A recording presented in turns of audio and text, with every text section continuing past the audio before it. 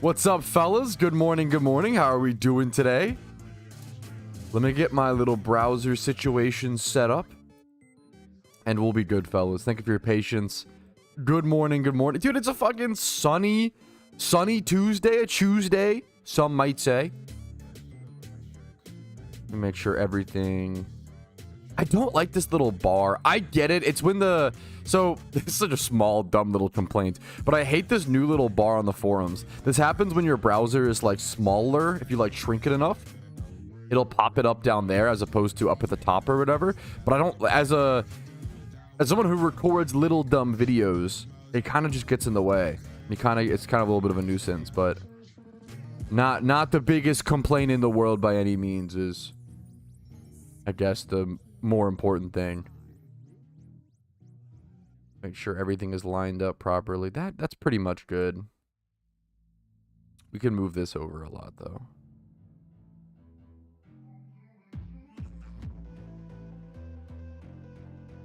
Want it to be as clear as possible. I probably just go ahead and do that. And then, yeah, we'll probably make this bigger. Okay. That should be good. What did I shout out yesterday from a swarm? Dude, congratulations. That's fucking cool, man.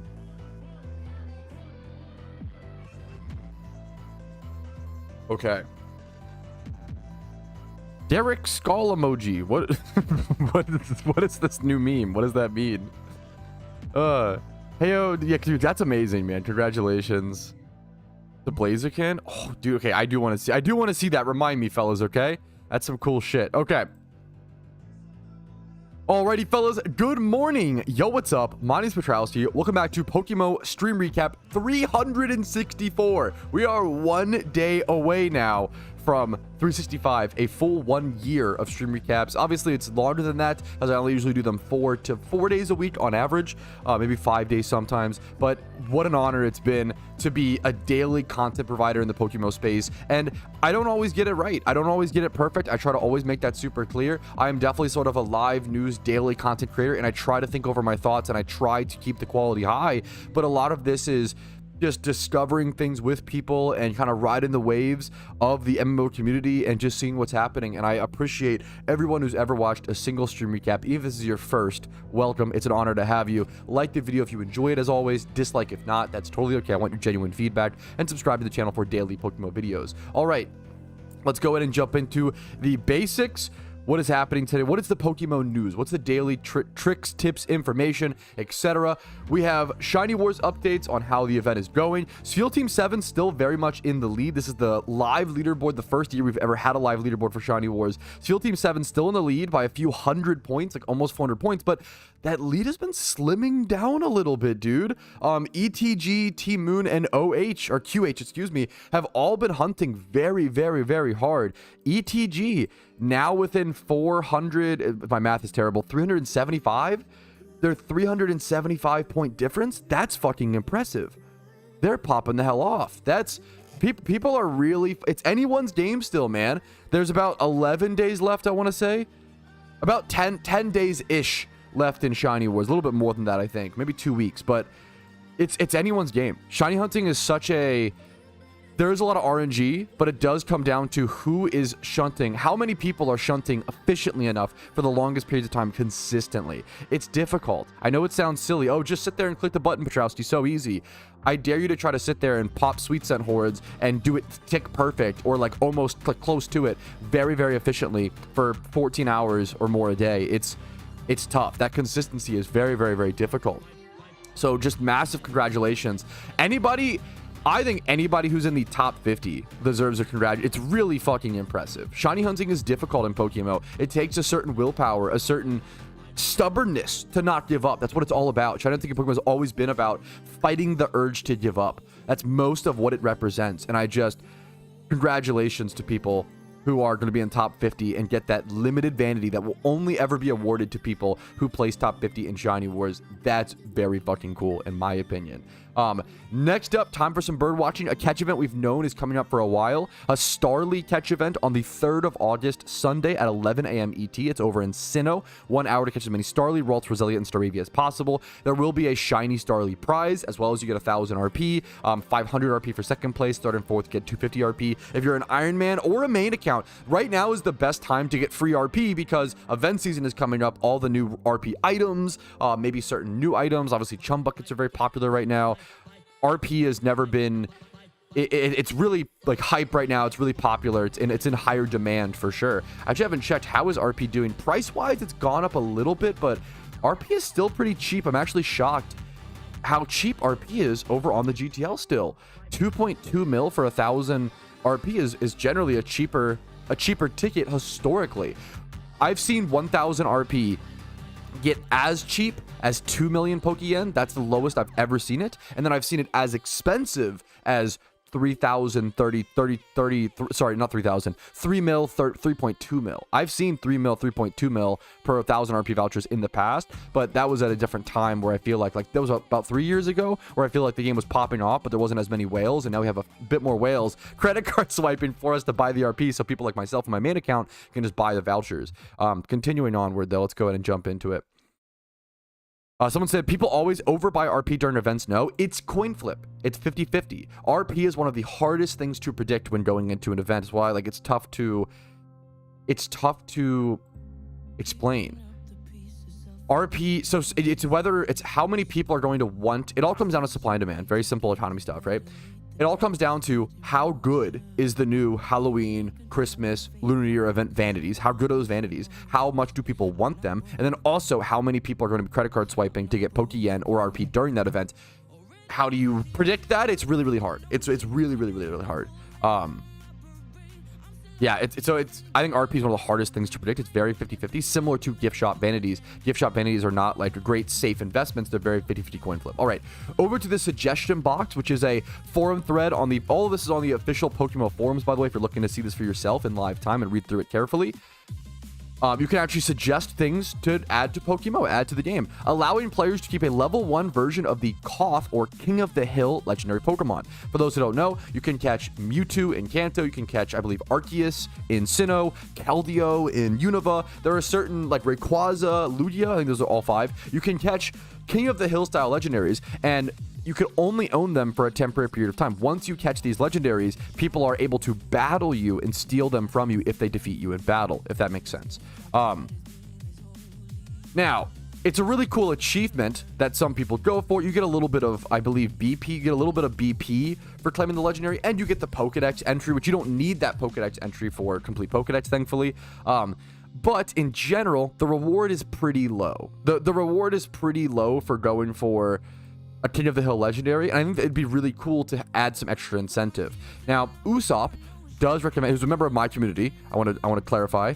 So I'm biased to some extent, but even though I don't super agree with his suggestion, a level 1 version being sent to your mail or PC cannot gain experience. I think it's a cute, cool thing. I wouldn't want it to take up box space personally. Obviously, you probably could just release it, but I do agree with his sentiment. I don't love his idea personally, but it's not bad. It's not a bad idea. It's a very valid option. I do think that there should be some sort of incentive, in my personal opinion, extra incentive for going for the King of the Hill legendary. There's not a whole lot of people that do it. I think it should be a little bit more encouraged. It's a very, very cool activity, in my opinion. All right. Another suggestion box. Please reveal some of the hidden information. I couldn't agree more. I think having PokeMMO devs like to keep some stuff hidden and like to not include everything in dev blogs because it does add a feeling of whimsy and excitement. And I think doing that for the first few months of a patch is beautiful.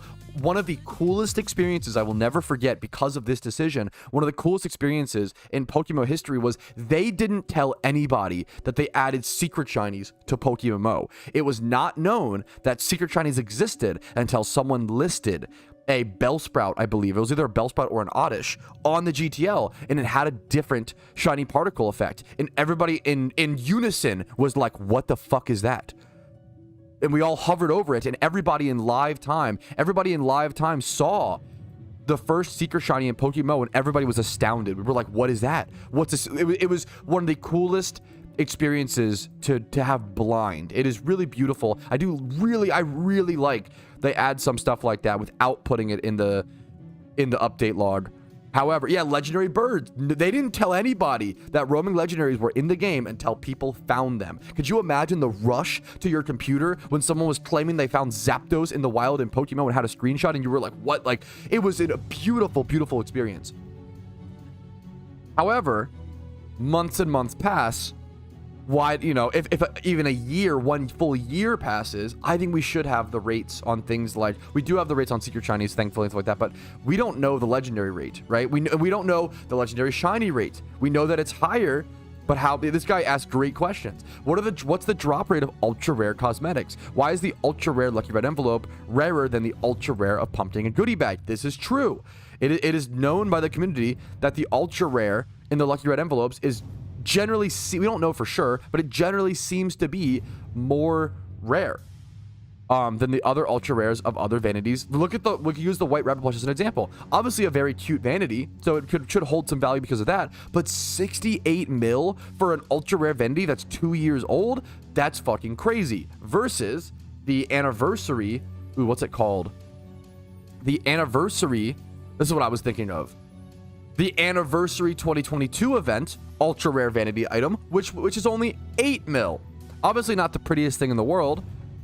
There's a lot of other factors that go into it, like how many people opened the product, how many people played the event, etc., etc. But there being a distinction of 8 mil versus 68 mil is crazy. Oh, sorry, 800K. I'm misreading. Excuse me. 800K, even crazier. Sorry, I'm just misreading. Excuse me.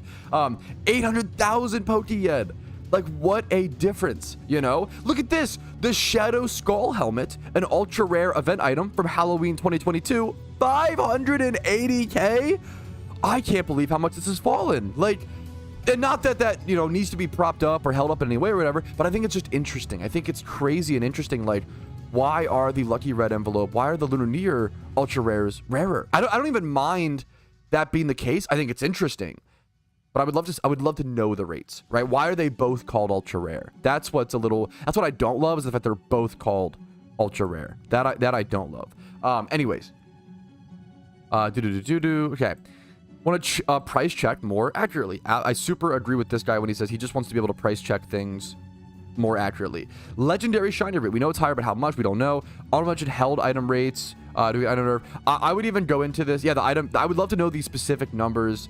People in MMOs really care about efficiency and really care about min-maxing and knowing having all the information and Excel spreadsheeting. And I think you should be able to play that way. Obviously, not everybody has to play that way, but I think you should be able to. And when you don't get direct information, you lower the chance and lower the opportunity for people to play the way they want to. That's honestly my take on it.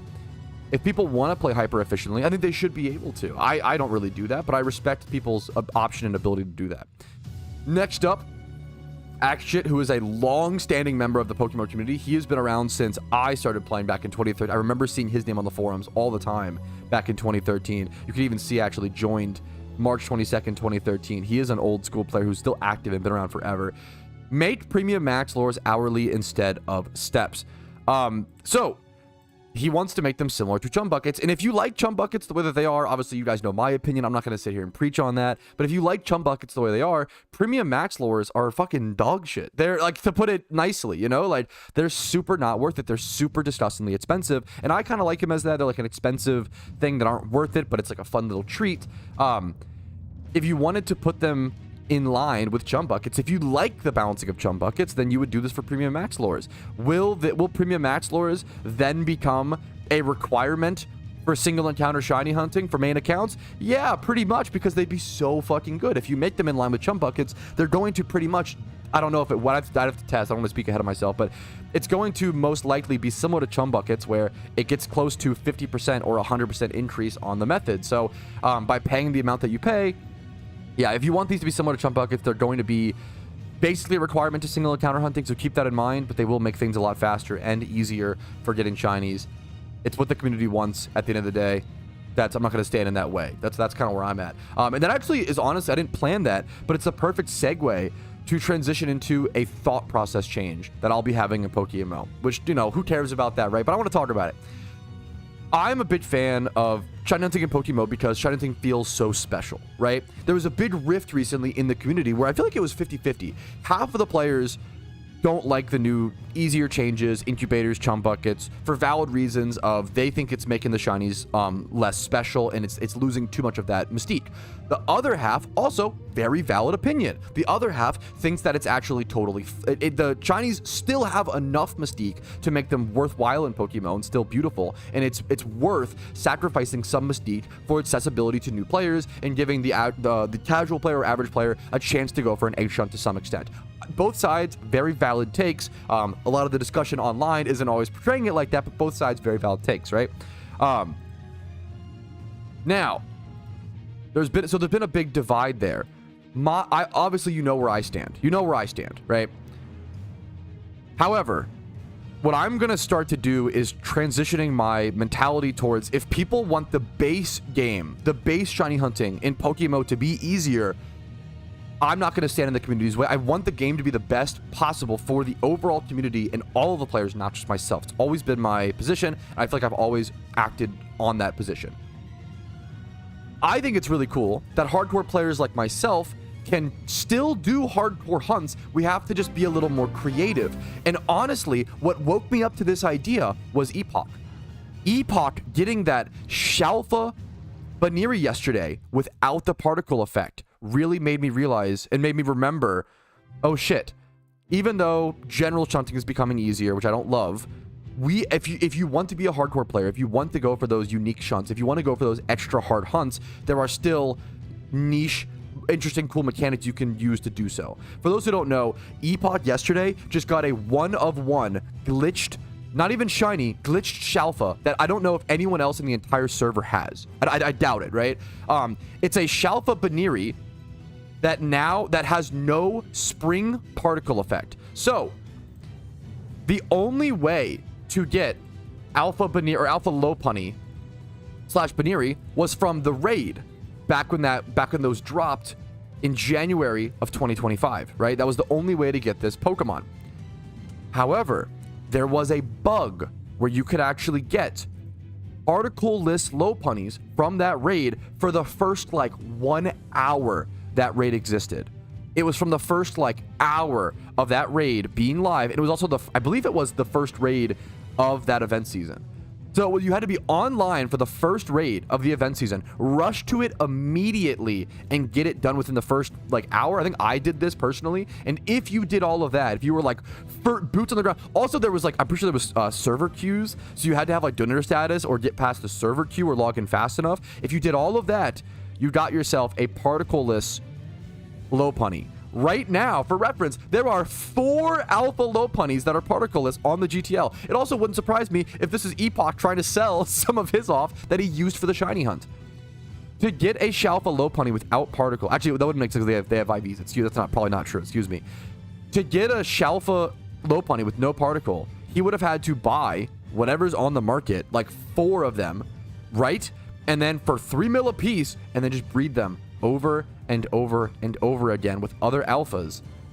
It's a super expensive hunt that usually costs like 1 to 2 billion Pokeyen, and you have to hope for that particle-less Lopunny. It's such a niche, cool thing, and I thought it was beautiful. This is a great example of players making their own challenge, and I think that's the arc and the era that we're heading into with PokeMMO. Is the hardcore players are going to have to be a little bit more creative and working on making our own challenges, as opposed to just going for more edge shinies, just going for more, you know, the normal stuff, which is okay, right? Yeah. So this is there's a lot of bad argumentation towards the shiny. I don't want to get back into like the chum bucket. We've done that discussion, but this is a bad argumentation, BBN, and I'll explain why.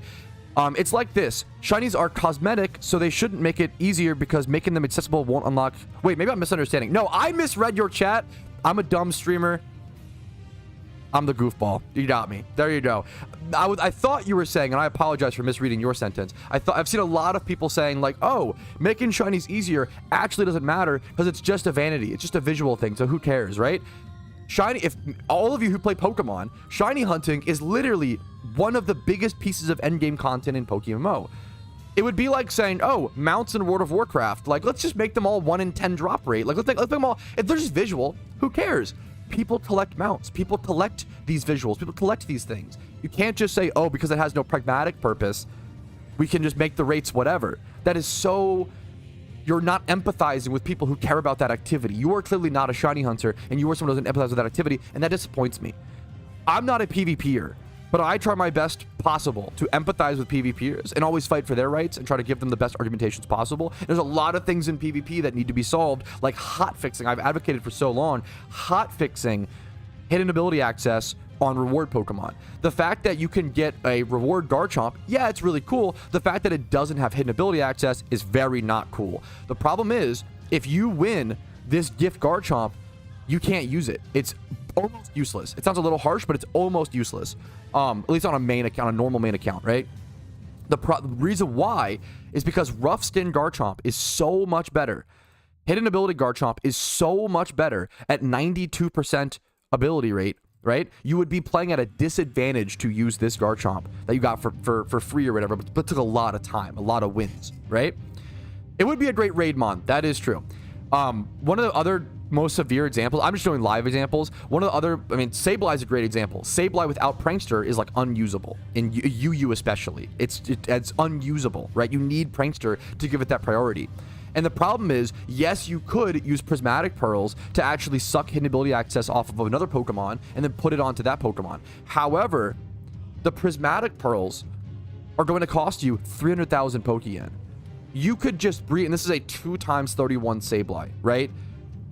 You could just breed a 3x31 hidden ability correct nature Sableye for less Pokeyen than just the cost of Prismatic Pearl, plus more stats, right? Like, the problem is, it's never worth to use a Prismatic Pearl to transfer hidden ability access to one of these reward Pokemon, making a lot of these reward Pokemon, now that we have hidden ability access, irrelevant.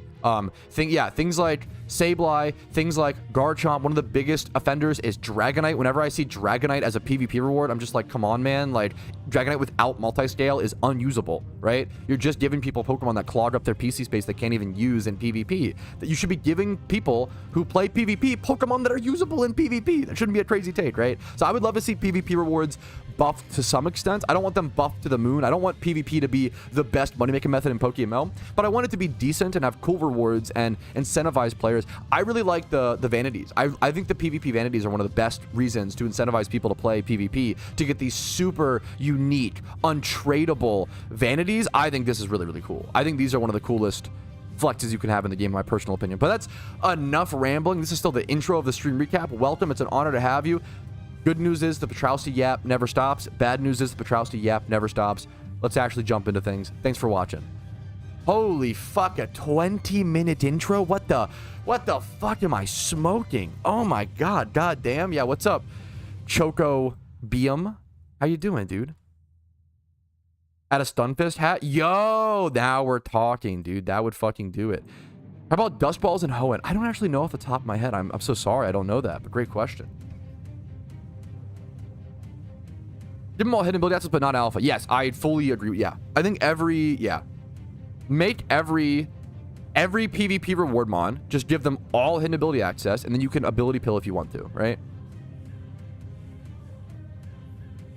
I watched a lot of new movies. You know what? We just rambled. You know what? Here, we just rambled so much about PokeMMO. I think a movie Trousie take might actually be the perfect breakup of PokeMMO talk. But let me start my Jimmy run first. Let me actually do my Iron Man account. Okay. Alrighty, fellas, it is a beautiful Tuesday on the Iron Man account. I'm really excited to jump into today, play, and make some progress. Dude, I'm feeling really invigorated after watching Epoch get that legendary 1-of-1 glitched Shalfa Lopunny. Check that out over on his channel. I'm feeling motivated to make some hardcore progress. Try to go for like that egg shunt on the Iron Man account. Try to go for that Entei. I just feel motivated. Seeing other players achieve things in PokeMMO is one of the coolest things in my opinion, and it should motivate you in my personal opinion. It motivates me personally. I have 560 hours played right now. We are popping an amulet coin down to like 5 or so amulet coins. I do have to farm those. I've been saying it forever, but I do have to farm those pretty soon. We have some eggs to switch out in our incubator as well. And I'm also XP training this Vulpix with the Reamplifier active. It is this beautiful raid Ninetales that I remember it rolled so many stats so luckily. I'm so excited to be able to use this in so many raids. But for now, I'm at 1.4 million Pokeyen. My Typhlosion actually isn't properly named. This should be Gym Tally 23. Today will be the 24th gym rerun. So hopefully we'll get that actually properly updated. We're going to do our gym rerun. We're going to go do some Entei hunting, Ditto catching, and then I might do some Pokedex progress today as well. Maybe later on after stream with some XP training. Let's jump into it. I got a big day ahead of me, and I'm excited with a big day ahead, which is always, you know, sometimes you're motivated, sometimes you're not, right? And it's all about a lot of progress is pushing through the times where you aren't motivated. Thankfully, I'm motivated about 80% of the time, but getting through that 20%, that's the real hard part. So today, that means today should be easy, man. That's good news. All right. Beautiful, beautiful, dude. What are you egg shunting? I have 30 rares that I cycle through, and those will be changed out over time. Dude, I'm excited, man.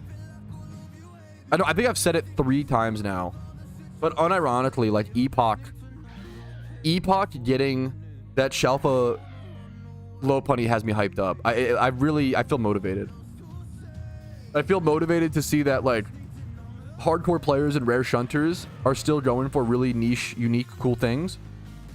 And they can still go for those things. Even if the general shunting of PokeMMO gets easier, we can still choose to add more restrictions. And that's beautiful. Yeah, fuck, dude, motivated by... Yo, dude, who saw that? I feel so bad. Yeah, I cleaned out Spidget last night for 1 mil at Metronome Monday. Yo, Cardsy... Okay, there's another sub actually I missed. Cardsy, thank you for the 19 months. And I'm going to play yours again. Count 090. Apologies for missing your sub. You subbed with a Twitch Prime. Thank you so much. I really am honored to see that, man. Honored to have you for the first time sub as well, I believe. Cardsy for 19 months. That's insane you've been here for that long, dude. Much love to you, man. Completely hooked again. I am beyond... I'm so lucky, man. I'm so lucky and beyond joyous that people have actually enjoyed the Iron Man series. Like, you could ask my wife. I told her, I was like, the Iron Man series, I'm really nervous. The Iron Man series is such a risk for my channel, right? Like, I'll talk about it. There's a clip worthy, I think there's a clip worthy conversation there. Let me go heal really quick. Change that. Let me do my eggs. Let me heal up and do my eggs.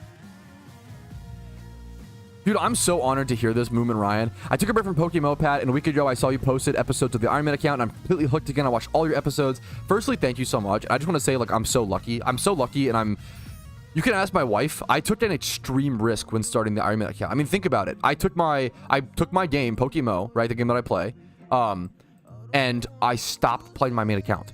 I changed all of my content from my main account to a wholly new account, an Iron Man account. It was a massive risk. I was afraid if people weren't interested in the Iron Man account, what was I to do at that point? You know, like try to switch back and scramble back. But also I was enjoying the Iron Man, so like, I want to stick it out for a little bit and just hope people draw interest. And I was so lucky that people were interested off the bat. It's so lucky. I put like 50 hours into the first. I think more than that, 50 to 80 hours into the first Iron Man video. And then every video following, I put about 60 hours a piece into, maybe 40 at the low end. The fact that people actually enjoy them, it's so lucky because I would say so many people in this world work very, very hard, but then don't get the proper appreciation. That's very common.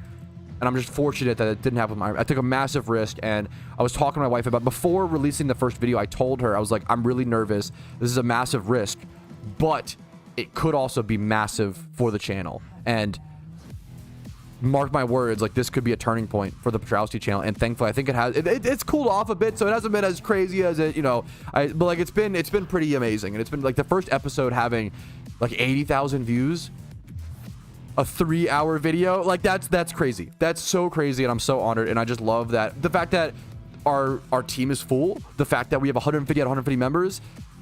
The fact that we've only been doing the Iron Man for 2.5 months, like, there's so many surreal things where I'm like, wow, I can't believe how well this has turned out. Like, I actually can't believe. I'm so honored that people just love the premise. Humans are so attracted to the premise of self-sufficiency, and I am too. I get it, right? That's why I wanted to do this. So it's been really cool to see. It's been really beautiful, and just welcome to everybody, and like, much love to everybody involved in the Iron Man project. And I would love to see an official game mode added at some point. Just a daily appreciation for all of the Iron Man even existing, the Iron Man being here, being so successful is just crazy. It's so crazy, man.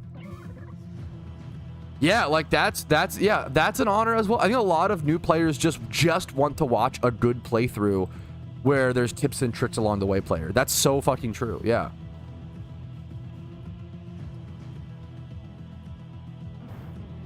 That's so true, man.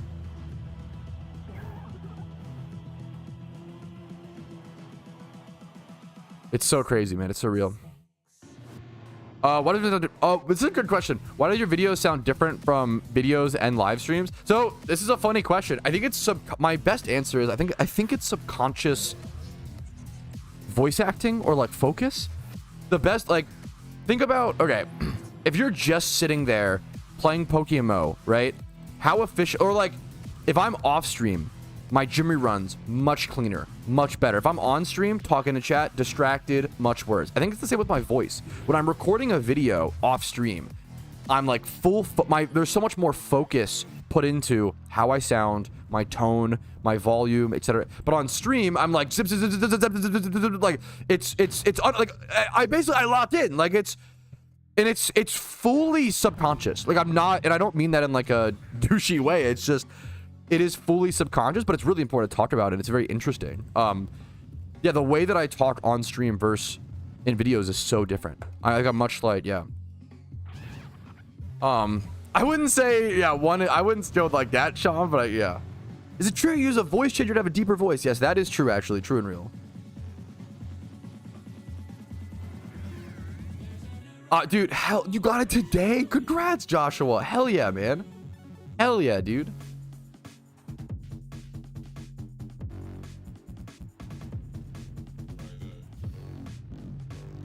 Also, like, certain videos, I definitely change my tone. Usually for guides, I will purposefully try to speak slower and more clear. Like, there's also like things like that, you know? For things like, I need safe. What is this? Actually, I might need safeguard. Actually, hilariously, put it over. Ooh, I kind of need all of these actually for raids. Don't you use charm sometimes? I don't know. We're learning at some point. What was I saying?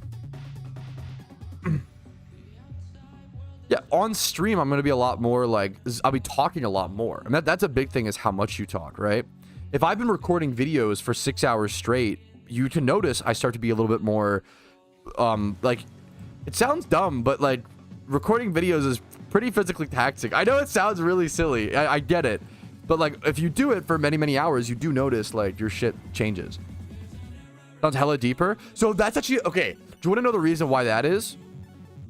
That's an easy one, but a funny one. In your older videos, your voice sounds hella deeper. In almost all of my older guides, I woke up and recorded immediately. So it was always just, morning voice. That's it. That's literally all it was. The men know the power of morning voice and how fucking insane. It's literally, yeah, all of the old guides. That's why you might hear me be like a little more raspier or like, I don't say like mucusy in my throat, but like a little bit, you know? It's just, I'm waking up, you know? It's just morning. I used to wake up at 10 a.m., record 1 to 2 videos if I could, go live at noon, stream from like noon, because I used to stream a lot less. I used to stream from like noon to like 2 p.m. or 3 p.m. Like I would only stream for 2 to 3 hours. But now I stream for like 4 to 6, you know? Yeah, that's exactly, Sean.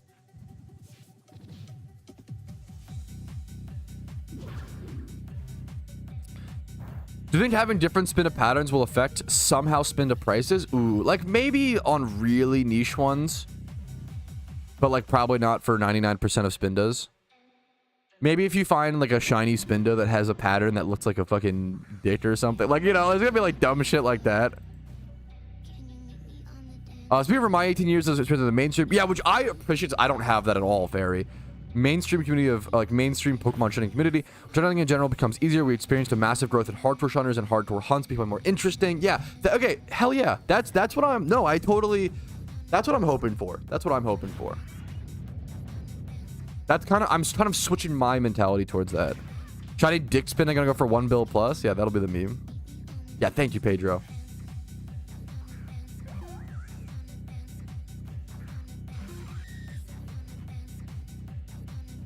Dick butt Spinda. Yeah, could you? I'm sure there will be some Spinda. It'll be like the Cheetos on eBay, you know, like. If you can roll for legends, you can roll the counter for each mon in battle. I don't think it's for. I don't think it's for each mon in battle. That's the. I thought it was for a while. I actually thought it was for a bit, Brewski, but I don't think that's true. I think asking for each mon in the battle. Asking to keep it simple. If you were to single encounter 1,000 5 times hordes, your counter would be 5. Actually, yes, that is true. Yes. No, but you maybe I just you get it. That's the weird thing about legendary encounters is that technically, if everybody wanted to legendary encounter exactly precisely, we would do it like that. However, that is so convoluted and kind of impossible. I think what happens is if everybody's counting incorrectly, nobody is. Does that make sense? It's kind of a really funny, yeah. No, this is a really niche, fun mechanic. I love that you brought this up, Brewski. So Brewski was saying with legendary encounters, legendaries overtake the battle, right? But they get one roll towards it. So if you get a wild ×5 horde, not a sweet simp, but a wild ×5 horde, there is still that normal chance of the legendary taking over that encounter. But there's not 5. For mine, there's only 1. For mine, what the devs have said on the forums many months ago, even maybe a year ago. So technically, whenever people are legendary hunting and they get a ×5 wild encounter, right, that's actually like upping their numbers, and they might actually, so you know, if someone were to single encounter, on the extreme example, if someone were to single encounter 1,000 ×5 hordes, their encounter counter would say 5k, but it would actually be only 1k rolls for the legend. That is correct. However, correctly tracking all of that would be so impractical and impragmatic that it becomes one of those things where, like, if everybody counts incorrectly, nobody is. Does that make sense? So, like, hilariously, it's one of those, like, yes, if I say that I have 900 encounters towards Entei, it might be a little bit under that precisely. It might be closer to like 800 or, I don't know, 750. It depends on where you're at, right? It's a very niche specific mechanic, right? It kind of becomes this thing of if everybody is counting impractically, as long as we all say it, then we all have the same metric and comparisons, and it should be fine. It's very funny. It's very weird, but just one of those things. I'm impractical. Yeah, if you wanna count like individual single encounters, more power. That sounds like a nightmare. My legend hunts will now be on Route 1 to avoid that. Like, yeah, like that's fucking. I respect it. More power to you. Oof. Dude, I'm honored to hear it, Zan. Thank you so much for watching, dude.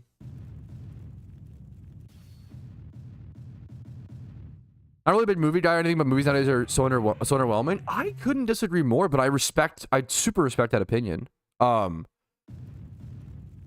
trying to think. Like, I've watched some amazing movies recently like Warfare, one of my favorite movies. My favorite, I think, like, the more I've thought about it, I feel like I prefer Warfare over Saving Private Ryan, which has taken me months of consideration to come to the conclusion. Warfare was so, especially in theaters, Warfare was so good.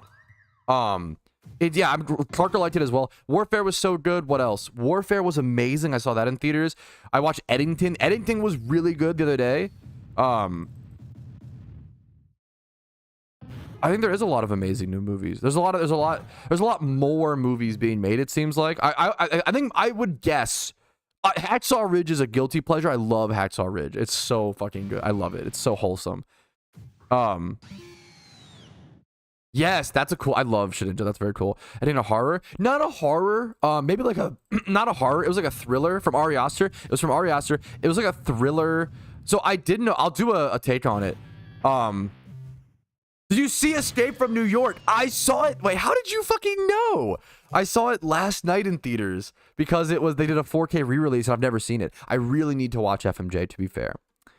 That's Hacksaw Ridge, Hacksaw Ridge is so, I love Hacksaw. I love a positive, wholesome, like Hacksaw Ridge. I love a movie that's wholesome and positive, but also manages to be like fucking badass, like hell yeah, bro. Like, I think Hacksaw Ridge is perfectly that, where it's like wholesome and fucking actually just a positive, wholesome movie, but it's also like, it's badass that he doesn't want. It's kind of like Superman. Everybody loves Superman because it's like, he's a punk rocker for being kind. That maybe being nice was the real punk rock of all, you know, like that sort of meme, which is a little silly. It took a movie for people to see that, but I do like movies like that, and I think Hacksaw Ridge is like that.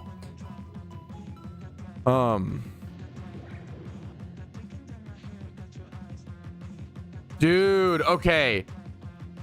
I'm so happy to hear that. I think the Planet of the Apes trilogy, the new one, is the most underrated trilogy of all time.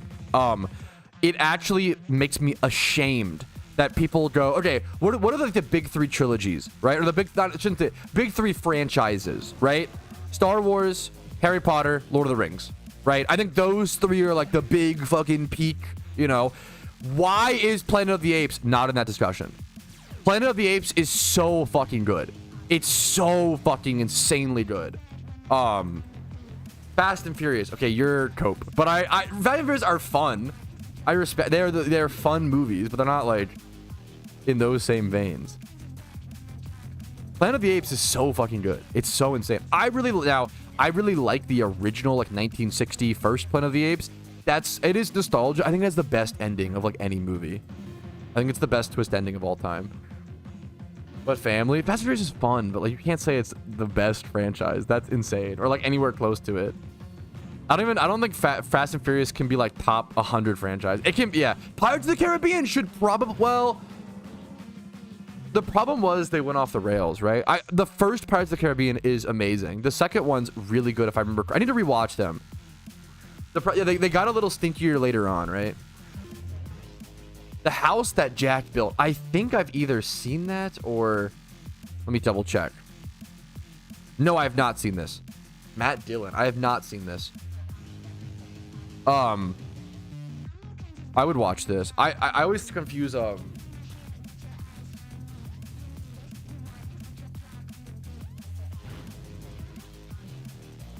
add that to my watch list. The house that Jack built. I've not seen that. It's my watch list. Add it to the watch list. I also love this girl. Fuck, who's this? Who's this actress? The redhead that's like super underrated. She's in like comedies. Oh, her name. Okay, her name is Siobhan Fallon Hogan. Okay, that is. No wonder I don't remember her name. She was born in Syracuse, New York, and her name is Siobhan? What is the origin of that name? No, I don't mean it disrespectfully. It's just like astounding. It's hard for me, my little brain, to comprehend. My little... How do you even say this name? Siobhan? What is the origin? Irish. It's the equivalent of Joanne or Joanna. Interesting. It's pronounced Siobhan. Siobhan. Is it actually? I'm way the fuck off. Apologies.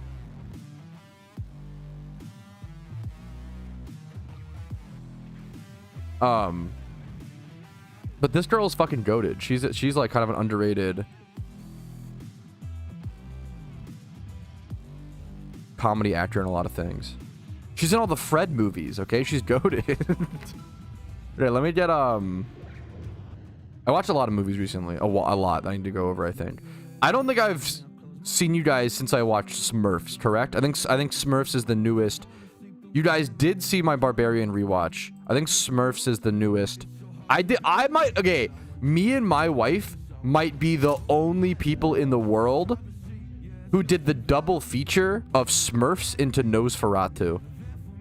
Has anyone else in chat who you represent the whole world, did anybody else watch Smurfs 2025 and then go home and watch Nosferatu? That sounds horrible. It was honestly banger. It's a great night. They pretty much have the same premise. Okay, let me... Okay.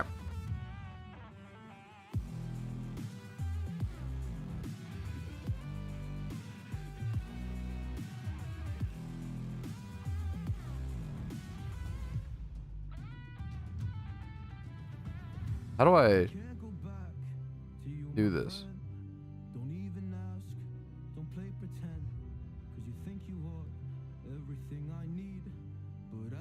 I do it by throwing my Jimmy around. Okay, pog. Watch Killer Clowns. Yup. Alrighty, fellas, it is time for either your most favorite, that's not a word, or least favorite part of the stream recap. Let's jump into it. The non-PokeMMO part, the movie Patrouski takes. If you don't know, I've just been watching a lot of movies. I've been into a lot of movies. I've been really enjoying movies. Do I know a whole lot about movies? No, I didn't go to film school. I don't know how to make movies. I don't know fucking shit, bro. I just enjoy them. I just talk about them. I'm not some pretentious movie snob. I just enjoy sharing my thoughts and feelings, and it's been a cool way to connect with a lot of people in my community, and everybody watches movies, so it's a cool thing to talk about. So let's jump into it. So I have to preface everything with me and my wife have the movie pass to our local theater. It's also one of the best birthday gifts anyone ever got me. Shout out to my awesome wife.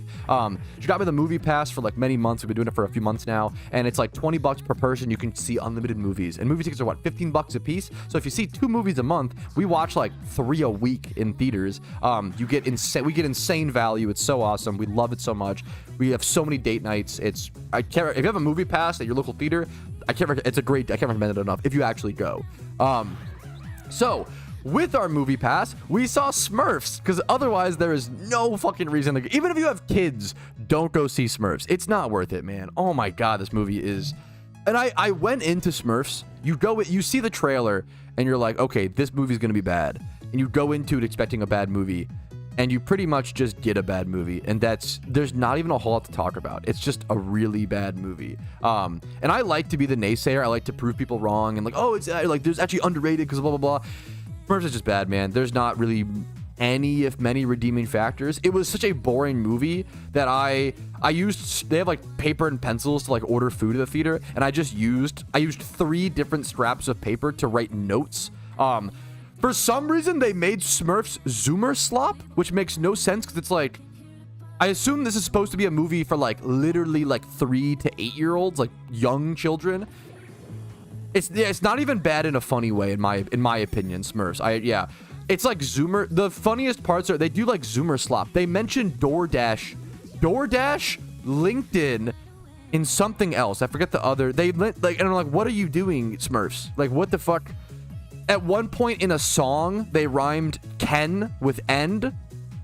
The main villain of the movie uses Zoom to talk to the other villains and like mentions that he owns a podcast mic. It's really, really weird. This movie should not have gotten a theatrical release. This feels like a straight to like kids streaming services movie, but for some reason, because it has Rihanna in it, which is the main lead, but like her voice acting is really mediocre. I don't know why I'm spending so much time talking about Smurfs. It's just a really bad movie. Anyways, so like any normal person, me and my wife watched Smurfs 2025 in theaters. I gave it a 1 out of 5, which is a 2 out of 10. And then we went home to watch Nosferatu afterwards. So we might be the only people on planet Earth who did, or maybe I'm wrong. Tell me in the comments if you ever watched Smurfs in theaters and then went to watch Nosferatu at home after. I'd love to hear the fellow double features twinning. Went home to watch Nosferatu. Nosferatu is a weird movie. I was expecting better, I will say. I think me and my wife both just don't love period pieces. I think they don't really stick for us, and they're kind of just more obtuse than interesting. All of the acting is amazing. I actually wrote, it has some of the best acting, like all from an entire cast. The entire cast is fucking phenomenally talented. However, I do think the director, whose name I think is Robert Eggers, he's just not really for me. I think I don't really connect with his style. A lot of his stuff comes off goofy as opposed to serious, and I feel like I don't get the intended experience. That was what I wrote for Nosferatu. So I gave Nosferatu a 3.5 or a 7. It's still like really high quality and really good, worth the watch, I'd say. 3.5 out of the second half / like last part. Save it. It's definitely a slow burn. The first parts you're sitting there like I'm just not interested, especially the middle section. But it really does pick up in the later parts, in my opinion. So I think because it picked up a lot. It was like sitting at like a 2 out of 5 for me for a lot of the movie, and then it really ramped up. So I would give it a 3.5 or a 7 out of 10. Killer Clowns from Outer Space. I think this movie, I gave it a 2.5. But I almost want to say it's like a must-watch, which is so weird for a 5 out of 10 movie, in my opinion. Obviously, my personal movies are the most. So, please, obviously, understand it's the most disagreeable, subjective thing in the whole wide world. Feel free to disagree with me. Killer Clowns from Outer Space just reeks of creativity. That's the main, like, this is a really unique movie, like nothing else, even by today's standards. And the main sticking point is just how unique and beautiful the clowns are, the visuals, even for the era. It came out in 1988. I think it was pretty interesting. However, the plot is just, there's basically no plot. It's just aliens kill people in clown outfits. Haha. That's it. That's it. And then the music, I really don't like a lot of the music from the 80s is what I'm, aside from like really like standout things like Halloween or whatever. But like a lot of the music from this era of movies is like really generic, like creepy. It sounds like copyright free music by today's standards. It's really, really disappointing is what I would say. Next up, we have Wine Country. Now, Wine Country is definitely, it's a movie solely for MILFs, and that's basically it. I feel like it's really hard to extract a lot of value out of Wine Country unless you are specifically a woman aged 40 to 60. That's it. It's like one of the most specific demographic movies I've ever seen. And it has, now it's Amy Poehler, Tina, I love the cast. It's Amy Poehler, Tina Fey, Maya Rudolph, Rachel Dratch. Like, it's some of them like pioneers in comedy for fucking like women for over the 2000s. Like, I can't imagine where comedy would be without these amazingly talented, fucking beautiful people. But this movie is just not for me, is what I would say. I still gave it a 2. It was still enjoyable to some. You can still attract some beauty and some joy. I gave it a 2 out of 5, which is a 4 out of 10. All right, next up, role models. Okay, this movie is now, talk about opposites. Wine Country is so far from being the demographic for me. Holy, role models might be the most specifically I've felt targeted by a movie in a really long time. Role models is literally about, so it's about Paul Rudd and is it Sean, what's his name? Sean Astin Williams or something like that. They're like kind of burnouts, like 30-year-old guys who aren't successful, whatever, yada, yada, yada. And they end up mentoring 2 young guys who need role models. And it's literally a movie about at-risk teens who are also big, fat fucking nerds. And I like that felt very fucking, you know, close to home for me personally. I loved it. I thought it was fun. People compare it to Superbad. I've always heard. I don't really see that.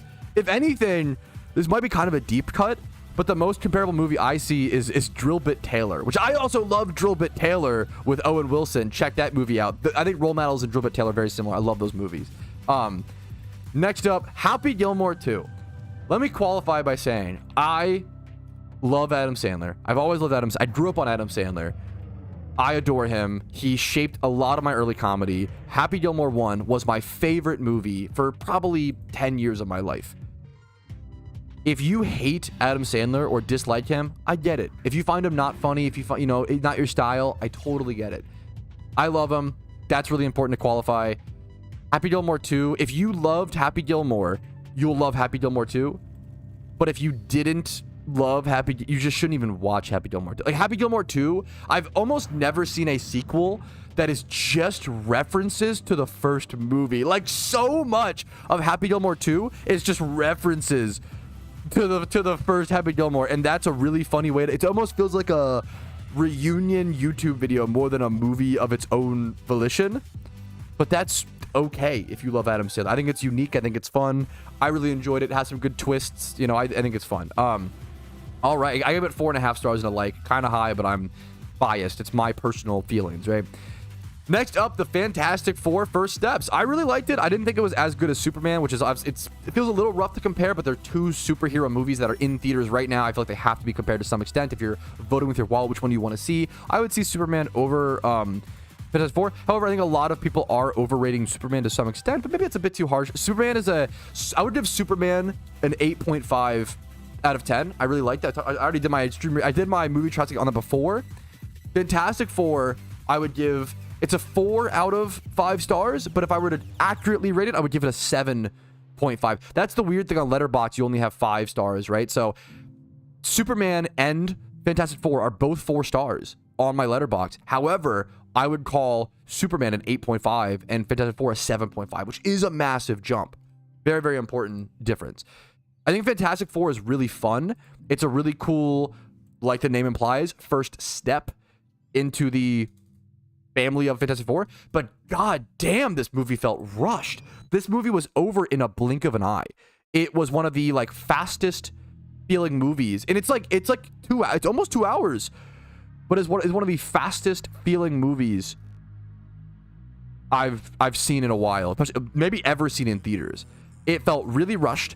It felt like they were trying to. So many superhero movies do this right now, and it does really bother me. The Batman with Robert Pattinson was the worst offender of it. I did like that movie, but there was like 8 villains, you know, like 3, 4 hero, like just nail a storyline. Like why did the Batman, you know, let's to I guess Fantastic Four, why are we doing Silver Surfer plus Baby plus Galactus plus like there's just way too much going on in my opinion, plus all the political stuff with the people and the civilians and the like there's just way too much going on, and they couldn't address any of it in depth. And they also, my wife made this complaint, and I super agree with her.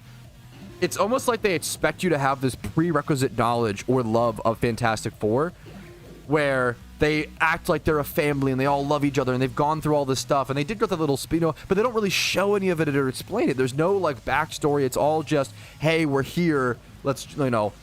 So it loses some connection because they expect that from you, in my personal opinion.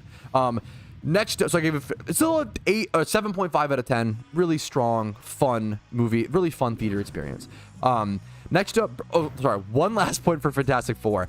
I really liked that more than any superhero movie I've ever seen, they didn't overly rely on their powers. I would argue that Pedro Pascal's power, he's like the stretchy man, stretchy guy, he relies more on his brain and his intelligence in this movie more than his physical superpower.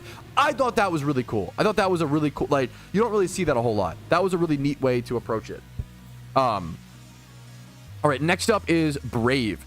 Brave is probably one of my more favorite Disney princess style stories. I was really impressed. I wasn't expecting a whole lot when going into Brave, and I was really impressed. It's a Disney princess story, so I don't have a whole lot to like add to it, but I thought it was a really cute daughter-mother story. Just recently, I watched this a while ago. Inventing Anna, I would have never put on in my entire life. I only watched this because my wife put it on, and then I watched a few episodes, and I was hooked. And I don't know why. For some reason, this show really stuck with me. It's really interesting and unique and weird, and the acting in it is phenomenal from Anna and from the reporter to some extent. A little bit less than Anna, a fair bit less. The Anna actor is amazing.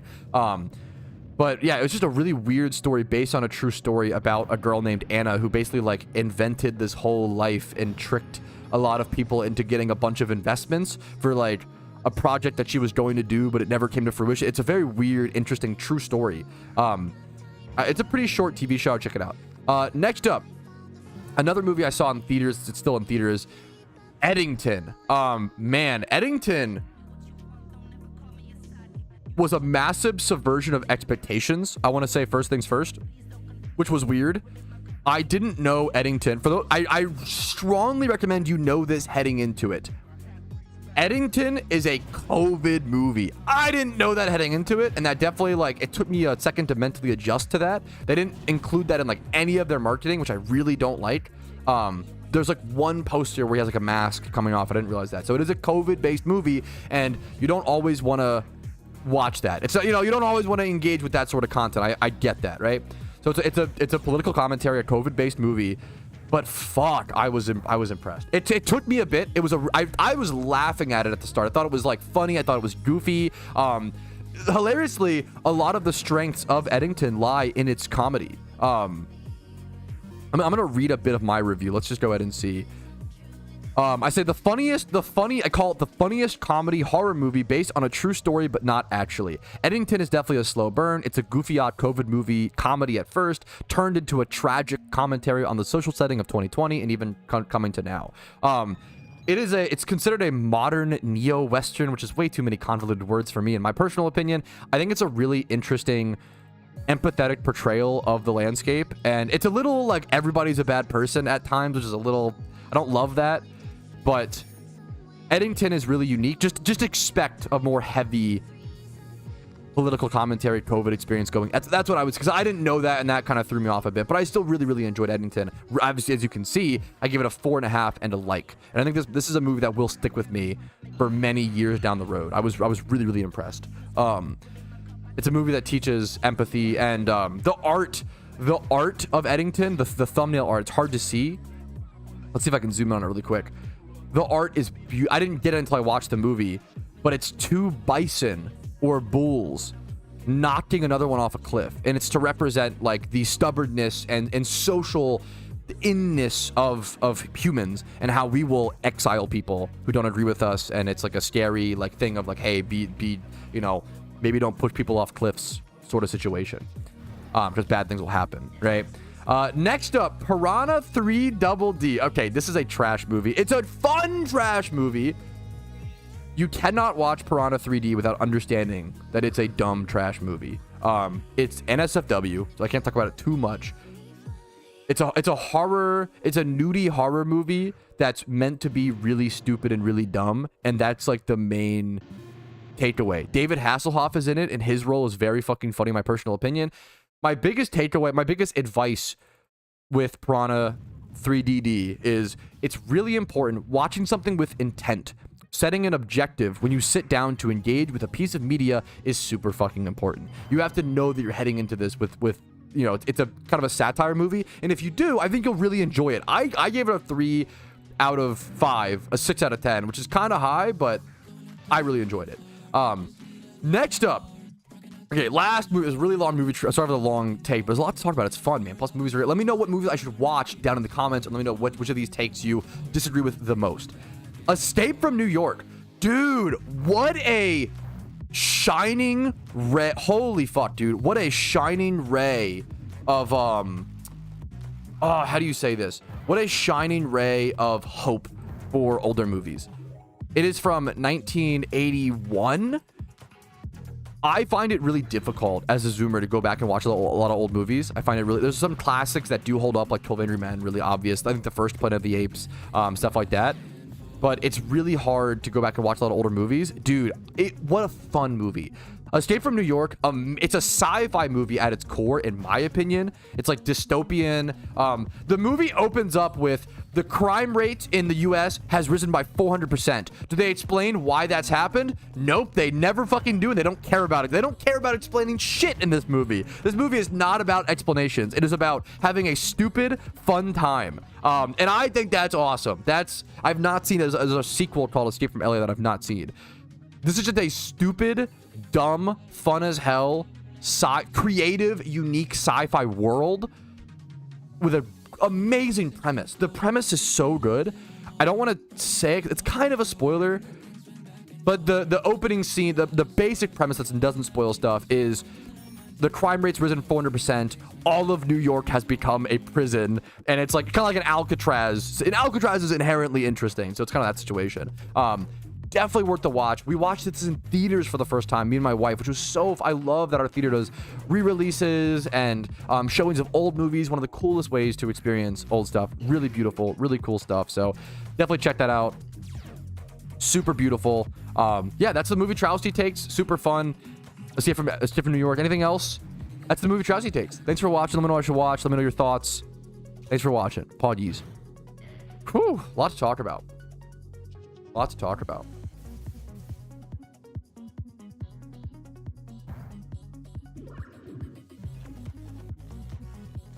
I love talking about a political movie about expressing empathy for the other side, and then seeing someone in chat being like, fucking fuck the other side, fuck them. And it's like, you're not getting, you're the problem. You're not getting the point. You're literally not seeing you're missing the entire point, bro. Like, what are you doing? Of course I've seen Tropic Thunder. I know that's like a controversial movie. I really like Tropic Thunder. I stand by it. I think it holds to the point of irony, but if someone wants to make the argument that Robert Downey Jr. doing blackface is not worth the satire joke of how far actors will go and how stupid it is, I think there's an argument for it's not worth the joke. I think that's super valid. I personally think it is, but that's not a hill I would die on. I think it's a personal preference sort of thing. Yeah, that's a whole can of worms. Training Day is great. Kung Pao Edge. No, I have not. I have not. Empathy in 2025. Yeah, it's sad that, you know.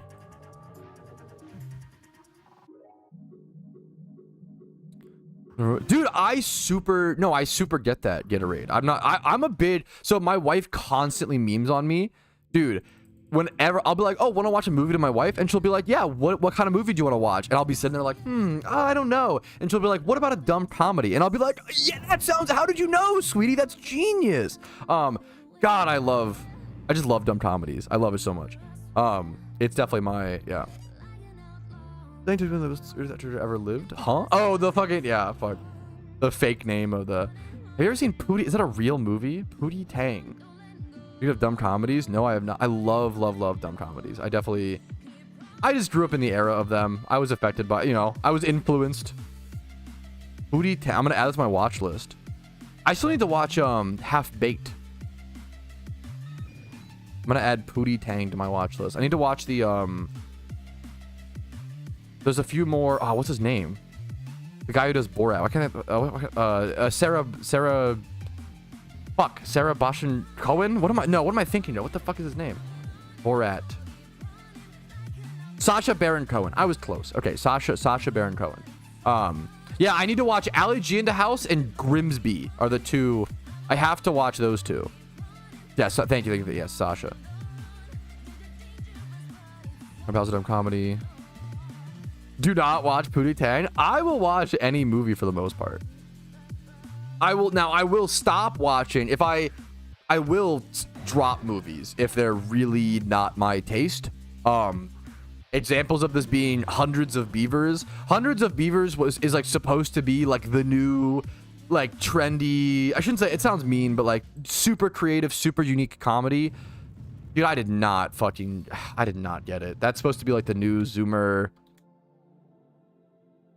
high intelligence oh my, I did not enjoy Hundreds of Beavers at all.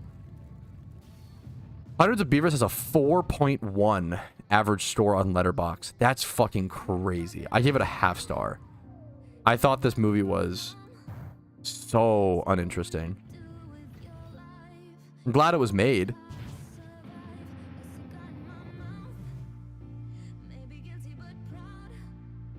The Dictator is great. I've seen The Greatest Showman. The Greatest Showman is, I think, fine. I don't love it. I've not seen Citizen Kane, which is, I've heard, amazing. Yeah, I need to add that to my watch list if it's not already. I'm gonna, what the fuck do I do here? Hope that I declaw actually, right? Maybe faster. I'll add Citizen Kane to my watch list. I would love older movies that are really good, like still hold up suggestions. I love that.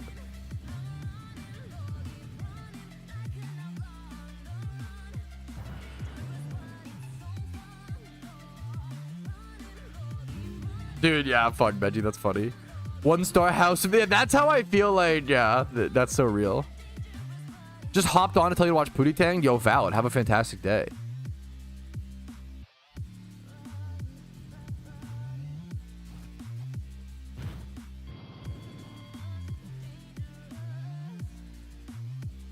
I've wanted to watch Walk Hard. That's like really high priority. Walk Hard is really high priority on my watch list.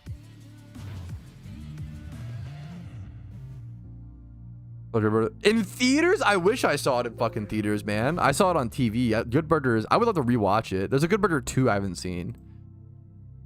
I'm gonna... Is this the charcoal one? I actually might be fine. I can switch to... It's Lava Plume instead of Flamethrower, which is a little awkward, but... This Jimmer runs a little stuffed, but that's okay. Big Trouble and Little... Let me get that. Sorry, I know a lot of people said that. Let me copy paste that one. Haven't seen any of the Oceans movies. I'd like to give... I like to give anything a shot, you know, like... And it's kind of a problem. Like there's so many movies to watch. Okay, I added that to...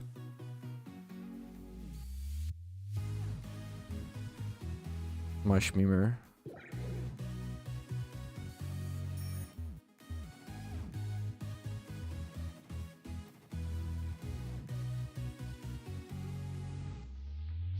Go to Gamba. Yeah, we should.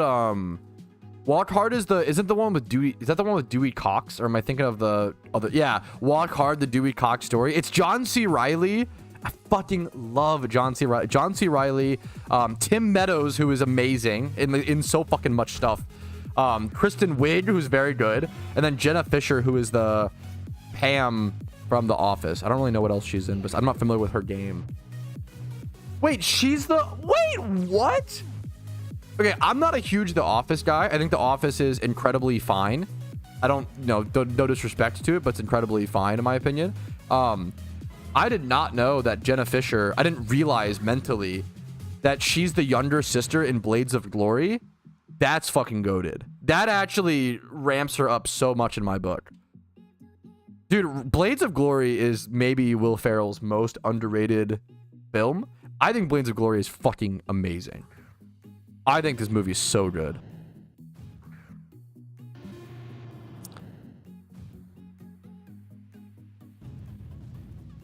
Oh, what's the game before? And yeah, and thank you so much, mods. Entei/Shiny today, man. No way to skip HM animation from my understanding. Gotta just learn to play the pace of PokeMMO. Talladega Nights, I think most people know about. I mean, people know Blades of Glory as well. To be fair, I am shocked at how few people have viewed. People on Letterboxd are just pretentious and they don't watch comedies. I mean, in general, in movies, like, it's things like comedies and horror movies that are always just snubbed, you know? Because they're less serious, but there's genius in them, you know? It's still the same to write them. Like, they're still very difficult, like...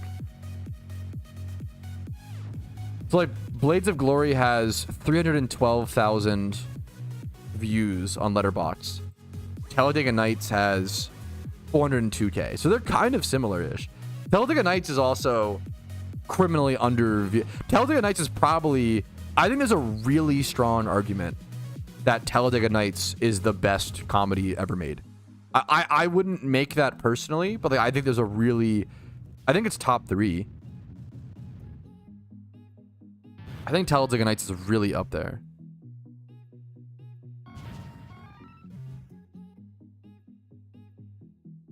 I honestly am not qualified to answer, CJ. I'm not sure. I'm sorry. I'm not sure. Blades of Glory might be my favorite dumb comedy. It's so good. I woke up sick. What's up, Ramel? Good morning, dude. Much love to you, man. Good morning, Rumi. Shake and bake. What's fucked up is that Talladega Nights is like 1,000,000 times better than F1. Not to like disrespect F1. Skylander Trap Team. I need to go back and play. The Skylander games are honestly a great example of what I call them a 1 to 2 beer game. There are certain games that are a little like if you go back and they're a little boring. They're a little they're not as engaging or intriguing as they were when we were kids.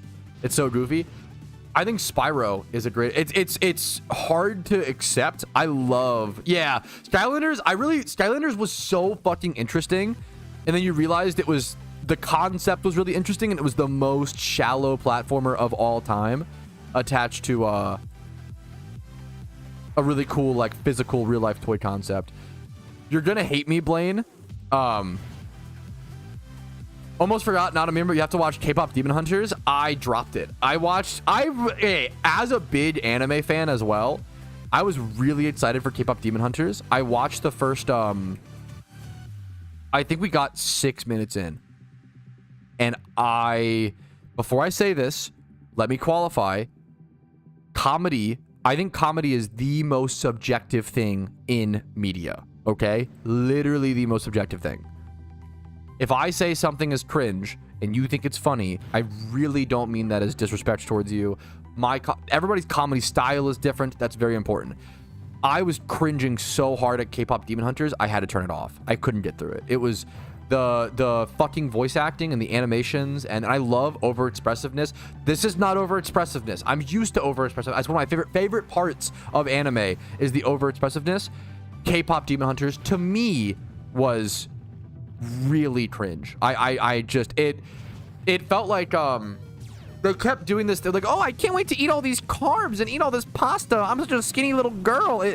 There's this song that a guy made called Bowl of Pasta, and it reminds me of that, where it's literally this guy who like discovers the concept of women having hardship for the very first time, and he's literally like, all women wanted was a bowl of pasta, and they feel guilty about eating it. Oh my god, all she wanted was a bowl of pasta, guys. And it's like, what, are you 12? What is happening? Are you actually 12? Like, dude, I couldn't, man. I couldn't. I'm sorry. If you told me that K-pop Demon Hunters is your favorite movie, I'd be like, that's fucking base, and I get it. I can understand it, and I can respect it. I could not watch it. It was really, yeah, it was not for me. The songs were like the redeeming. I think the songs like almost brought me back. I was like, okay, well, okay, like the songs and the energy almost brought me back. I despise Will Ferrell. He acts like a toddler. A huge part of his comedy is, yeah, being a man-child. That's the whole, which is, if you don't like that, fucking, once again, comedy is the, me and Clarko, I love Will Ferrell. Clarko hates him. I get it. Comedy is the most fucking subjective thing, dude. It's so ridiculously subjective. I know whenever people turn 19 and you're like, everything's fucking subjective, dude. Yes, to some extent, you can still objectively judge certain, you know, things, but goddamn is comedy super subjective. I really like the other guys. Underrated. It is what it is. Yeah, comedy is so fucking just not my thing. I think that's so based. What's the other? I mean, a good example. So a good example is my take on like a lot of 80s comedy, right? Things like why is every viewer on Kick just someone trying to sell me bots? I know I'm a fucking dead streamer on Kick, but I actually have a mildly somewhat successful streaming career on other platforms. Okay, fuck off. Stop trying to fucking sell me bots, you little worms. Go fucking gamble or play blackjack or some shit. Okay. Anyways, what was I saying? I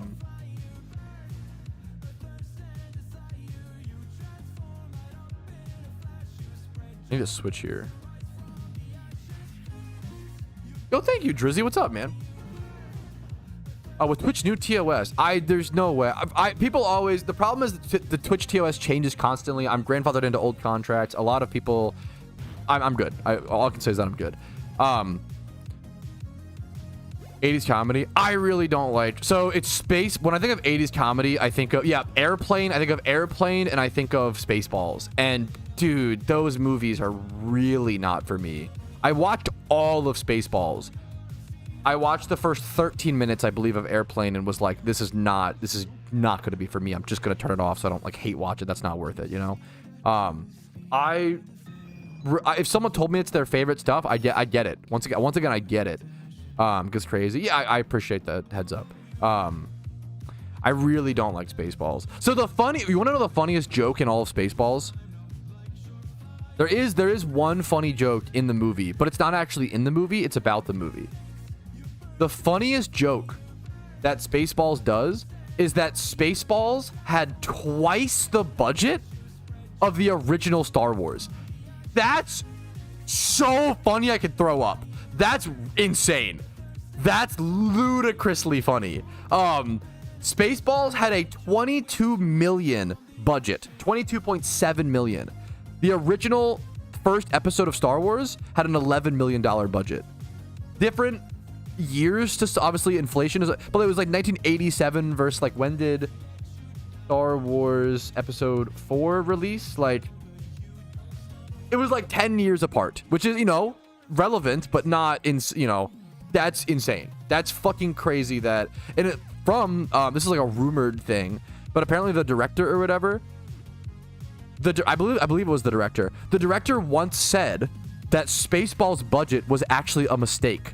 They were supposed to have a $2.2 million or $2.7 million budget, and somewhere along the way, someone forgot the decimal, and it became a $22 million budget.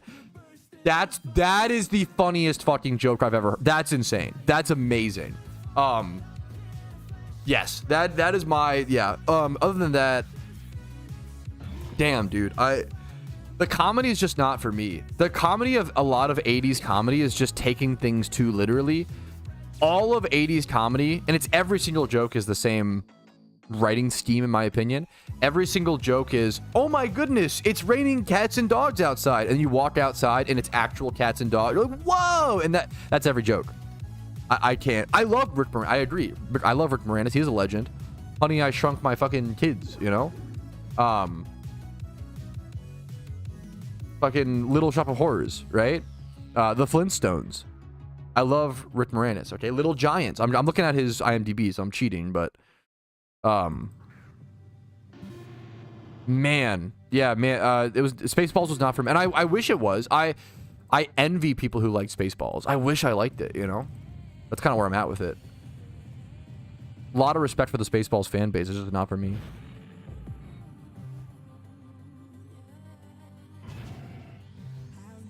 I love it. Was it John Candy? I mean, they got fucking John Candy, and I love him. I adore him.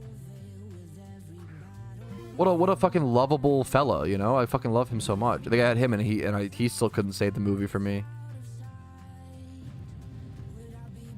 I think I need to go back and watch a lot of the classic Bill Murray. Bill Murray seems like he was actually in some pretty good movies. This Bill Murray guy seems pretty good. I don't know if people have heard of him.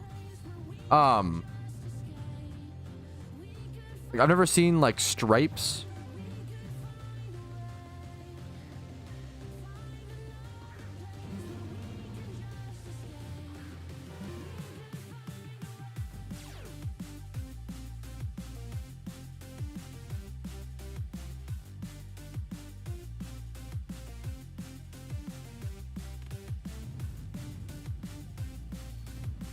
Also, he's kind of based.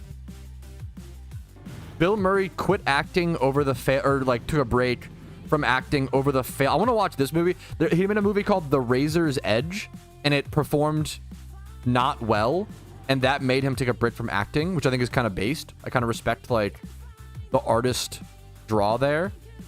And then he took a break from acting to study philosophy at a university in Paris. And frequent the cinema. Like, that's fucking awesome. Like, that's so based. I've never seen Stripes. Yeah, I love Osmo. I don't know if he is. I love Osmosis Jones. That's a banger that holds up, I feel like. He's Frank. I didn't realize that, but yeah, he's Frank in Osmosis Jones. Dude, I think about Osmosis Jones. It's a kind of forgettable one, but it's so good. Zombieland. Oh yeah, he is in Zombieland for it's like a feature, right? Zombieland is neat. I don't love it. Bill Murray's mostly the fucking most people know Ghostbusters. He's a pretty like Caddyshack I've never seen. He's a pretty classic like comedy memer.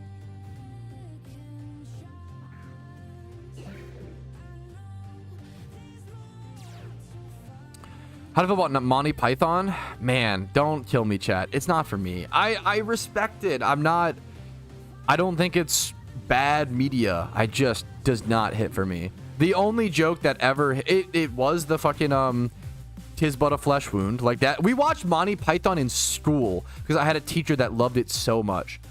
I remember just sitting there watching all the kids laughing and me being like, I don't get it.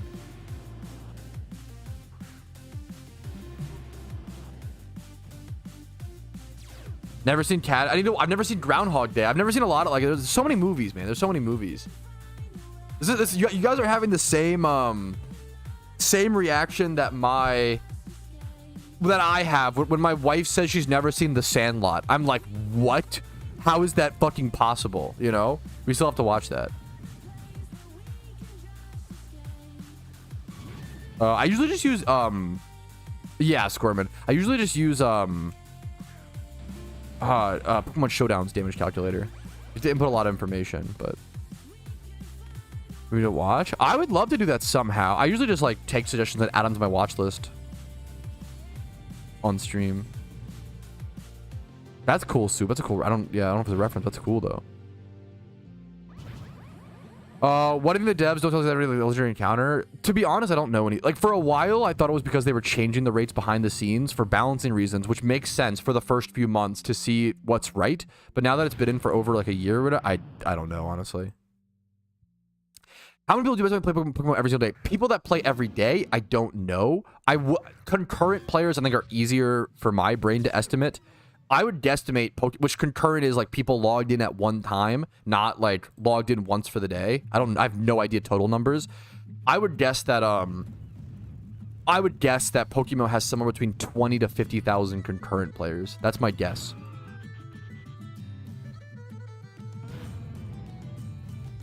And we've been at as low. I think we've been as low as 2K way back in the day when the game was like really in trouble. Back in like 2016, 2015, 2014-ish.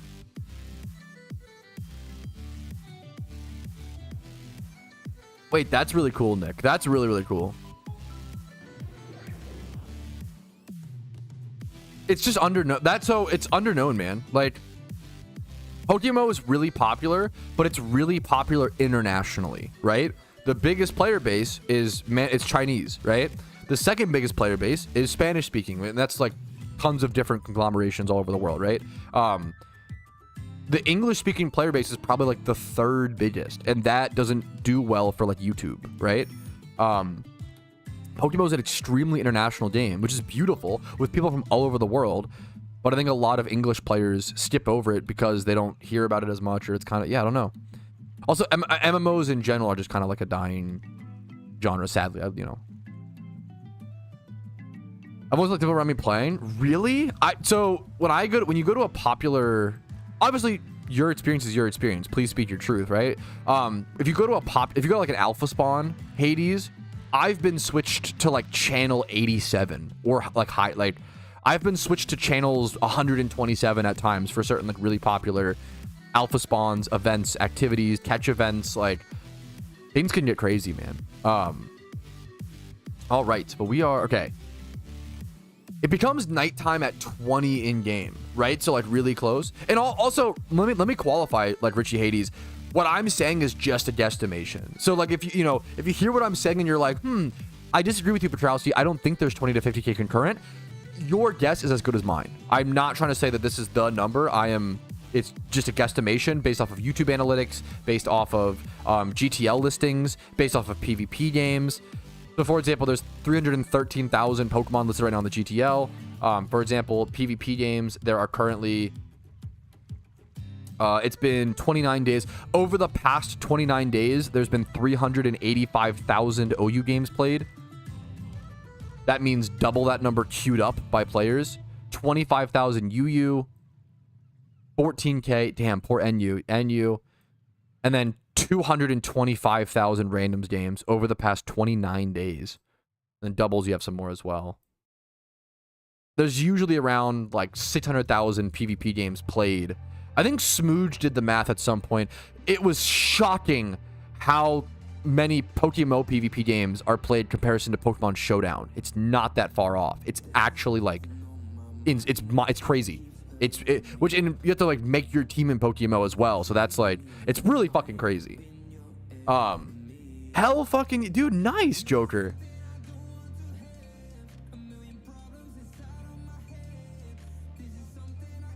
Those games where every competition was always new. Yes, that's how I feel.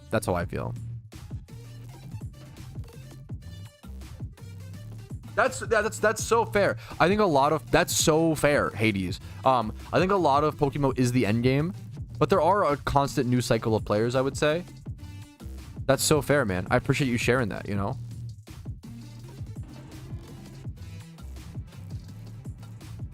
Look at this long ass fly animation.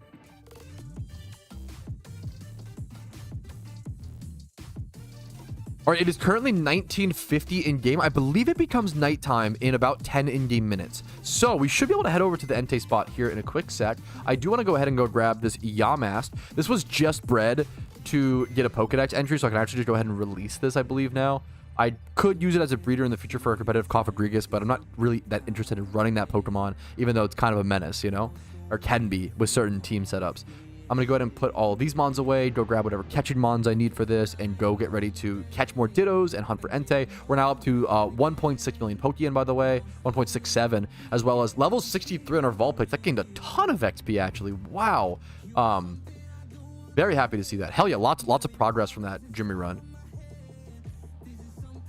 Oh, is nighttime at 21? I'm stupid. Good call, chat. Good fucking call.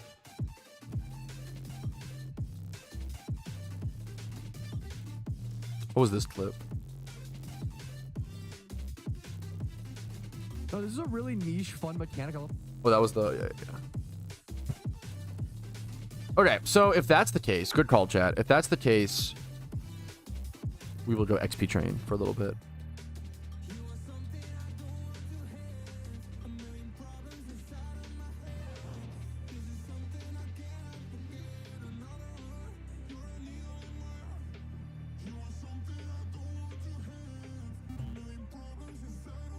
Right, thanks to Twitch chat's helpful reminder, the nighttime is actually not at 20 in-game. It's at 9 p.m., which is at 21 in-game. So we're going to head over to Hoenn and do a little bit of XP training to work on our Pokedex progress until it becomes nighttime, so that then we can go farm Dittos and hunt for Entei at the same exact time. We're currently at 333 KOTH encounters on our Pokedex. We're going to be XP training up this Trico into a Sceptile. We'll get 2 new Pokedex entries from that, as well as Snover into an Abomasnow, as well as Kricketot into a Kricketune. I'll see you guys over at the tentacruel spot, as always. Good call, chat. Yeah, I do too, Nick. So I'm actually not a huge fan of roaming legendaries, but if we're gonna have them, I feel like having them in every region makes sense. At least, you know. If you Google best XP spots PokeMMO, you'll get better answers, like videos that go over lots of different locations, coin flip. That's definitely a better Googleable question versus a live stream one, but I can also get you the video myself. Best XP spots PokeMMO. So here is... These are the 2 videos you should need. There's this spot, which is the complete leveling guide. But there's also this, which it does showcase the best XP trading spot in the game.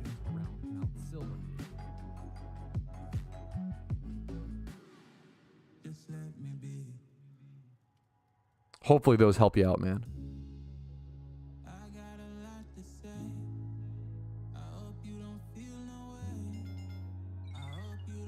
Oh, that was so easy. I currently like the graphical switches, KN. I wouldn't be up for that personally, but you know, teach their own. All right, that was a super quick evolution. Only level 10 required. So there's Kricketot into Kricketune. That's a free Pokedex entry. I can then go release this Kricketune and grab a 3rd Numon. Dude, of course, yeah. Yeah, good luck to you, coin flip. Good luck to you, man. What's up, Gono? How you doing, dude? There is a PokeMMO wiki, but whether it's good or not is gonna be subjective. I think it's solid. It's gotten a lot better, but it is missing a lot of stuff as well. That's the best way to describe it. Dude, hell yeah, Gono. Dude, that is fucking based, chap. That's the aura farming elements are underrated. That is so true. What new Pokemon MMO should I play? I finished Pokemon Pro. You finished 2 MMOs. How did you finish them? I'm curious. If you want a new, I mean, you can always try them all. You know, if you've done both of those, I'd recommend Poke1 or PBO, Poke1 or Pokemon Blaze Online. But I mean, obviously, play the games the way you want to. I feel like the whole beauty of an MMO is playing it for years and years and years and having that like long-term progress. If you want to hop, if you like trying new stuff, more power to you. Let me delete this and go grab over here. Larvitar should be decently quick-ish. It's the XP amplifier, and I think that's the amplifier is worth it if you're like at end game / like XP train a lot.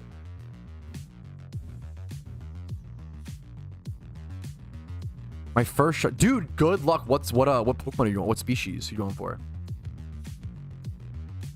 A while ago. Pokeforce, is that what you mean, Ryan? Pokeforce is still just in development. It's just a lot of work. I don't know if we have any like super big updates on it yet. They do a lot. If you want to stay up to date, they do like little update logs on their forums and on the PokeForce website, or the Discord. Excuse me, the Discord. But it's kind of just like, I respect it. They go into like the nitty gritty and it's like very detailed.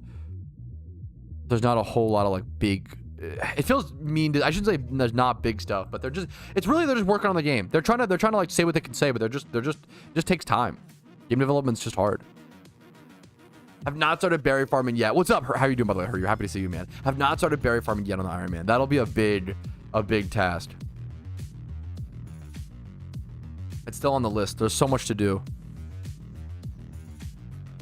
I'm kind of delaying it until I like have to do it, but that might be dumb. We'll see.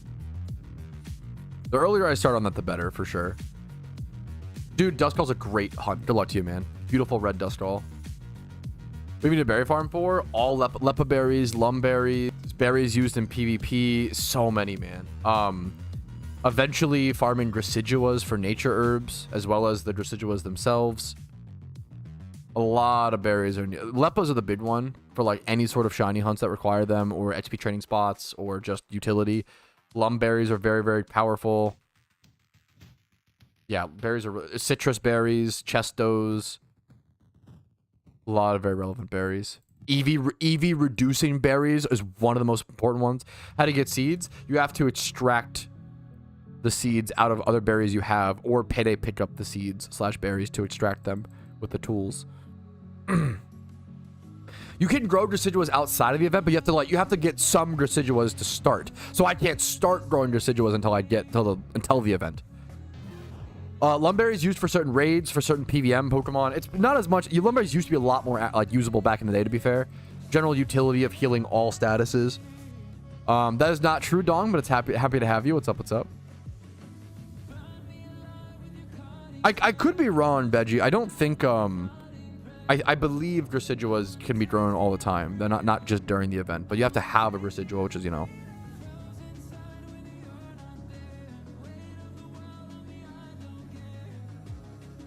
Dude, me and my wife have both done that, Clarko. My wife, I don't know if I should tell this story. My wife once like really thought she got an egg shiny. She was so embarrassed. She told me that I could never tell the story on stream. But it's like we've all made that mistake, you know. She just really thought she got an egg shiny and was so excited for a second and was so bummed. You know, I've done that. Remember for first season berries? Yeah, I did that for a fair bit on the account. Absolutely. Very relevant on the Iron.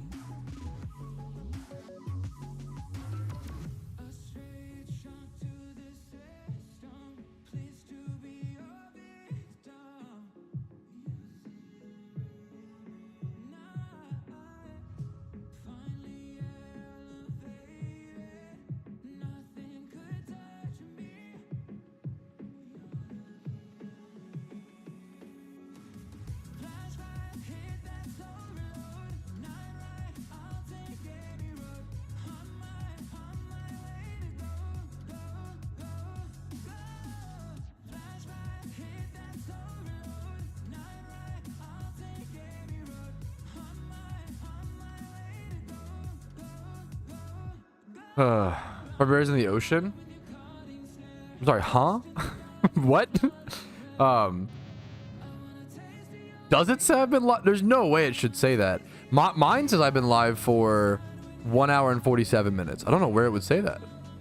I've not been live for that long. Typical misinformation, Patrouski. Sorry about that.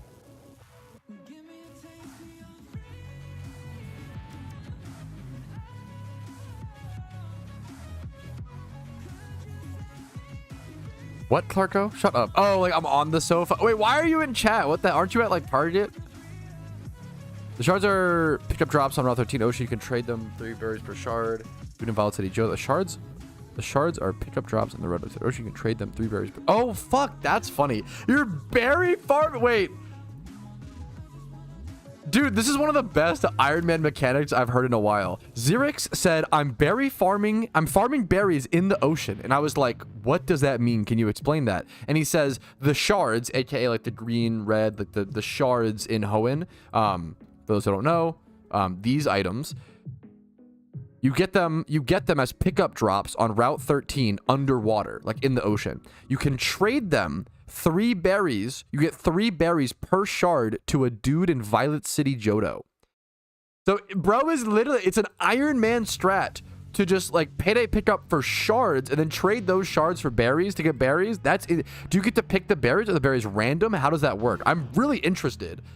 Berry farming is something that I've been nervous about on the Iron Man account for a long time. The earlier you start, the better, but I've been putting it off. It's such a big to-do. I don't love berry farming. You have to check in on it every single day. I have enough like daily activities with alpha spawns, swarms, you know. I feel like I already have so much on my plate. It's tough to also do berry farming, but it is very important. EV reducing berries would solve so many problems and allow me to actually make more mistakes. Lum berries would be huge. Lepa berries, crucial.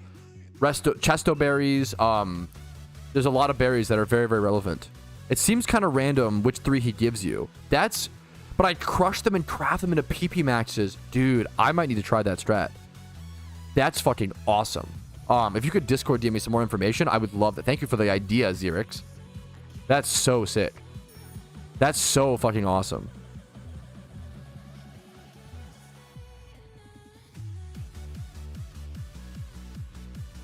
Yep, I'm really excited for waiting for the Lunar New Year event for Deciduous is crucial. Saving my Deciduous to plant them. That'll be a scary thing, is I don't actually want to overplant my... Imagine I plant all my Deciduous and then I let them die. Like, holy fuck. That would be a nightmare scenario. Literally the worst thing possible.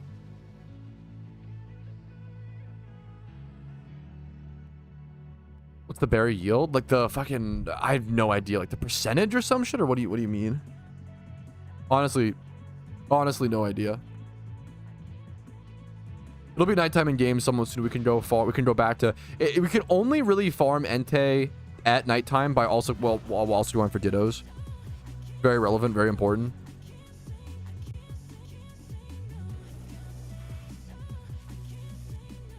Deciduous grow 2 days. I'll have to, yeah, be on top of that. We'll have to see. There you go. I don't know the ins and outs. I know the basics of berry farming, not the ins and outs. Yeah, dude, it's fucking crazy, Orpheus. I'm almost at, dude, it's wild. I'm almost at 365 days streamed. It's insane. I would be okay with 2 shiny Tentas. Like, it's a little funny, but it's on the Iron Man account. It's whatever. Maybe one day I'll use them as breeders or prismatic pearls, like... Which is hurtful to think about, but it's possible. I feel like, mark my words, I think I will breed shinies at one point on the Iron Man account, or consume them for prismatic pearls. At one point, it's gonna happen. I don't know if I have the box space to keep all my shinies. That's what's fucked up. Box space has been such a limiter on this account. It's been like crazy. Yeah, I'm gonna have to get pearls. What? Pretty much, like... Yeah, man. It's on the repel chain. I doubt it, but I could be wrong. I don't... Oh, like break the chain. I don't know. That's a good question. I shouldn't say. I don't know. I don't know.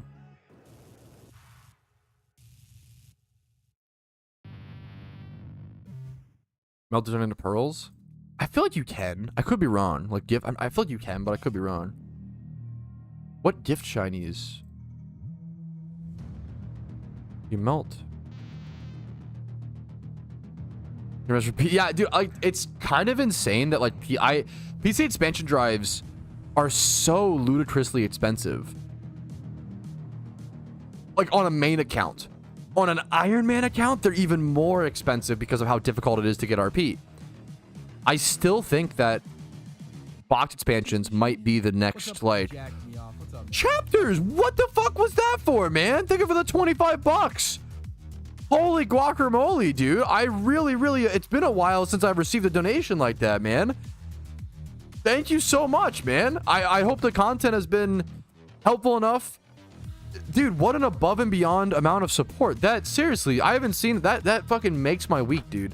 It's been a slower... Dude, thank you so much, dude. Period for a bit. Thank you, chapters. I hope the daily Pokemon content has still been entertaining, fun, enjoyable. I hope the content's been a positive asset to your day every day. I don't even know if bro is he even in chat where he's just dropping the dono. Small, dude, I really appreciate it, man. I think, like, seriously, thank you so much.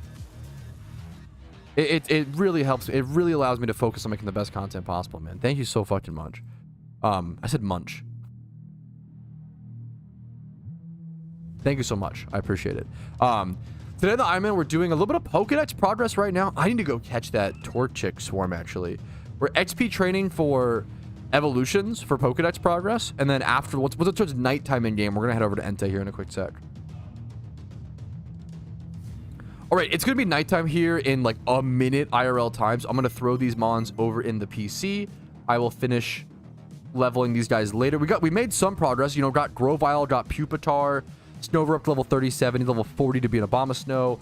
We're gonna grab whatever Pokemon we need to go catch Dittos and Entei. Grab a damp Pokemon just in case. We'll grab a swarm Pokemon, I believe. Just to, I want to like hard hunt and stop Ditto hunting for a bit, which I will be doing. We only have, it's the 29th right now as I'm recording. We only have the 30th and the 31st to go for Entei. So it's very possible I actually switch gears and just hard hunt for Entei and ease up on the Dittos for a little bit. But before I go to hunt Entei, I'm going to go for this Torchic swarm. Because Torchic's actually, a Raid Blaziken is actually a very relevant Pokemon that I need. So a quick few easy Torchic catches for Pokedex and for the Raid chance would be amazing.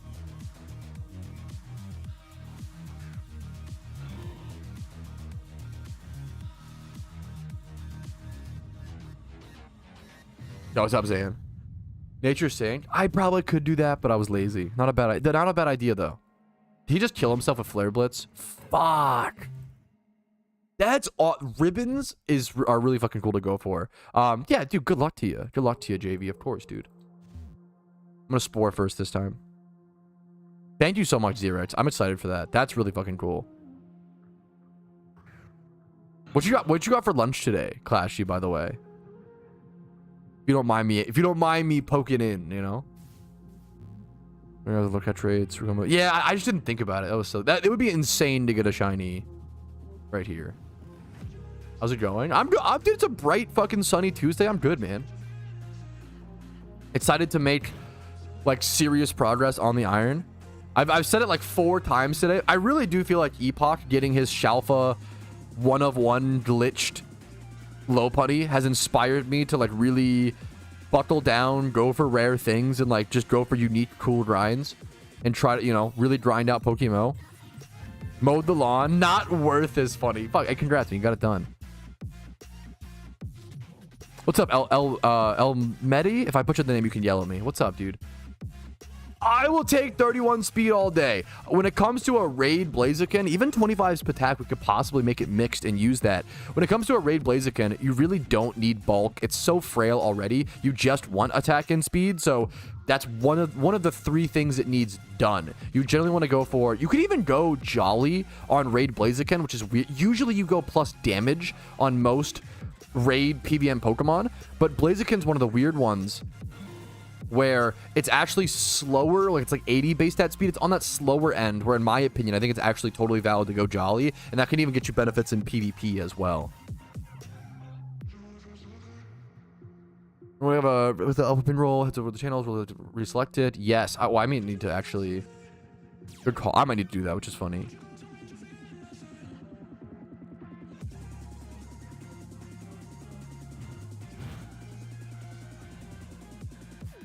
I don't know if I knew that.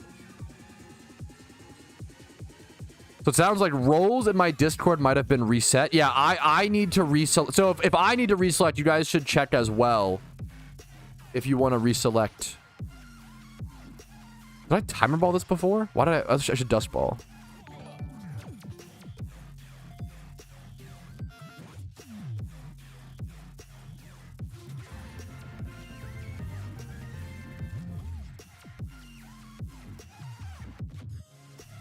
And an adamant one. Wow. And a second Torchic catch that's adamant in 25 plus attack. Dude, I might be able to breed 2 different Blazikens one adamant, one jolly, which both would be relevant for different things. That would be amazing, honestly.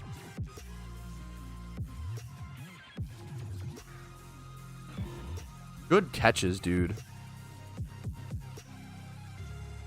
Yeah, no, true. Yeah, I was lazy about not bringing the synchronize, and it, yeah, didn't matter.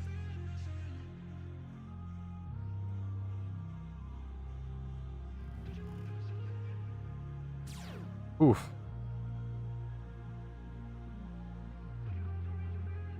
I'm signing up for Swarms, Alpha Alert, Pokemon News and Rumors. I should sign up for Phenos as well, because I do need to get more mysterious gem clusters.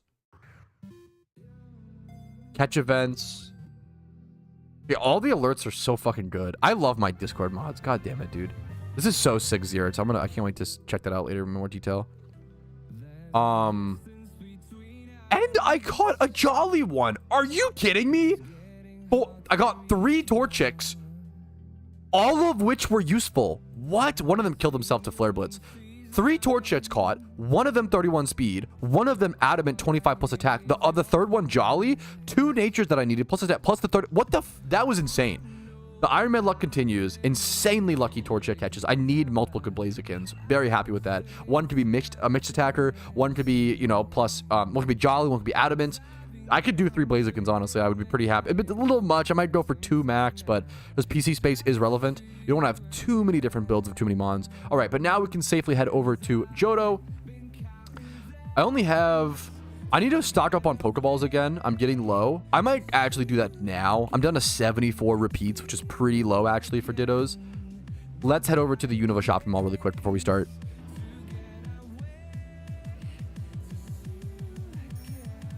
Nice shiny Sceptile, dude. Oh, and I've got done chat. It still is. It depends. Depends on what your goals are. It might be Richie. I would sign up for those as a Iron Man, but on a main account maybe. Depends. I think it might be. It depends on which ones. I'm having gas station hot dogs for lunch. Do you have any healthier alternatives? Nope. That's the healthiest thing you could possibly do, based in Giga Chad. Every ball in Olivine. Yeah, but I don't remember. I don't need. I love you all very much. I don't need to play the game perfectly. I think that's something I want to start reminding people of. And I appreciate that, like, you're trying to help. I don't need to, nor do I want to play the game perfectly. You know, just ripped. Yeah, it did Flare Blitz. I had one do that. What's up, main dad? But maybe I'll try to adjust. Veggie, we'll see. Okay. All right, over at the shopping mall, dust balls. I'm gonna go ahead and buy a fair bit of them. Probably 113. People still ask me, where does all your Pokeyen go? Where do you spend it on the Iron Man account? Pretty much here. Pretty much mostly on Pokeballs. They go through very, very quickly. Repeat balls. I'm gonna need a lot of these for Ditto catching. I might straight up buy up to 300. So that would be my math is terrible. 24. My math is terrible. 300 repeat balls down to 1.2 million Pokeyen there. I just can't sustain. Like, it's actually crazy how much Pokeyen I run through. I might need to start doing Cloyster train. I know that I have Sinnoh done. I could do trainery runs and Cloyster runs. I might need to start doing that, which is really funny, but it might be needed because I'm never able to gain Pokeyen. I'm only like slowly going down, you know?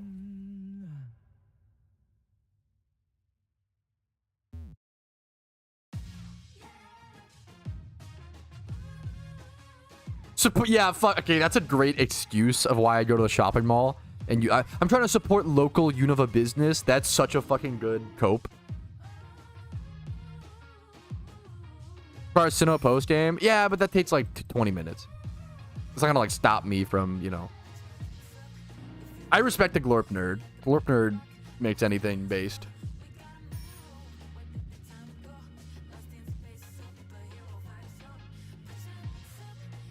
Wait, this game is Pokeyen? I know, it's crazy, man.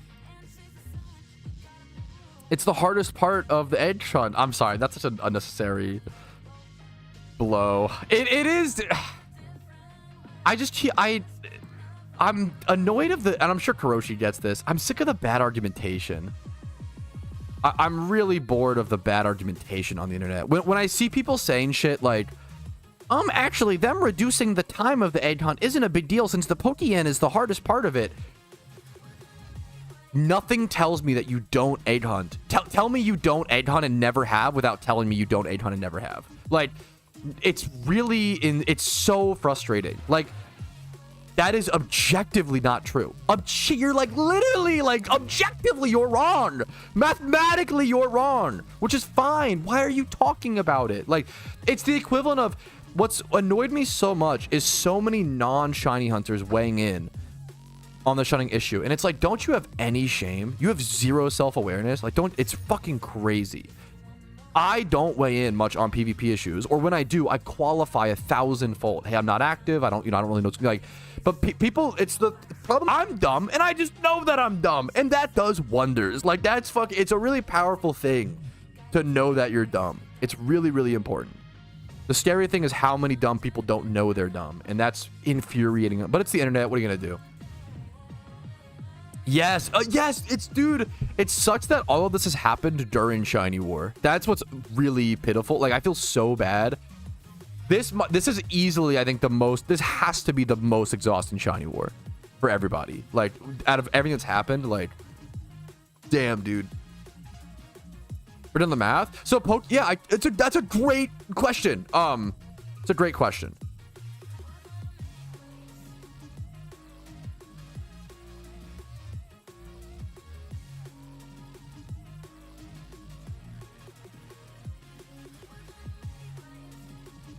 You definitely make claims about PvP and runs that when you're wrong, when you're so out of your element. But don't you hear me qualify and say things like, hey, I might not be sure. Can you actually, no, I'm sorry. Give me one example. Give me one example, Dead Money. That's what I'll say. Yeah, I can. Okay. So. Fuck the silly drama. Yeah, that's crazy. Okay. Let's break down the math, okay? Pokeyen is always going to be faster to get and faster to make than your time due to the higher money-making methods as well as investments, right? Now, I'm going to calculate the average PokeMMO player easily can make 300K. I am super undercut. Like, it is possible to make, I think the average player, not average, the average endgame player should be aiming for 300 to 500K. So when I'm presuming 300K here, I am presuming the lowest end possible of money per hour, okay? If an egg hunt is 150 mil, we're gonna do rough numbers. Don't get, do talk about semantics. 150 mil, divided by 300K.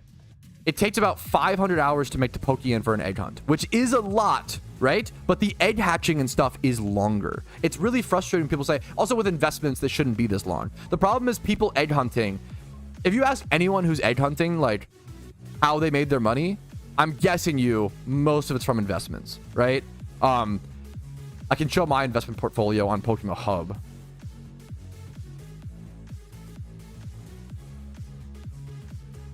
And so, wait, we can even skip all of this. The real efficiency argument that people aren't ready for. But egg hatching is not gameplay. I don't know what to tell you besides it literally is. That's like saying running back and forth is not gameplay. It is the gameplay. It's like the Jimmy Neutron thing of this is the ride. And if you don't like it, that's okay. It is the gameplay. Objectively, you're just wrong. I don't have to tell you. It may not be the most engaging gameplay, and it's fair to argue against that, but saying it's not gameplay is just wrong. It's like saying Cookie Clicker isn't gameplay. You may not like it, but it is. Welcome to MMOs. Like, you're obviously just so new to MMOs, which is so fair, but why are you speaking out of your depth? It's so infuriating. Live debate on the issue. I don't want to talk about it anymore because it's just not productive. The problem is, like, it's not... Everybody is so misassuming. They're so uncharitable to the other side, right? That's the main problem. Everybody keeps saying, oh, it's just gatekeeping, but the people who don't see the other side, if you can't understand, I've said from the get-go that if people are okay with chum buckets and incubators, I think that's awesome. If you think that shinies are still relevant enough, that's fine. That's a valid position. The problem is a lot of the other side isn't saying the same thing. They're saying like, oh, it's only gatekeep, it's only old players who have what's it called, sunken cost fallacy. Like they can't even imagine a world. If you can't imagine a charitable position for your opposition, your position is probably weak, right? That's the main problem. The other argument becomes that Pokeyen will eventually become zero time. We are not ready for this yet. We have not gotten there as a community, but this is what happened in old school RuneScape. In old school RuneScape, eventually gold was considered zero time by the efficient community because you are expected to sustain your Pokeyen on the side with alt accounts, right? You can make, if you play 1 to 2 alt accounts, you can sustain your Pokeyen. I fully believe that possibly as well, Nick. I'm not, I just don't. The problem is I'm moving on from it, right? If we were still in the middle of it, maybe, but I'm not as involved in the discussion right now. It's just being brought up right now, and I've tried to move on a lot from it. My hatred over this discussion is the insanely bad argumentation. There are valid sides on both sides, and it infuriates me that people act like they're the victim and they don't see the other person's side. The lack of empathy, the lack of a steel man, the lack of a strong position for the opposition is disgusting. And it's probably one of the biggest problems in the world right now is people literally can't fathom a reasonable position for their opposition, and that's really dangerous. That's where it's like, okay, you don't have a strong position and you can't even imagine a world. You can disagree with it, but you have to imagine a strong argumentation, right?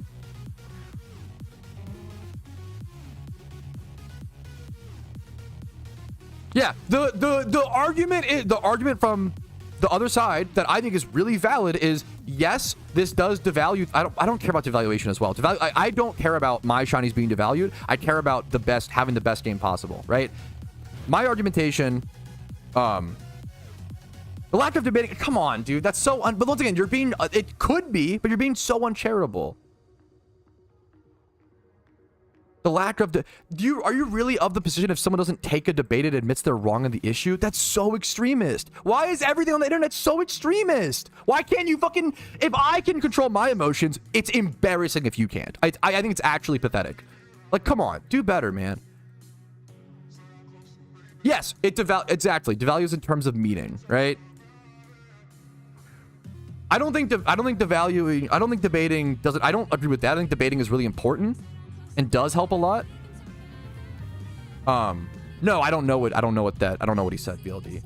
I'm moving on from the issue, but I do want to, we're talking about it right now for a little bit, okay? But my biggest problem is once again, the lack of charitability, the lack of steelman that's what's so disgusting.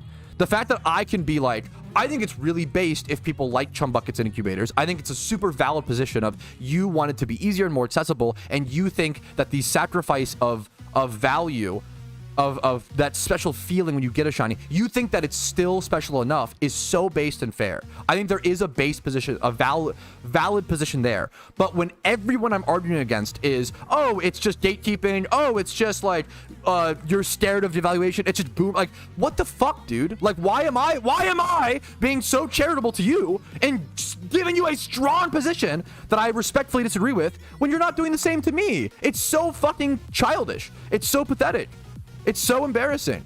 It's really, really, really, it's like shows me I used to do, for those who don't know, my content back in 2019, I used to do a lot of political and philosophy debate on stream when I played RuneScape. That was a very normal part of my content. I stopped doing it because I didn't find it fruitful towards the endeavors.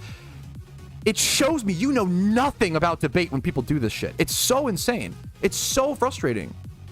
It's so disgusting to me that people can't it's a basic lack of empathy and a basic lack of good argumentation to not be able to steelman your opposition.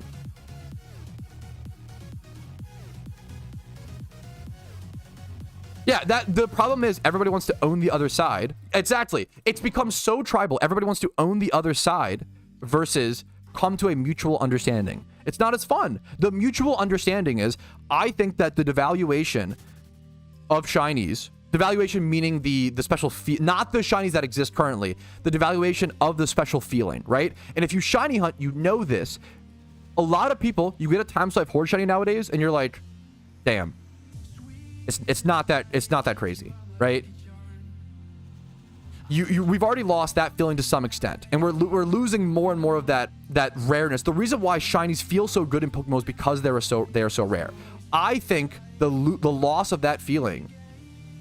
Yeah, it's a agree to disagree situation, but people aren't viewing it. They're all victims. They don't view it like that, and it drives me fucking crazy. The amount of terrible argumentation is infuriating. I just got a YouTube comment from someone being like, let me read it out loud. Shinies are still vanities. It doesn't change any factor in the game. A comment could only be left by this if you literally don't play Poke. Like, I don't know how you could have this position without not playing the game. What do you mean shinies are just vanities? Shiny hunting is one of the biggest end game achievements in all of the game. Like, it's like saying we should make all of the mounts. Oh, mounts don't matter in World of Warcraft. They're just visuals. Like, everybody should just have them for free. No, rare things and rare achievements are rare. It's like saying, oh, you have a base set Shadowless First Edition Charizard. Who cares? It's a piece of shit. It's just a vanity. It's not actually good in playing the TCG, so who cares?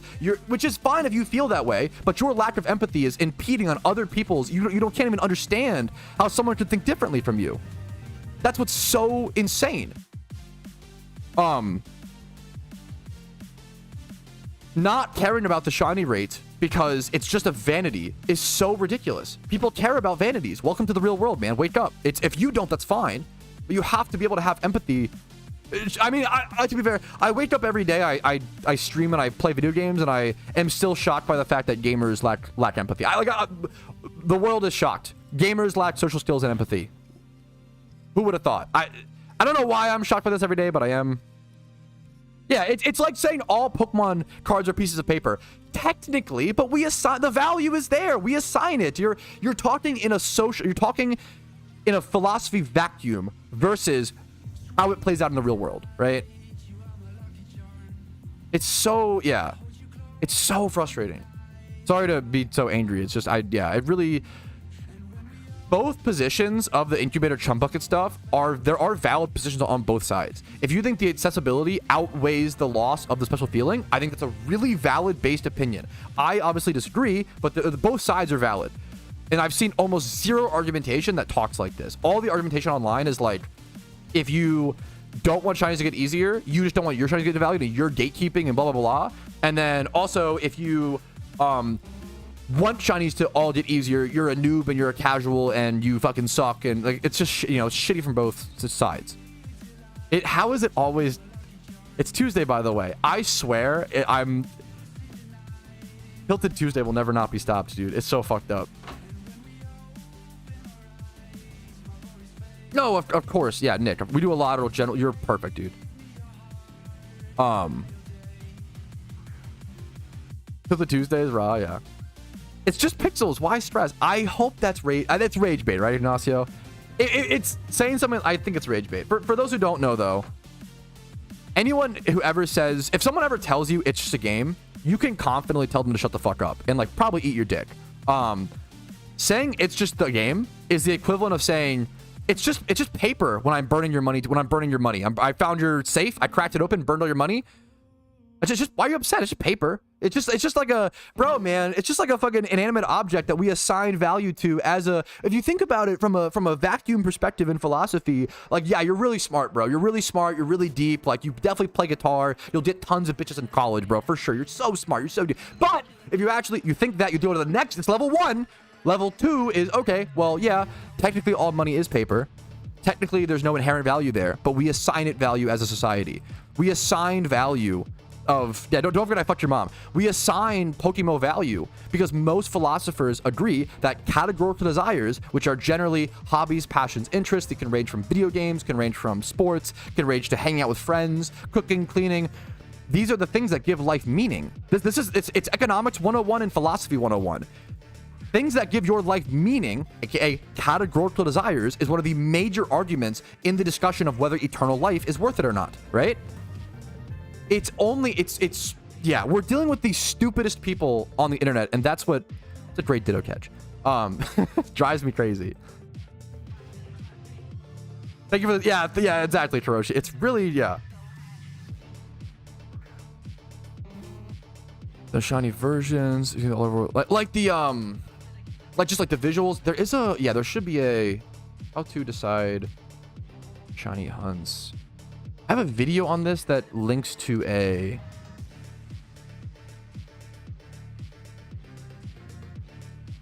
resource like that. I can't find it though.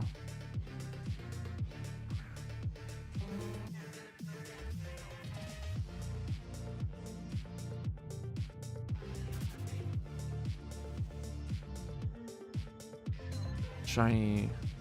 There should be a thing for that somewhere. Wait, did I just see? What was this?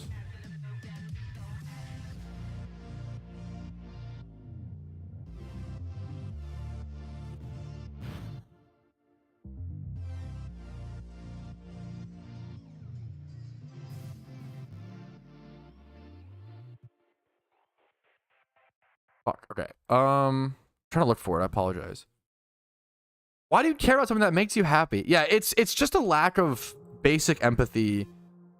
Yeah, I think it was rage bait, to be fair. So we're not gonna put too much time into it. But anyone who ever says like, it's like watching someone like be upset when their football team loses and being like, why are you upset, bro? Why are you mad, bro? And it's like, probably because that football team represents hope for the city, and probably because like people really connect with those, with people being passionate and trying their hardest to be the best at something. And like, if you don't understand this, I think you're like, you're either below the age of 18 or you're like mentally, you're either physically or mentally, like you're just so beyond below what it takes to be a basic human. Like, you don't understand basic empathy towards someone's enjoyment of a hobby. I hate people who judge others. It's a massive pinnacle of my emotional and mental foundation. If you can't understand and empathize why other people like other things, I don't say hate you, but it really disappoints me. I'm not mad at you, I'm just disappointed. I don't care what you do as long as you don't hurt other people in the process, right? I don't care if you want to be the best basket weaver in the world. I don't care if you want to draw straight lines over and over and over again. I don't care, like, whatever your hobby is. I don't care if you collect soda tabs. I literally, like, I just want you to do whatever you want to do and pursue your love and your interest, and those things are meaningful to you. To many people, collecting fucking soda cans might be as meaningful to them as being a fucking doctor or some shit. Obviously, there's arguments of utility. We're not doing like, you know, this is the opposite of utilitarianism argumentation. This is like, well, I mean, you could even argue someone having their life meaning being achieved result in a happier society, and that's the utilitarian argument there. It's very like what I consider basic philosophy understanding. But to be fair, people don't have the privilege, they don't have the time to sit down and think about these things. So I do, like, it's really hard to sit down and come to these very basic foundational life positions.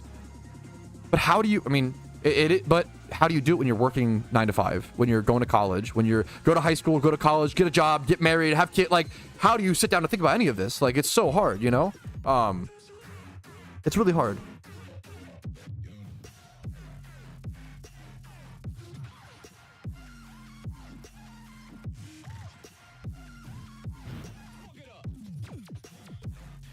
Oh, I wish there was a word for something someone slowed down or held back. It's like Arrested Development, like the fucking TV show, right? Arrested Development is the meme. I don't like using like buzzwords. I think it detracts from the value of what I'm saying.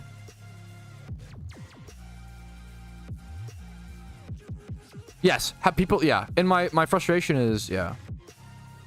I think this is actually true. Fuck, Ignacio. Okay, good rage bait, good rage bait. God damn it. Yeah, why would you play Warhammer? It's just plastic. Because people, yeah, because people love it. Like, there's nothing wrong with that. People love the world that it creates, the imagination, the artistic expression. Like, if you can't, I can empathize off the dome hobbies that I've never played with before or engaged with. And that's a little above and I don't expect everybody to be able to do that, but like, god damn. What are we doing, you know?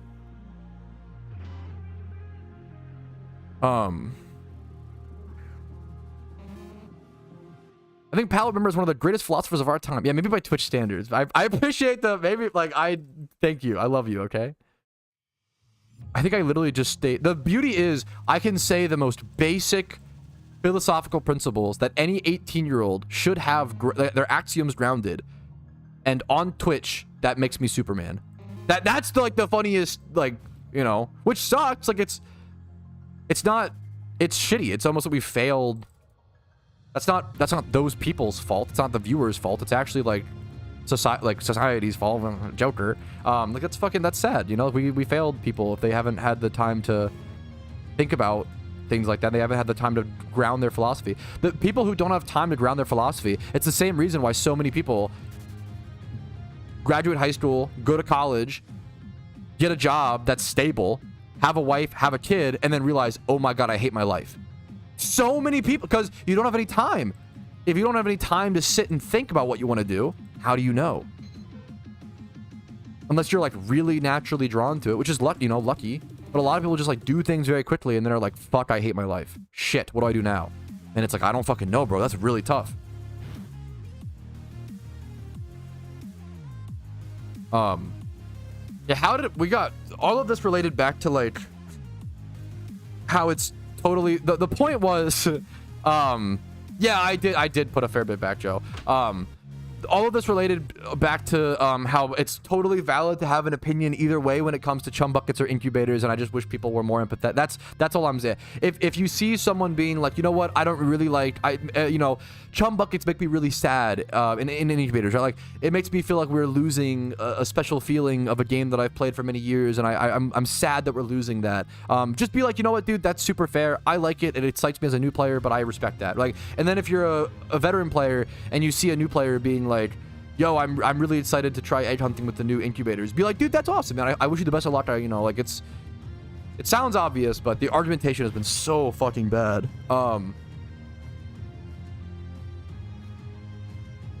Yeah.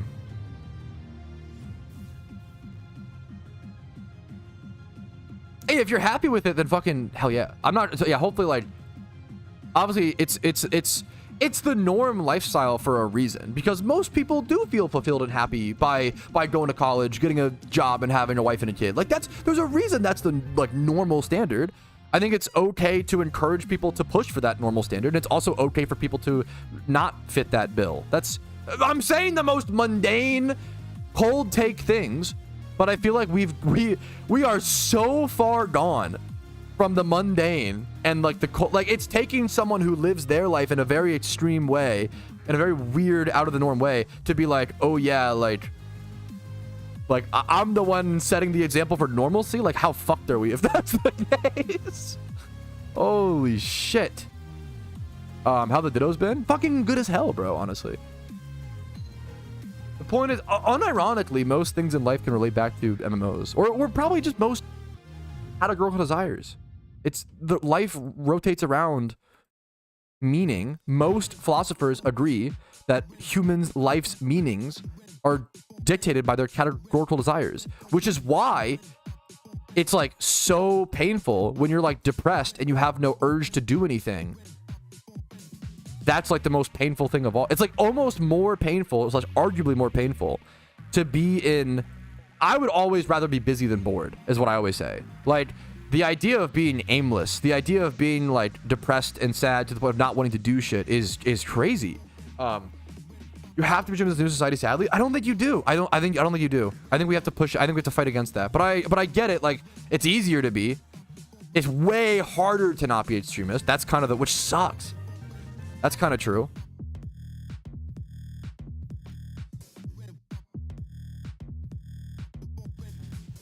It's really interesting. Like, it's really weird. Growing up,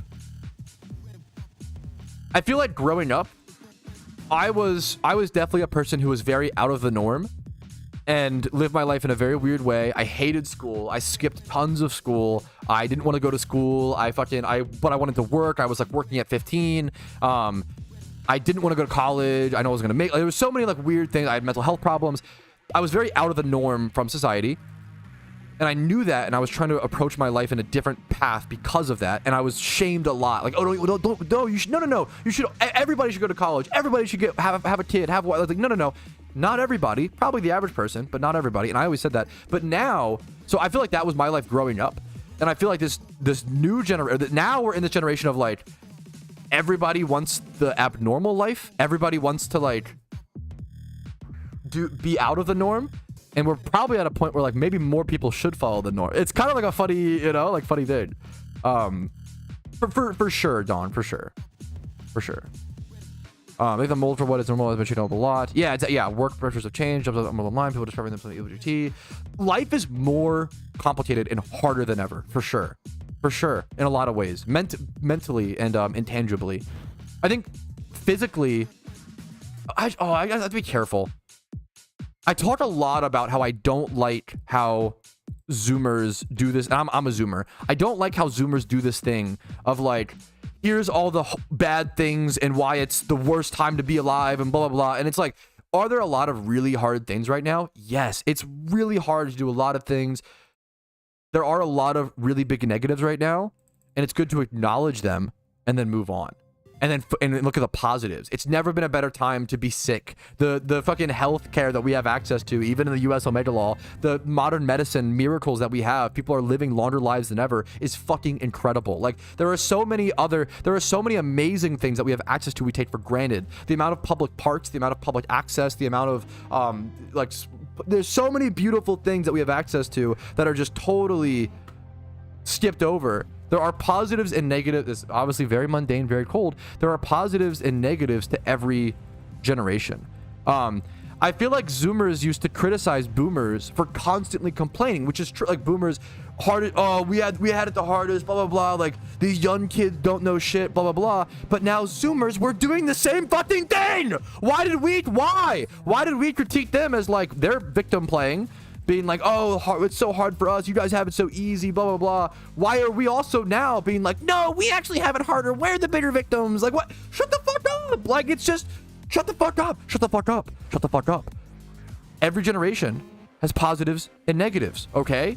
That's it. It's, you know, mental health stuff is really bad right now. We have to work on that. We have to solve that and fix that and talk about it, right?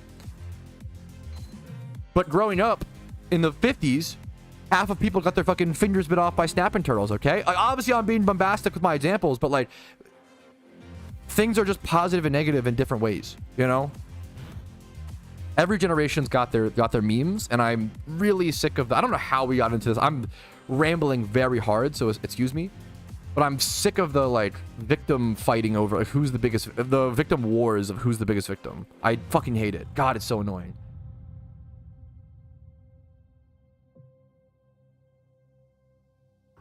It's so, like, stuff like that is tough. One egg at a time. Like, honestly, that's so extreme. Thank you so much for the fucking Great British Pounds, McKing. Thank you so much.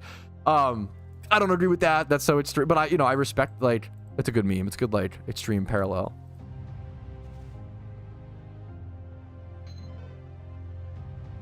Yeah, there's probably a lot of truth to that, but they also did, I don't know. We also, like, don't appreciate boomers for working in factories and developing like so much technology. Like, they also did a lot of good stuff. I don't know. It might be a fucking hot take. It turns out everything has positives and negatives, okay? It turns out boomers weren't all bad, and we can't demonize an entire generation because it makes it easier to point fingers and have a person to blame.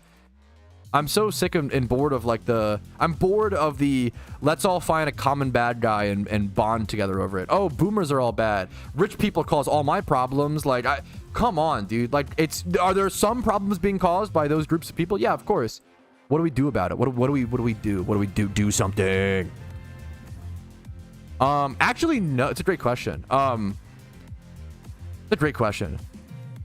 Did you always want to become a YouTuber when you were younger? YouTube, like being a YouTuber, like wasn't really a job when I was like truly, you know, younger. I wanted to be a Twitch streamer, but I wanted to do it for fun. So like, also when I started Twitch streaming wasn't a job. Like, I think there was like maybe 2 or 3 full-time streamers back in like 2011. It was like Soda Poppin', Mitch, and like Rekful, like that era, you know, era.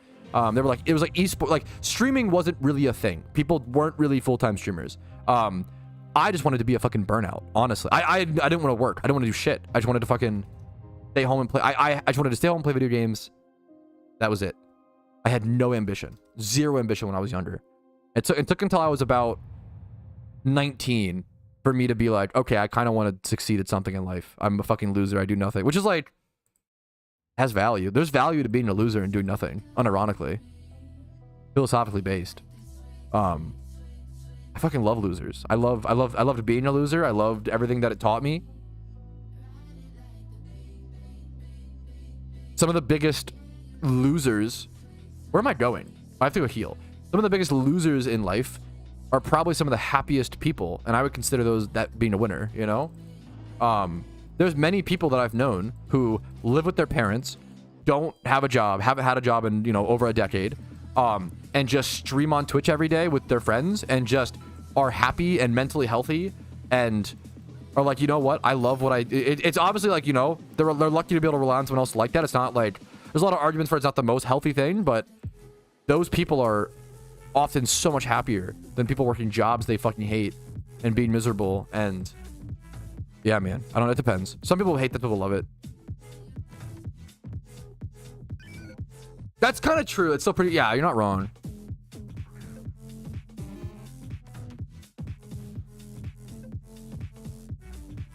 Ooper.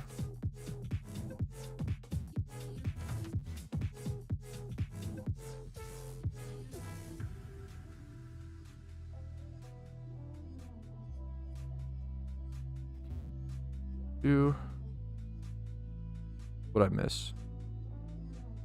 What's my Iron Man goal? It's a great question. I'm currently Ditto farming and going for Entei. Yeah, for sure. Yeah, for sure. I think that's so fair, Dawn. I think we demonize, especially like right now during like Sigma. I feel bad for non-ambitious people as someone who was a very non-ambitious person for a very long time. We're currently in like the Sigma grind set 20 side hustle era, you know? And I think that will pass. I've liked this era. It honestly did motivate me a lot. I've learned a lot from this era.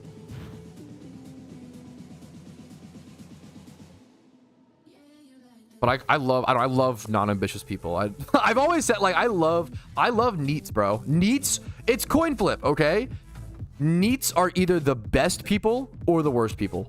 They are either the most like calm, zen, passionate, just pursuing their desires, like amazingly mentally sound people, or they're fucking turbo online, watch Keemstar every day, like only so chaos and internet drama. Like it's one of the two. There's only two types of NEETs that exist. But I fucking love NEETs, man. I respect it. For those who happen to not know, a NEET is N-E-E-T. It's not employed. Not currently employed in education or training. It's been a while since I've thought about. Is that what it is? You know, I respect it, dude. It's rough, dude. You know, the dice roll. I could see that. That's fair. 1 in 6. This is your first stream here. This is quite a weird first stream, but I'm honored to have you, man. We don't always do like dumb little rants like this. I mean, we talk a lot, to be fair. Quote the wise Lord Swoldemort. Okay, I love that. Who the fuck is Swoldemort? I'm interested. True. Fucking Christ, Gorman. Yeah, which is so fair, and I respect the hell out of you. Like, dude, COVID might have been the best example. I would consider what I do employment, but I'm like as close as you can be to a NEET while still be. I think streamers are the closest to being a NEET, if that makes sense, as someone who's still employed, for sure. If you're not paying your rent, that feels mean. I want to say it's a hard line to draw. Where do you draw the line on artists when it comes to? Because like, oh, that's a whole nother conversation. Partially mean, you know, but yeah. Let me finish that one time. Yes, Mike, what you were saying. I think COVID taught us a lot that some people really succeed and excel at home, working from home, or being like, I loved COVID, which is really selfish, and you know, I wouldn't want it back, don't get me wrong, but I thrived, right? Where a lot of people were not doing well, and it's really horrible and sad, and I think it's interesting to see the different dynamics that came from that.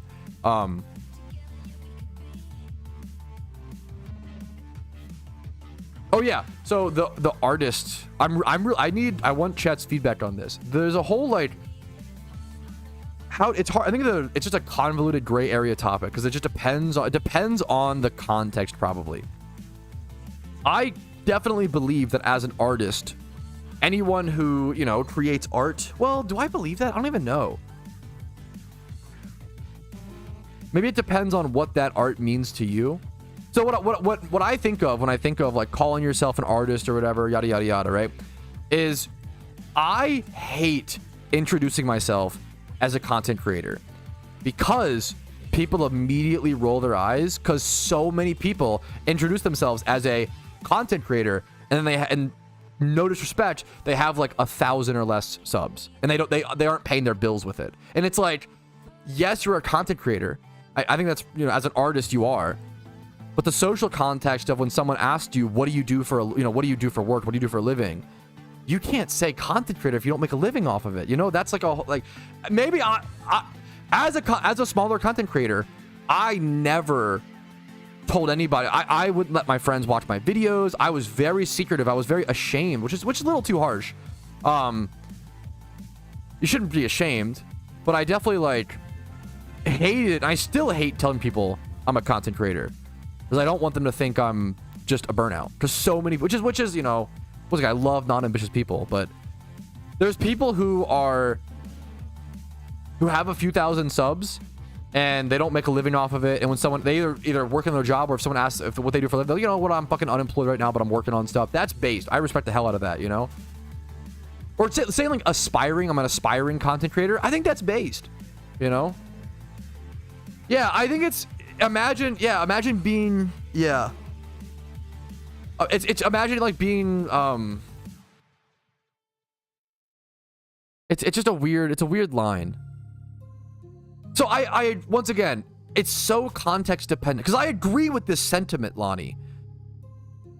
But I think it depends on social context. If someone asked you what you do for a living, I think there is that. Maybe it depends on how they word it. So I can speak from my experience, right? I don't like to ask people what they do for a living or their jobs. I find it pretty boring. I think most people don't care about their jobs. I like to ask people, what do you do for fun? What do you do after work, right? I think that's a much more interesting question. The sad thing is, a lot of people just say, oh, I scroll TikTok. Oh, I just scroll. I rewatch the same things over and over again. And I sit there and I'm like, fuck, dude, that sounds so depressing, which is like fair enough, but like, I respect like, oh, I do odd jobs. I do Uber. I do, DoorDash. I love that, Are you having fun? I'm having fun. I'm loving what I'm doing. I'm loving talking while doing it. Once again, I agree with you. I do not agree with the sentiment. Someone does not need to get paid to be an artist. I agree with that. But when someone asks you, what do you do for a living? I think that might be the distinction. Because the most time I find myself irritated with that is when I've seen so many people. I met someone at a party who said they sold Magic the Gathering cards for a living. I was like, oh, that's so fucking cool. But then I later found out from other people at the party, oh yeah, he makes like $100 a month and he just spends that on more Magic cards. Which it like, I wish, and it sucks because like we make people like that feel embarrassed. I love needs. I love it, dude. I think everybody should be unemployed if possible, okay? That's a fucked up. I think it's fucking based, bro. Some of the happiest times in my life are when I was unemployed, bro. Not that I am not the happiest now, but some of the happiest, I think it's fucking based. What if you're a writer and haven't published yet? Yeah, just say like, I'm kind of in between things, but I'm an aspiring writer. I think aspiring does a lot, like unemploy the world. Fucking based, bro. And I'm about to say, this is mostly a joke. Please don't take this too seriously. But a small part of me is like, bro, let fucking AI take over. Let AI do every job. And then just let everybody sit at home and like fucking play games. Isn't that the dream? Robots handle all fast food. Robots fucking do everything. Like we just can fucking sit at home and relax. Like, isn't that fucking based as hell? Like I'm a little, I don't really mean that. It's a lot more complicated. If you get into the pragmatics, I'd probably back off that position. But guys, isn't it funny in theory? Isn't it awesome in theory? The economy. No, that's not at all what that means. To be fair, that's a economy structure, not a what's it called? Job structure. Yes, I think I've been open about. I'm a big fan of UBI. That is something I've always expressed. And to be fair, pragmatically, how do you approach that? I don't know. I pay a lot in taxes as a streamer, right? I would love if my taxes went to someone sitting at home enjoying with like just enjoy. I don't fucking hell yeah, why not, dude? Sure, I don't care. If I, dude, the way that if I can work so someone else doesn't have to. I volunteer as tribute, dude. Like, that's fucking honestly, like, that's so based. Holy shit. Now, feel free to disagree. Yeah, my campaign for presidency. Everybody should be unemployed. I'm just, don't take that too seriously. I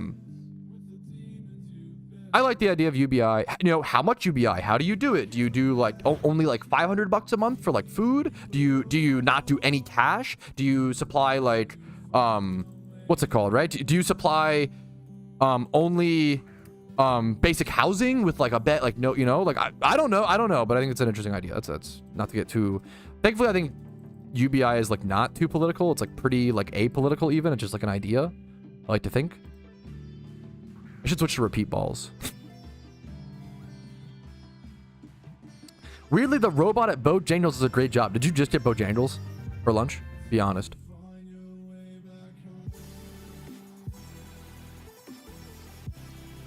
Dude, that's so fair. And I really do appreciate, once again, Mike, I vehemently appreciate you sharing, you know, your stuff. Having to talk to an AI at the fast food place is so brain dead. That's frustrating. That's fair. Once they get better, okay? Well, hopefully we'll get that. I don't know.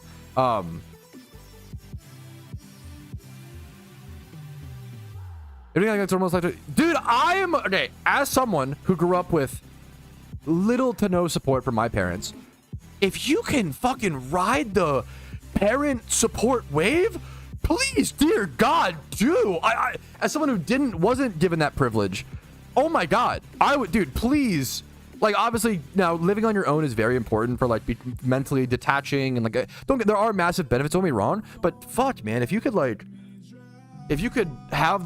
you know, live with your parents throughout college or save up money, dude, please do that. You know, use that advantage. We shouldn't be shaming people for having privileges we didn't have, you know?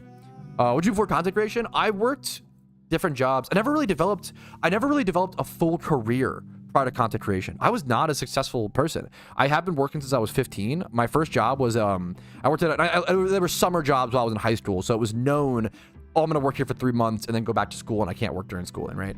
But I would have hard preferred to do work over school. I hated school.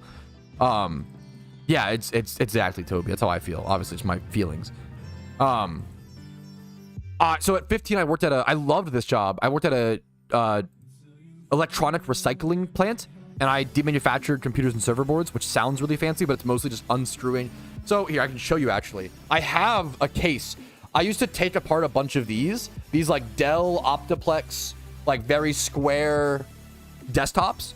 They're mass produced. This is like a sleeper build, so it's in the case, but it's different graphics card and stuff, obviously. But I used to like take apart a bunch of these like cases and sort by stuff I scrap and server boards, and I loved that job. That job was amazing. There's a lot of really cool people, smart people in IT. I loved that job. That job was the people there were amazing. I love that job. Great job. Worked that for 3 summers. Way more physically. I think I lost like 30 pounds while there because it's way more physically taxing than you would expect. I can put together a PC sufficiently, not well. Never done water cooling. I could definitely put together a PC sufficiently. However, I mostly demanufactured. Taking apart, you know this if you worked in tech, taking stuff apart way easier than putting it together. Could I put a computer together? Yes, I could do it sufficiently, but I'm not like an expert. I don't know modern hardware. I don't know, you know, a lot of what's, yeah. Taking like a lot of times these computers like literally had like no RAM or like very little, or like they don't have graphics cards almost ever. Like there's a lot of things like that. Okay. But I loved that job. My first laptop I ever bought was a refurbished laptop from that job, and it was a great job. So I worked at 15. I demanufactured computers and server boards in a warehouse. At 16, I was a camp, or 17, 16 or 17, I was a camp counselor, and I loved that job. I have some experience with childcare. I've always loved working with kids. I hate working with teenagers. I will never work with teenagers. They're way too fucking mean and cruel. But like kids aged like 5 to like 12 are chill as hell. You played football and sports with them. Like it was just a sports camp for this. I loved working I worked at the YMCA. I also was I volunteered at another summer camp when I was like 14 as well. So I volunteered at a summer camp when I was 14, worked at one when I was 16 or 17. Childcare has always been really easy because for me, I've always had the understanding that kids it's like their job to be dumb. Like kids, it's literally their job to not know things and be stupid and be gross. But a lot of people don't get that mental connection. And I get that.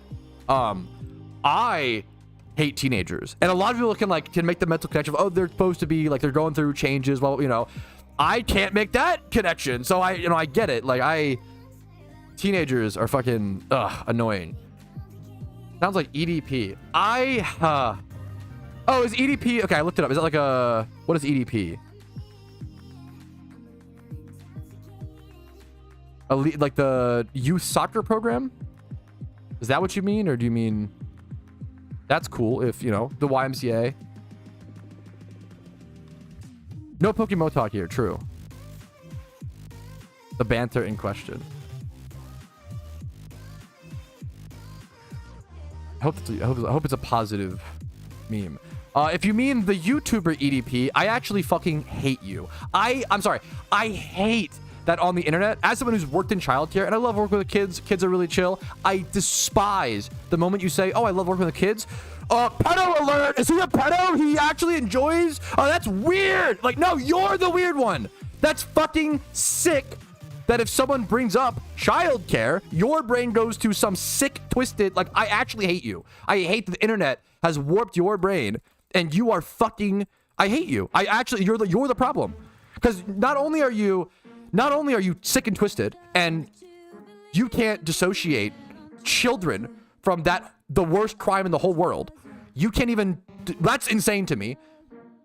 Secondly, you're devaluing people who actually hurt kids, which is the worst crime you could possibly commit on the planet. You're devaluing the actual victims or the actual criminals who commit that. That's, oh my God, it's so insane. There's a YouTuber named that who I think had some allegations. That's what I was upset at first because that's what I thought he was assuming. I Googled EDP. I took the more charitable assumption of, oh, it's a youth soccer league. If that was what you meant, let me know in the, you know, ban appeal. But I vehemently despise people who call everybody that P word. And I think it's disgusting as someone who grew up knowing so many people being in and out of psych wards, in and out of mental health places, so many people actually affected by those crimes. I fucking hate you if you run around calling people that word willy-nilly. It's a very serious thing, and it's really horrible, and it hurts people for their entire life, and it's very, very serious. I think you're a disgusting person if you like. But yeah, sorry for that. Okay. Wait, why are we talking about serious topics today? Let's just play some fucking Pokemon, bro. Jesus. Dude, I'm so sorry for you to come in during this discussion. Low DJ. This is the crash out ever. It's really sad to me. Like, I hate that. Like, I loved working in childcare, man. It's a lot of fun. You just play sports with them. You like be a good role model for kids. Like, they need that. Like, God, it's so sad. Anyways, the attitude amplifier is an untradeable. Yeah, an untradeable. It is a Tilted Tuesday somehow. An untradeable item. Yeah.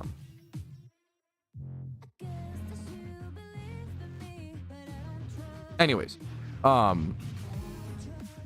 were we talking about? Oh, my jobs. Yeah, I worked at an electronic recycling plant, at a sports summer camp, and then the worst job I had.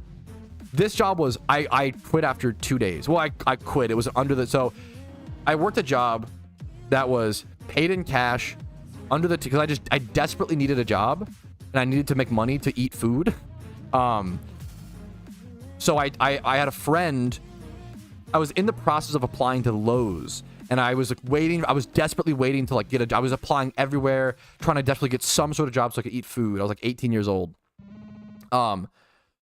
It's a meme. We shouldn't meme about the most serious crime in the world.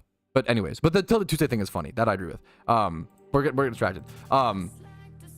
Fuck. What if you ever had a child, would you kick out your child when he or she reached 18? No. Is that even a question? I think if you do that, you're deplorable. I think you failed as a parent. Obviously, I'm biased. Shittiest job, yeah. The shittiest job I ever had was I helped my buddy and his friend install AC units. Oh my god. Having to get up on little ladders and saw through metal in these little circular, it was all under the table. I worked for 12 hours. It was grueling physical labor. I was like sweating and I cut myself multiple times. I had to deal with fiber. Yeah, the biggest thing was the fiberglass. You had to constantly touch and constantly deal with fiberglass. No gloves, no safety precautions. Oh my, it was brutal. And I went home from day one of that job in tears, in pain from the itching. Like my skin was red and bleeding out of the pores from all the fiberglass. It was horrible. I was just crying on the way home to go shower. It was in so much pain. Yeah, it was an under the table job. It was 12 hours of work. I got paid $40. That was the worst job I ever worked. I did that for like 2 days. They're doing it 15 years. My condolences. My condolences. I couldn't handle it, dude. I took my $40. I bought as much ramen as I could buy, instant mashed potatoes, and I gotta do something else. I'm not a picky person. I really will do any sort of nitty gritty, dirty work when my life comes to it. If I need, you know, I really do handle things. That job was inhuman. I love these streams. I like that you said more like a conversation. So much of PokeMMO is a very like background game. The same thing with RuneScape. RuneScape streams are very much just conversations, just talking a lot, you know?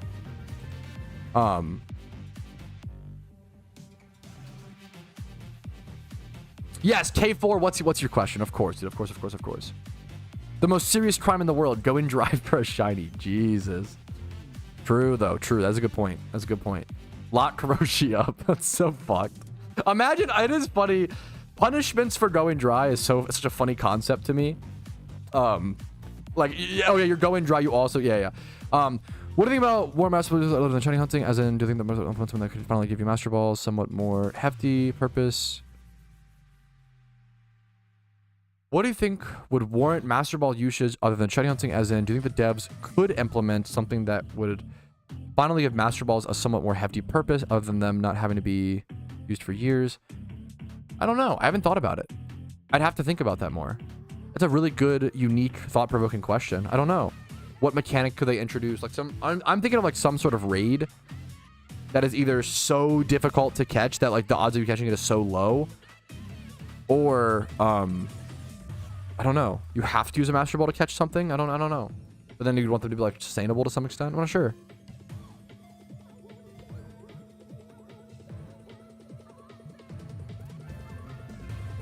Repeat ball is best for Dittos after catching 15. Yes, great question. Quick question.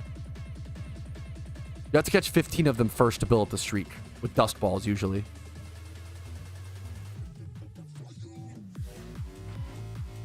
Okay, is Tilted? Are we done? Is Tilted? To be fair, like, has this really even been a Tilted Tuesday? I feel like it's been more of a passionate Tuesday, if you ask me. You know, I'm just saying. I don't think I've been that tilted. I think I've mostly been passionate. Dude, I actually really like the idea of that. X to sick. Someone asked, like, Patrouski, what do you think you could what sort of mechanic could be implemented to encourage players to use their Master Ball more often, as opposed to only saving it for that niche chance of you needing to use it on a shiny that you can't successfully catch? And someone said, what if Master Balls had a unique mechanic where Master Balls, you actually could use them in a time swift horde of Pokemon? So for those that don't know, you cannot throw Pokeballs until you've like singled out one Pokemon in a horde. I think it'd be really interesting if Master Balls could bypass that. It'd make it so that you could, number one, use a Master Ball to catch like shiny Gravelers with self-destruct without a Dampmon. Make that safer. Number one, you could utilize that very limited resource for that. Number two, people who are lucky enough slash unlucky enough to get 2 shinies in one horde, it would allow you to catch both. That would be super interesting. There's like a few niche things. I like the idea of buffing Master Ball in that very niche way. I think it would give it a little bit more usage in like the right amount, personally. Personally, I would just let it explode. Giga Chad. Craft 1 a year. That's interesting. Next, the entire horde with 1 ball. If it's tied to Master Balls, it'd be fine based on their current like limited. That would be fine.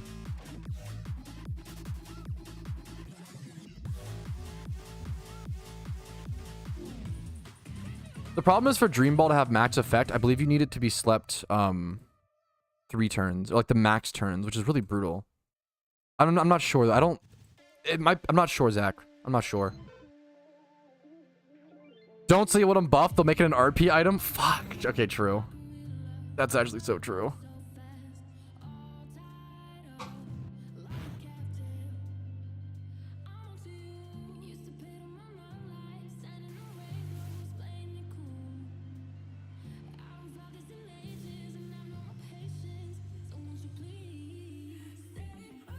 People in the Iron Man team chat, I believe, are talking about building Heatran teams. That's so crazy. Dude, that's so based.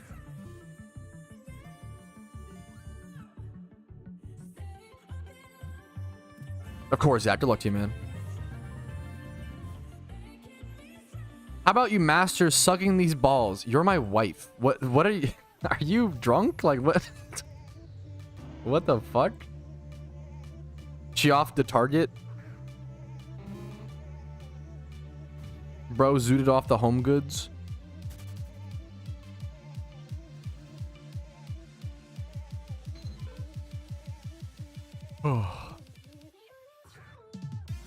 I don't know, Dawn. It's a great question. I'm sorry that I don't know. I don't. Whether chum buckets work in the Safari Zone. Maybe someone else will know. I would assume yes, but I don't know.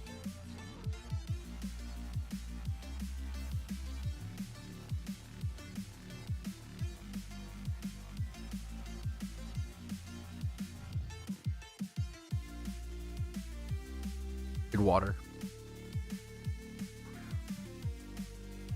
Those records value Master Balls wouldn't use it. Yeah, that's the problem, I guess, right? Master Balls are weird. They're not, but I don't know, not everything needs to be super useful in PokeMMO. That's also the other thing, but I don't mind the idea of making them more useful for sure. I believe it's from my custom strings, if I recall correctly, Kodiak. Great question. I can link you the video for the custom strings.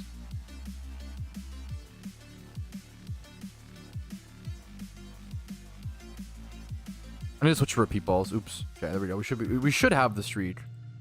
They already healed. I should definitely have the streak. How are you today? I'm pretty good, man. I'm excited for the fucking game and grind diamond this week, you know? I have 2 questions. The way to improve the chance of finding Entei other than swarm Pokemon. Expert lures are nice. Whoa! Woohoo! That's the best Ditto I've caught so far on the entire account. Holy shit! That's the best catch so far, boys. 166 Ditto. That's a catch event 3rd place. Well, maybe not in 2025. 2 times 31. That's a fat fucker. Jesus, Twitch chat. Okay. Haste also like, okay. Hasty's actually a good nature for this because this could be a mixed attacking breeder Ditto because it has the double attack stacks. That's a really nice Ditto. I'm going to name it God Breeder 3. It's a little wonkier than the God Breeder 1 and 2, but that could be a perfect like Blaziken breeder. Blaziken or Infernape is huge. Things like that. Lucario, that'd be a huge one. That might be honestly one of the ways to go. That's an amazing Ditto. Wow.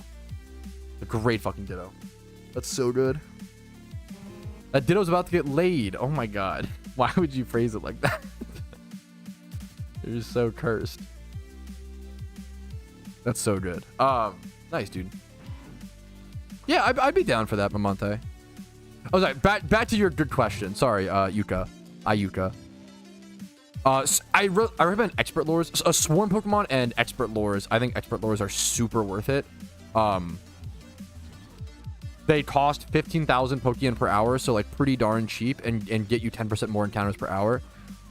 What Pokemon should I use? My Master Ball still got 5. What Pokeballs? I really don't recommend Master Balling. Master Balling a Legendary is super not worth it. If you find a Legendary and fail to catch it, you can just re-encounter it with a severely increased encounter rate of 1 in 500. So I would severely recommend to not Master Ball Legendaries. So there's also just too many Legendaries in the game. So if you literally can't Master Ball all of them, like it's not worth it. I wouldn't Master Ball them. I recommend timer balls are the GOAT. Timer balls are so good. The most important thing, the easiest way to lose a legendary encounter is it killing itself with struggle from running out of PP. So I recommend bringing a fast spore Pokemon and always being able to spore it. If it wakes up, spore it. You know, you run out of spore PP, Lepaberry that spore PP and keep sporing it, because it needs to be asleep, because when it's asleep, it can't use moves and it can't waste PP, and then it will stay, the fight will last longer. It won't kill itself. So, but sometimes players do get, sometimes it's very possible to get unlucky where even if you spore it constantly and you use all your timer balls, it still is just such a hard catch, you might not get it.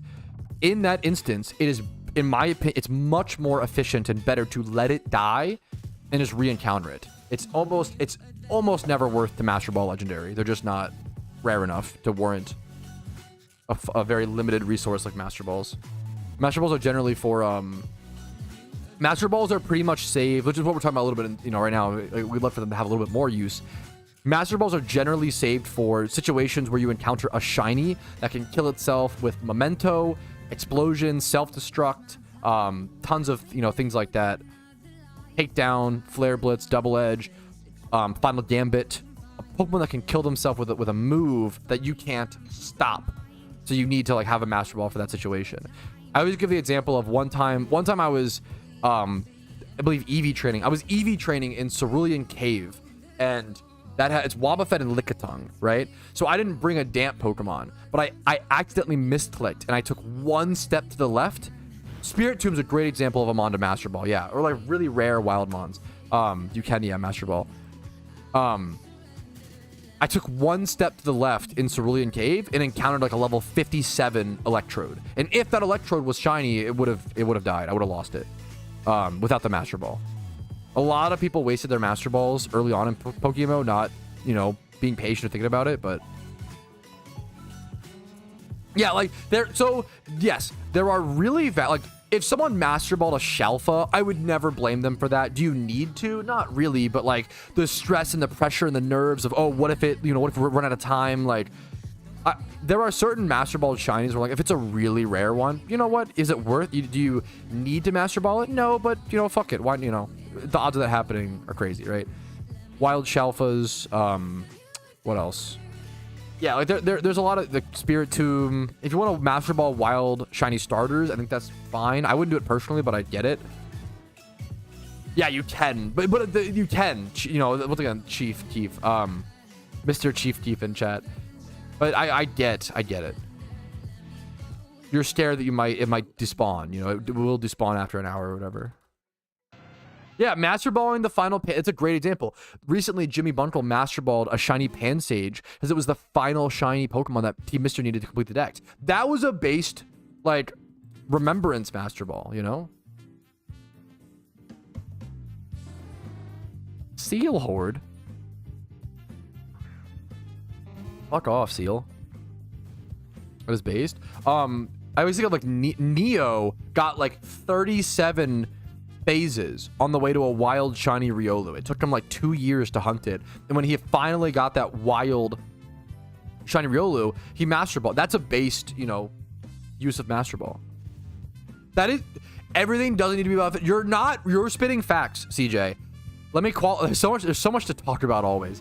Let me qualify with saying if you want to Master Ball a legendary because it makes you happy, do it. If you want to Master Ball a Bidoof on Route 1 because you will piss yourself laughing, do it. Like, I'm just giving you I'm telling you what is the efficient thing, and then you should adjust and change your strategy on what you want to do, you know? Like, don't do everything I do or say. Like, I do tons of things that are inefficient in PokeMMO because I enjoy them. They're fun, you know?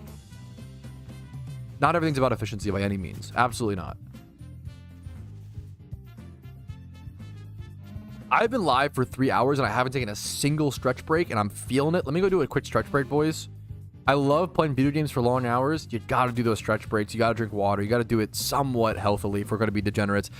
Especially as I'm getting up there in age, boys. I'm 27. I'm basically 1 foot in the grave. It's rough, boys, okay? So I'm gonna be right back. Give me a quick 5 to 6 minute, maybe? 5 minute stretch break. I'll see you guys in a quick sec. I will be right back. See you very soon. Thank you for your patience.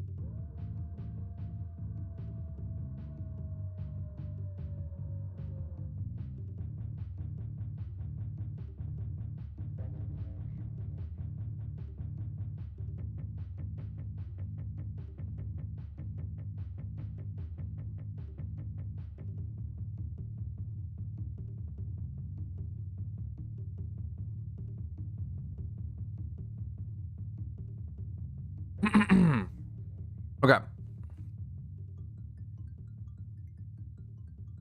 27,000 eggs hatched so far. That's so crazy. That's, yeah, wow. And Karoshi is like the best of the best, so don't hear that number and be like, oh wow, the average Pokemon player will hatch that many. Like, that's not, you know. That's not the case, don't get me wrong, but it's crazy that that's even possible, you know? You know what I can do actually, Doug? Doug, what's your let me know your IGN right now and be unbusy and I'll get you, okay? I think I can start deleting some, like this guy like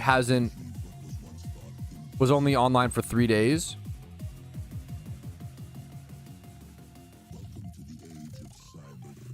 This guy like joined and then never logged in past that day he joined.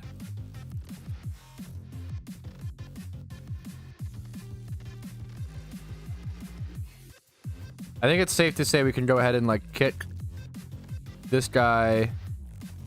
It's sorted by last online. Like this guy hasn't logged on, which is so fair. You know, a lot of people tried the Iron Man. It wasn't their cup of tea. I get it, man.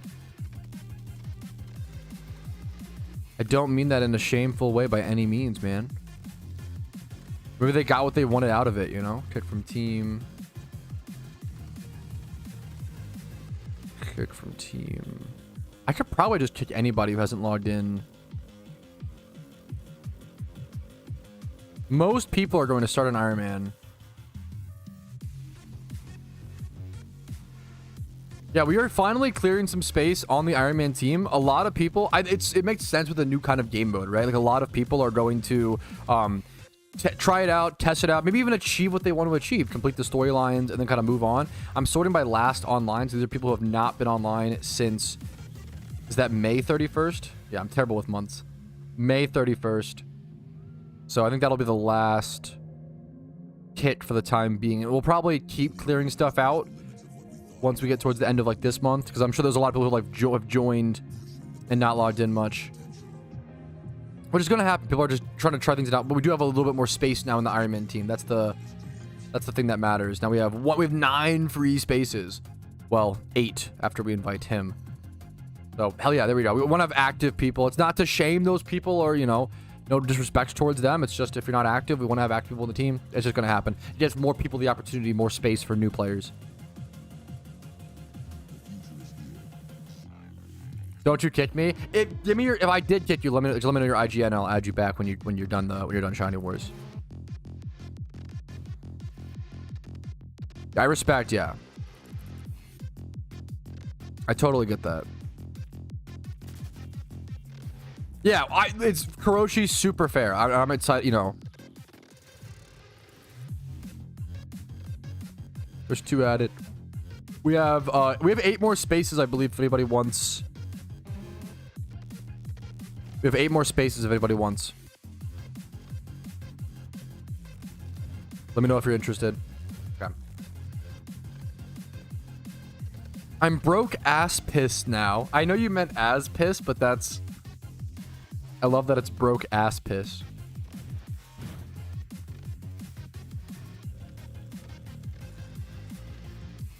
Got this bomb ass fucking granola bar. This granola bar with like strawberry chocolate chips and a chocolate drizzle. What the fuck is Fiber One cooking?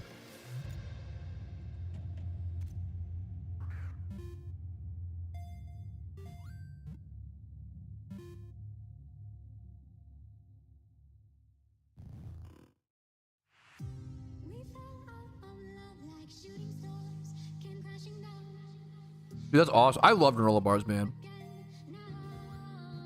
They ever like overrated for their healthiness? For like, they're not that. They're like, I don't know. I shouldn't.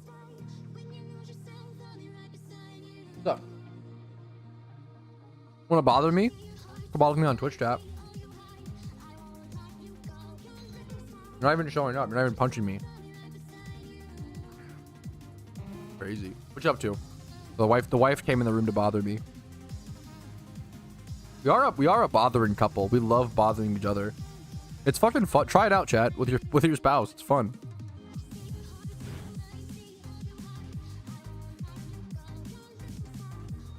Most base granola bar. Granola bars are great, man. They're covered in sugar. They're not like they were always advertised as like the healthiest on the go snack. I don't know about the healthiest, but like they're not bad. You could do a lot worse. The dense, complicated fucking carbs to break down and give you consistent energy throughout the day. A little bit of protein, but like not really. A fair bit of mix of vitamins to some extent. It could be a lot worse. It's a fair bit of sugar, but it could be a lot worse.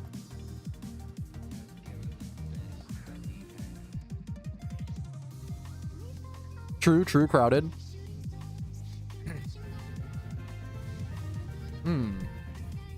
I don't know. I'll have to go check, Ken. Remember when I heal after this spore batch? I'm not sure. You mean K-poop mid hunters? Okay, that's so mean. Why is that so insulting? It's like so dumb.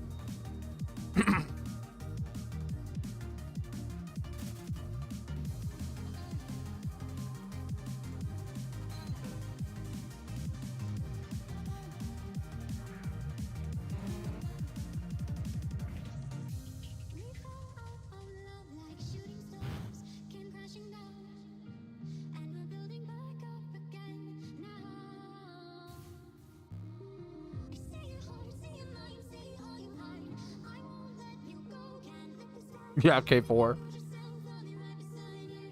What's up, Pocket?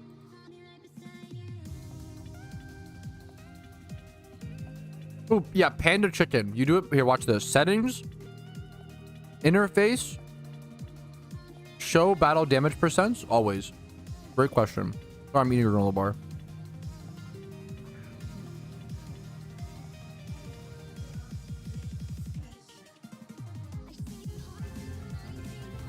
Why did 10 Chicken get timed out for that? Marco going mad with power. Typical. Typical.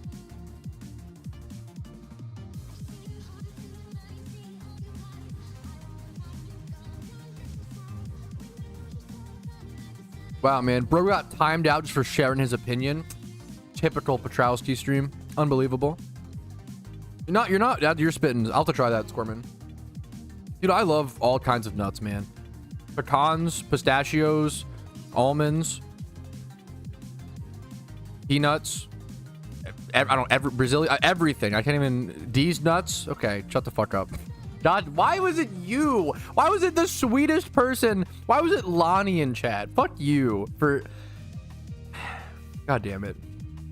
Imagine being timed out. It's a rite of passage. If you get timed out of my chat at least once, you're just cool. That's what that means.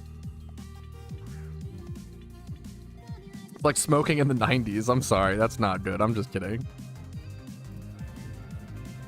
It's worse when like the sweeter. It's worse when the nice person is like gets on the like the your mom joke or.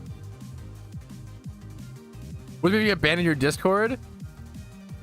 You could be unhinged or could have just been a rough day. Like if you get asked for I'm a big fan of unbans. Like it's really hard to not get unbanned by me in almost any platform or setting. Like you have to do something really. You'd have to like dox me or like even then I'd probably unban you after a year or two. Like I don't know. You have to like do something really bad to like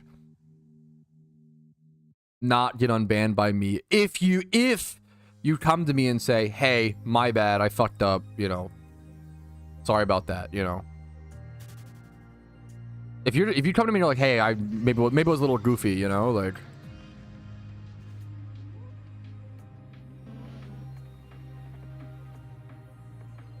I just don't get that many ban unrequests on Twitch. I think most people that I ban are just so unhinged. Most people that I ban aren't like regulars. They don't like care about the stream. They're just coming in to like troll for the most part. I'm pretty like, I don't know. I'm pretty lenient. I'm pretty lenient. Not everyone's gonna be like lenient Omega Law. Like I know a lot of people like think I ban like constantly, blah blah blah. Now, okay, you know what? I am way harsher on YouTube comments than I am on a live stream. If you say something dumb on a live stream, dude, it happens. I fucking get it. I say dumb shit all the time. Like, a live stream is like in live time, very fast, very high pace. Like, mistakes are going to happen constantly. If you leave a dumb comment on a YouTube video, whew, I will fucking ban you so fast. It is so annoying. I do ban for intelligence a lot of times on YouTube. If you say something super dumb, I might ban you on YouTube because it makes me so sad to read the comments. I don't want people in my YouTube comments that say the same dumb shit every day or like constantly are critiquing without or constantly like nagging. Yeah, YouTube comments are rough. And it sucks because there are some amazing people who just leave nice comments or good critique and good corrections. It's very, yeah, it's rough.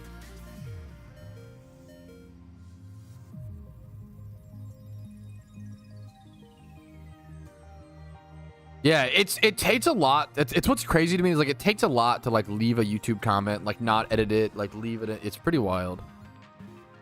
Banned on YouTube. So the way bans work on YouTube is you just hide the user, which I think is lame. I actually don't like the way that bans work. The way that bans work on YouTube is I just ran from the Ditto. Fuck. You hide the users so they can't leave comments, but YouTube doesn't tell them that, which I don't like. Like, they can still write comments and then click reply, and then if they don't double check, it doesn't leave it. It's kind of fucked up. I don't like that it's like hide or whatever. I'd rather YouTube just be honest and tell them, hey, like, he stopped you from leaving comments. I also wish there was better unban requests on YouTube. Think about it, it still gives you view stongs. I think that opinion, I get what you're saying, and it's an opinion that I felt when I was like 2,000 subs on YouTube. Anyone who's been a content creator for long enough, you very quickly learn it is not worth the mental drain to deal with shitty people. It's not, and not even that, but like if you don't hone your community to like not your beliefs, but just like to be decent human beings that can have discussion. If you read my YouTube comments, if you read my stream comments, so much of what we do is debate and argue, and we have so many different people in my community who have very different opinions, and that is very encouraged here. However, it's all about how you present that opinion. That's the biggest thing, right? And it's hard. It's you know, sometimes things get really impassionate. I'll say an insult or someone else will say an insult and I make mistakes and people, you know, I don't want to deal with people every day who make me sad to read their YouTube comments or vice versa. Like, the biggest thing that I used to never ban when I was 15 years old. I had the philosophy of I never want to ban people from my I was anti only timeouts. I never want to ban anybody. And as I got older, I was like, this is so stupid. One of the biggest things is you realize it's not only hurting you. Even if you can tank the negative comments, you're going to turn off the good viewers from watching your content. It's really sad when I go watch a great YouTube video and then I scroll down and all the comments are like super negative or unhinged. I am less likely to watch that YouTuber again, which sucks. But if you develop like a shitty audience, it keeps out the more shitty shit that accumulates, the more good you're keeping out. Does that make sense? Yeah, for sure. Well, so it's a blessing and a curse. Do you overthink a lot of negative comments? I heavily reflect on them because I've always hated the sentiment of, oh, dude, like some people are just gonna hate, they're just gonna be jealous, like blah blah blah. I've never liked that sentiment because I think it's a way to like avoid critique. The hardest part, my job is amazing. I love my job. It's one of the most fulfilling jobs. I couldn't imagine myself doing anything else, okay? But the hardest part of being a content creator is that balancing that fine line of accepting critique and not becoming a victim, because I'll explain more, but it's really hard not letting yourself become a victim, but then also blocking out the unintelligible, unhelpful hate. It's the hardest thing. Deciphering what comment is a good critique and what isn't is the hardest part of being a content creator. And you have to like constantly figure that out and stuff. It's a constant battle of what comments do I listen to? What do I let in? I over-reflect on everything because I never want to be shutting out negativity just because it's negative. There could be something really good there. Like someone recently, a great example is someone recently left a comment on a video on my I think my Unova storyline guide, and they were like, hey man, I usually love your videos, but this guide was really hard for me to follow. I feel like there was way too many cuts and just made it harder to like follow along the thing. And I was like, that's super fair feedback, I really appreciate that. And he was like, wow, I really appreciate you like being so like a lot of, you know, so responsive. A lot of YouTubers like are really defensive, and a lot of YouTubers do get really defensive for good and bad reason, right?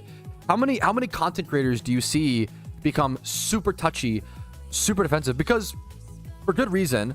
A lot of content creators' job is getting online and then getting critiqued by and backseated by tens of thousands of people every day, if not hundreds, or if not millions, right? Like I can't imagine. I'm really lucky I'm a small creator. I can't imagine being a bigger one or much bigger. I don't really want to grow. I never want to be beyond 300k subs on YouTube. I think 100k subs is about where I want to be on YouTube. I don't really want to be much bigger. And you reach a point where like I want to be financially sufficient, and so I ran from the fucking Ditto and have a really cool community of cool people. I don't want to be as big as possible. I don't want that. It's not worth it. Yeah, that exactly. But yeah, you're not wrong, Rusop. They just stopped reading comments, which is like, yeah, a little sad to me. What was I trying to say? Yeah, but like it's even if so, the meme is, and I'm really hard. Dude, it really is crowded. I'm really lucky. My community is fucking amazing. It is like a very unique part of the internet, in my opinion. Like, I feel like we are actually able to have like mature conversations and like, yeah. Growth is inevitable, but it's what raid and yada yada yada. I mean, you can definitely do things like make less appealing titles and thumbnails to like delay growth if I want to. I'm not there yet, thankfully.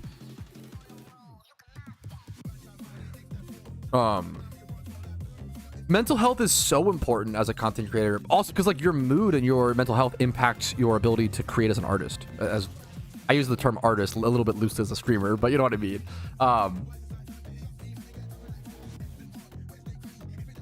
Yeah, I've always liked that, Ryan. I used to watch a lot of small streamers on Twitch.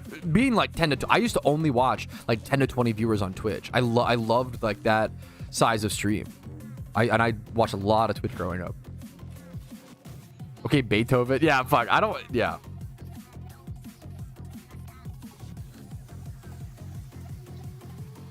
I feel like I'm almost, I don't know, it's weird. Being a content creator is like almost I don't know if this is a real thing. You're almost a social artist more than an artist. Does that make sense? Well, it depends. I'm not an artist the same way an animator who's making, like that's like an art, you know?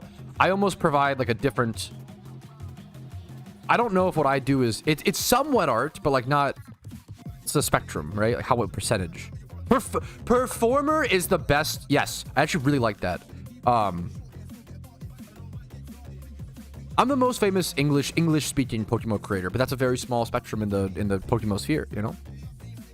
Not stupid at all, Jordan. You can actually check the Pokedex, and so for example, right now you can get like Articuno no locations. If you go to Zapdos, it'll say mine's already captured, so it'll start, but yours might say like available in the wild or whatever. I don't know about art, more like a fart. So true, King. Yeah.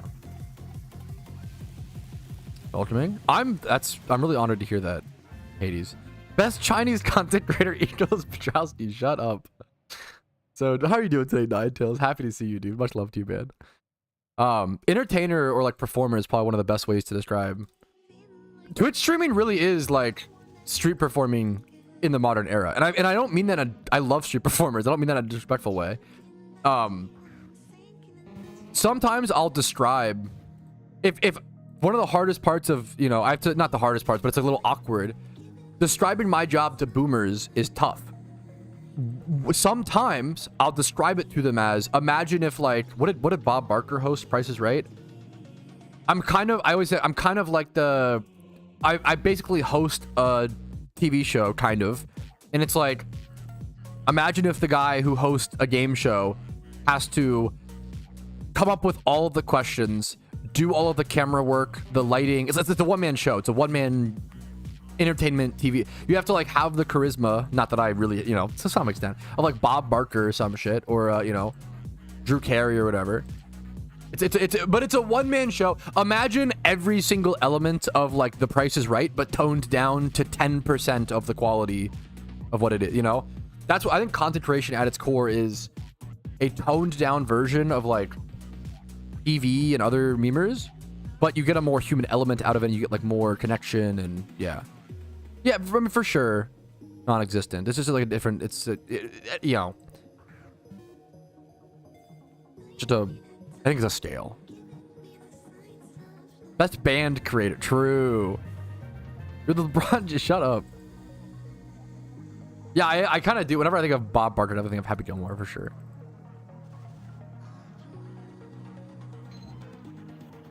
What you do is one of the most complicated forms of healing from eternity. When you looked at a former doctor's charges as a place in my healing, you do something else. Cringy. Becomes cringy. Okay, you're too sweet, Blaine. Shut up. But thank you. You're very sweet. Goofball. I love it too. Pokeyen? No. Well, I'm on the Iron Man account, so definitely not as well. I appreciate the offer, but I'm chilling. Bob Barker crashing out. There is that infamous clip of I think it's Bob Barker. There's that infamous clip of that one girl trying to write a price, and she keeps like, she just like doesn't do it. How do I explain? Like, okay, probably could find that. I'm gonna get copyrighted for that. Bob Barker frustrated at girl. There is a clip where he's like, you used the number twice. Like, he's like so mad. He's not that mad. The girl was just very nervous. She was on TV. She just like, yeah. I'll link the clip. It's like a 5-minute. I'm not gonna watch that, but I'll link it for those who know. So they don't know what I'm talking about or whatever. There's what I'm referencing. She has like 5 numbers. She's supposed to like write a number, but she just keeps like crossing it out, and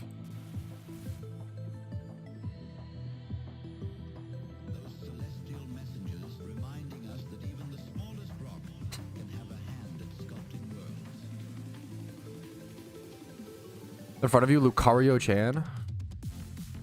Good luck on your Entei hunt or whatever you're doing. That would be a group. No, I'm not a group Iron Man on this. There are at least one group Iron Man, I believe. I'm not a group Iron Man. That would be a group Iron Man, and I'm a normal Iron Man, like an OSRS that can't trade with the other Iron Man. But yeah, you bring up a great point. So Iron Man isn't an official game mode in PokeMMO yet, and while it's not, you absolutely can run off of your own restrictions, and I encourage people to do so. I have mine, right? But if you're wondering all my restrictions, I have my first Iron Man progress video goes over all the restrictions that I have. I probably will. So I actually might need an E4 run team to farm BP, Kusei. I'm not sure. I have been enjoying the Battle Frontier grind. Okay. Scrandle. It's been a sec. I love your Cranidos, Taroshi. Congratulations again. I'm gonna switch spots in a sec.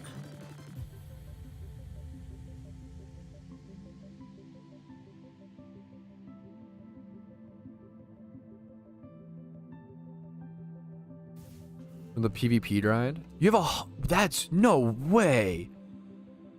No fucking shot you already have that on your Iron Man account. Can you send me a screenshot of that, Xerix? You can't just drop. That's insanely impressive. Dude, there's some Iron Man. I am not it's actually crazy how fast people surpassed my Iron Man. People are doing some crazy shit, man. I believe you can. Yeah, Seeds, I believe you can.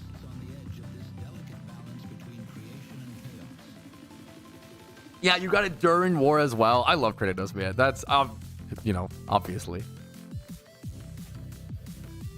I'm an egging. I really enjoy. I'm really excited to like properly egg hunt on. I've been kind of doing it. Like, I've done 206 eggs. I'm working on it, man.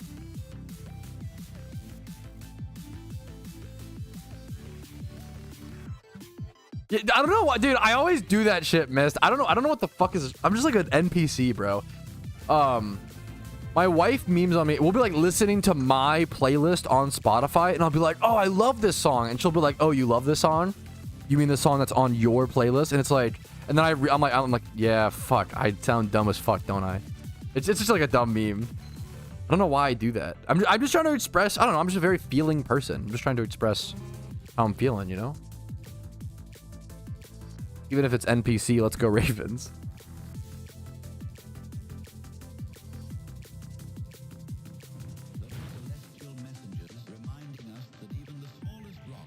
Dude, this is actually insane. Dude, this is actually crazy to me. I can't believe how many Ironmen have been grinding so much harder than me and have like surpassed my Ironman within the past 2.5 months. This is Iron Xerix. He has 100,000 BP. 100,000 on his Ironman account. That's insane. That is so crazy. I think I get like, for reference, that would take me like 50 hours, I think, if not longer, of grinding at Battle Tower. And he's gotten it through PvP, which I think takes longer. But that's insane. Dude, just congrats. That's so impressive. That's so, what a cool Iron Man. I'm so thankful for some of the screenshot. What a cool Iron Man achievement. That's amazing. They got it through PvP, which is fucking crazy. What are you playing randoms or what are you playing? You're playing OU? How do I first order guard unlock the in order to unlock the passage? Do you mean the are you in Kanto, Lee? Do you need the T? Catching Dittos while going for it, so no, lures are not people. But if I am purely going for Entei, then yes, I would use lures. But I'm Ditto farming while going for Entei, which slows down the Ditto hunt tremendously. Cover some randoms today. I don't want to jump back into randoms until... What's the reward right now? I don't think I need a Swampert. Well...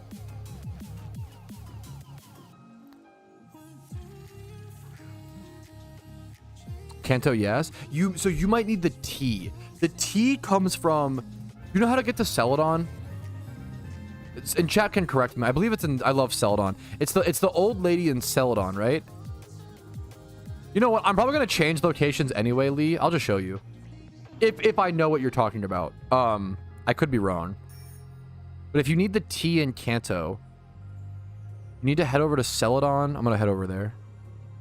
I've been playing Pokemon since 2013. What's up, Mac? Long time, man. On and off. Not, not consistently. If you need the T... Every 3 months, the season changes. If you need the T, I believe you get the T by heading over to Celadon and walking inside this building. Yes, and talking to this old lady. I believe she gives you the T. Yeah.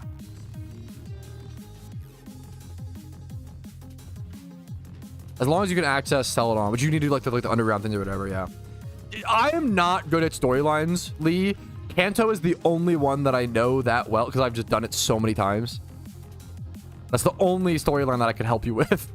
So I was lucky you asked, And I've always said I grew up with the Kanto storyline, bro. The Kanto storyline might be the most convoluted. It's such a weird, I only know where to go because I grew up with it. I feel like it's so convoluted. It's like actually a really hard storyline to do for the first time in 2025, or if going off of memory. Yeah, I'm just used to it. I'm definitely a Gen 1 boomer. Sinnoh is also... Yeah, I agree. I mean, so I wouldn't consider that... As soon as you start buying or selling stuff or trading, Blaine, I wouldn't consider it an Ironman account, but there's things like Bronze Man, or I would create your own name for it, and I would it's a similar game mode, which I think is important, but if you're as soon as you break the big rule, even for just vanities, I think as soon as you break the big rule, I think you got to change it to a different, Copper Man mode, whatever it may be, whatever you want to do. Plastic Man, yeah, fuck. I respect, the whole point of you should do self-imposed restrictions while you can, while there's no official game mode. It's beautiful, How I need this. How difficult is Wormadam to get? Should I go catch this? Probably.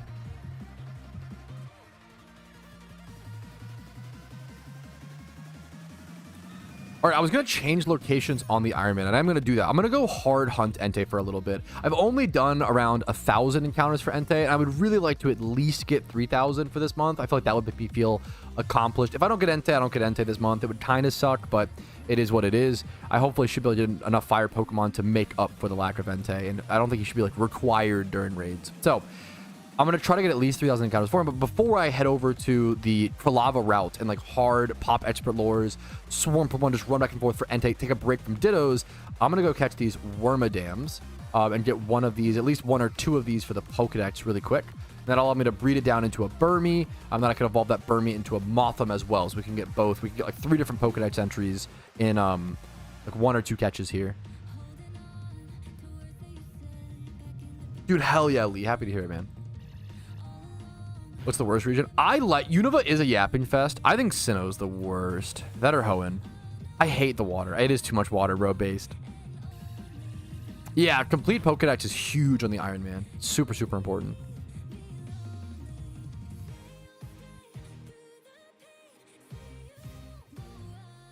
Dude, I played Johto blind from scratch. I really liked it, but I could see an argument. I really liked Johto. I was shocked. I don't really like Pokemon storyline runs, but people always say like, oh, Hard Road to Silver is so good, and I was like, I don't know, I don't really like storyline runs, and then I was like, oh, this is actually fucking great. I've really enjoyed it. I mean, Dusk Ball or Net? Does Net even work here? It's Bug, right? Yeah. Oh, I should have Net, but whatever. I'm gonna catch what? No, I didn't work. Wow, tough catch rate. Tough crowd.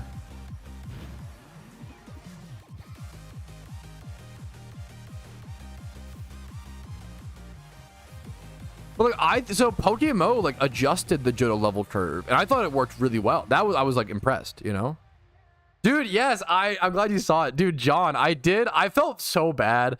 I did beat Spidget yesterday on Metrodome Monday, but it was a lot of fun. It was so fun. I did clean him out for 1 mil. I'm gonna netball. I can netball here 3.5 times.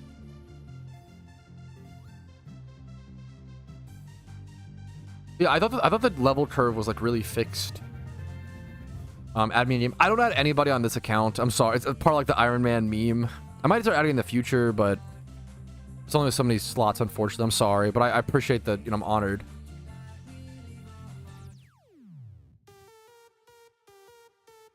He farmed everyone after. Is that okay? If Spidget went on a win streak, that makes me so happy. I'm happy to hear that. If that's so based. That's okay. Hell yeah. I'm happy to hear that. Deserved. Dude, yeah, that is so based and fair, G-Stra. The Iron Man account is for people who are psychotic enough to be like, I don't think PokeMMO is grindy enough. Like, it's not for everybody. It's so fair, You can't... There's only so much time in life. You can only take so many things seriously. So, as I get, every day that I'm realizing more and more every day that I spread myself way too thin, and I think I'm causing my own problems, and I need to start saying no to people or start like backing off of certain hobbies. There's so many things. I am really lucky to be a very passionate person. I love so many hobbies in this world. I love knitting. I love playing video games. I love reviewing video games. I love playing retro games, playing new games. I love, scripting and writing and documenting and learning and research, and I love collecting. I love trading card games. There's so many. I love there's so many things I want to do. Streaming, yeah, like YouTube, making videos, like even just like when it comes to YouTube, I have like a million different YouTube channels because I love making videos on different topics. I love I respect that. I respect that, King Thomas. I love the name. I have, you know, I have Patrouski where I make PokeMMO videos. I have Retro Pat where I do other like video game content. I have Patrouski MTG if you're into Magic the Gathering. I have a new Magic the Gathering channel I've been really working on that I love so much. I've been getting back into. I have People Fat Food Taste, which is like a food, you know, I do I love been really into movies recently. Like, there's so many cool things that I want to do in this world, and God, there's just not enough time, which is a beautiful problem to have. Let me add. I would so much rather be busy than bored. Is something I always say.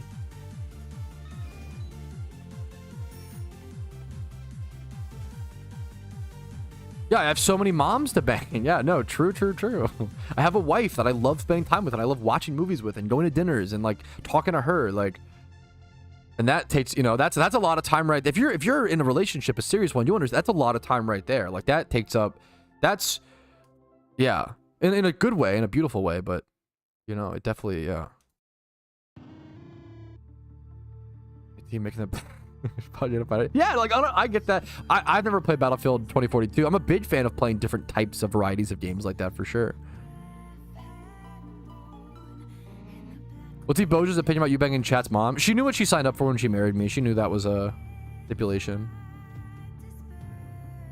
Why is infertility so expensive? Great question. My guess would be that the only way to achieve it is to use a hidden ability patch fire. I think that's what it is. For certain Pokemon, so the only way to get a hidden ability Infernape is to buy a fire patch and put it on. And then some people might just like be upcharging. Let's see. Yeah, like this sounds about like for the stats and the hidden ability, this sounds about a correct price. You're paying 110k just for the and Infernape is a good raid Pokemon that's coming up. That'll be relevant. I need to catch some Chimchars. Thank you for reminding me. Yeah, fire patch like 100. Yeah, there you go. That adds the price up.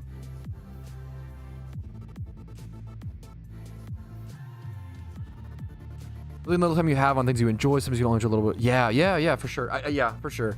Also, like, yeah. I don't know what the also was for, but yes, agreed.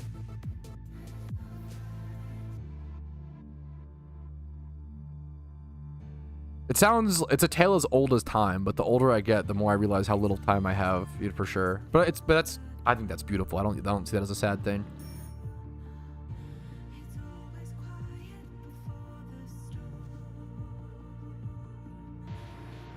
Also, you're actually wrong. Wait, what? Why? Is that just me, man, or what's the? I have no idea. I need a Dampmon here, actually. Let me read this up. Like, come on, just let people know on Chipjar. I have all the IVs plus nature. Yeah, what I would do is go ahead and breed up a good Infernape, and then once you have the breed done, throw on the because there's no need to throw on a hidden ability patch and then maybe like make a mistake or mess up the breed or something like that, you know? Can't reveal trade secrets. Wait, about what? Wait, what did I even say? Yeah, a whole lot of stuff, not a lot of time, yeah. Even just like, dude, imagine you're a big movie fan, a big movie buff. There are so many movies in this world that are like must watch in my opinion. Or like niche to like you just can't, or like video games. You just can't get to everything. I've played so many hours of video games. So I've played, to be fair, I put a lot of hours into singular games. That's what I'm, kind of known for. I put 20,000 hours into old school RuneScape. I've put over 10,000 hours into PokeMMO.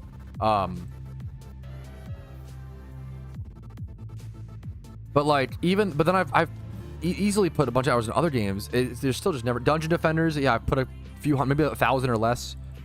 Probably like 500, 500 to 800 ish. With not Steam plus Xbox 360 or whatever. There's just so much to do in this world, and it's beautiful. It's a beautiful thing, man. It's a beautiful thing.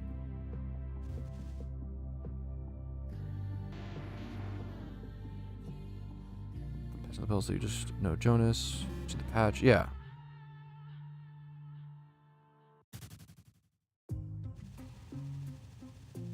Dude, unironically, Xerix, secretly one of the hardest parts of the Ironman account is how much XP trading you have to do.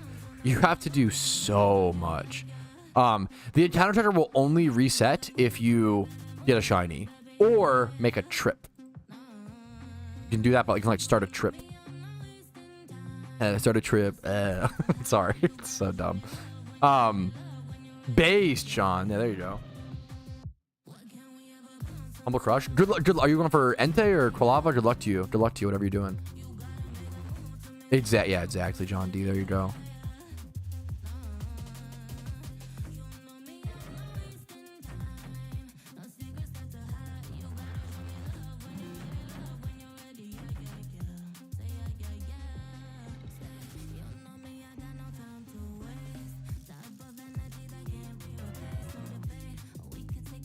We're from Special Attack EVs. What region are you in? I should have EV training guides for each region if you want to see a video, but that's a pretty... I probably couldn't have an answer. That's a pretty quick answer.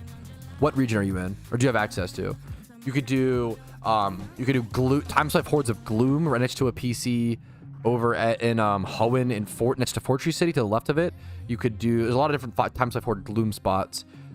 Golduck works.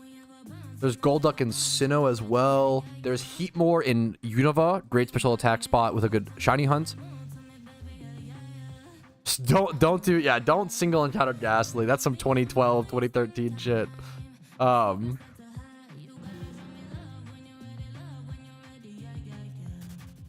have the trip on now. Fuck. I do want to, try to count how many encounters I get towards Entei.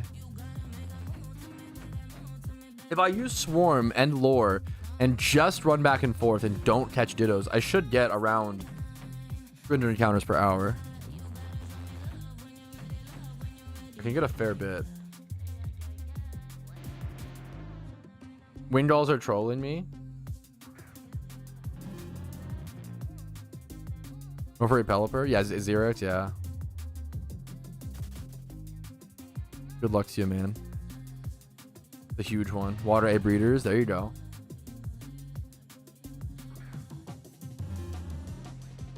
I'm going to reach a point where I'm going to have to sit down and just catch breeders for my breeders to clear up space. Or, okay, a message to other Iron Men.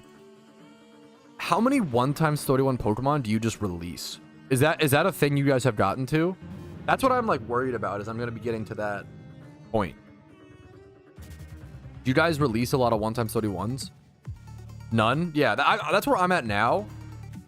I just breed them. How do you always have the breeders match? None of my fucking breeders match, dude. I don't understand. Do I just suck at the game?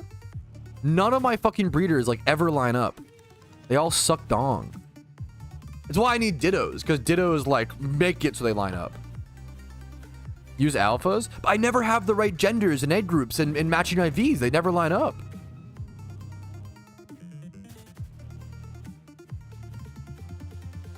Let's say a genderless? Is it literally just like the wide array? Like I can show you guys like, yeah, bridging groups like that, like Yamask into like Chaos and Mineral is so smart, stuff like that.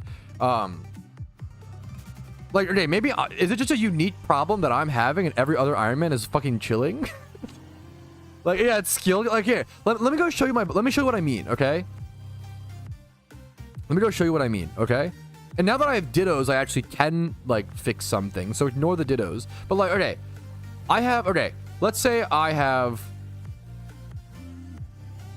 We'll do what egg group? Someone name a random egg group. You can name the most common one. And maybe I'll have one and it'll be a shit example, but, you know. Monster. Okay, monster, right? Okay, 31 attack, monster. Keep in mind, I have... Right now, I have 1, 2, 3, 4, 5, 6 boxes of breeders. 6 fucking boxes, right?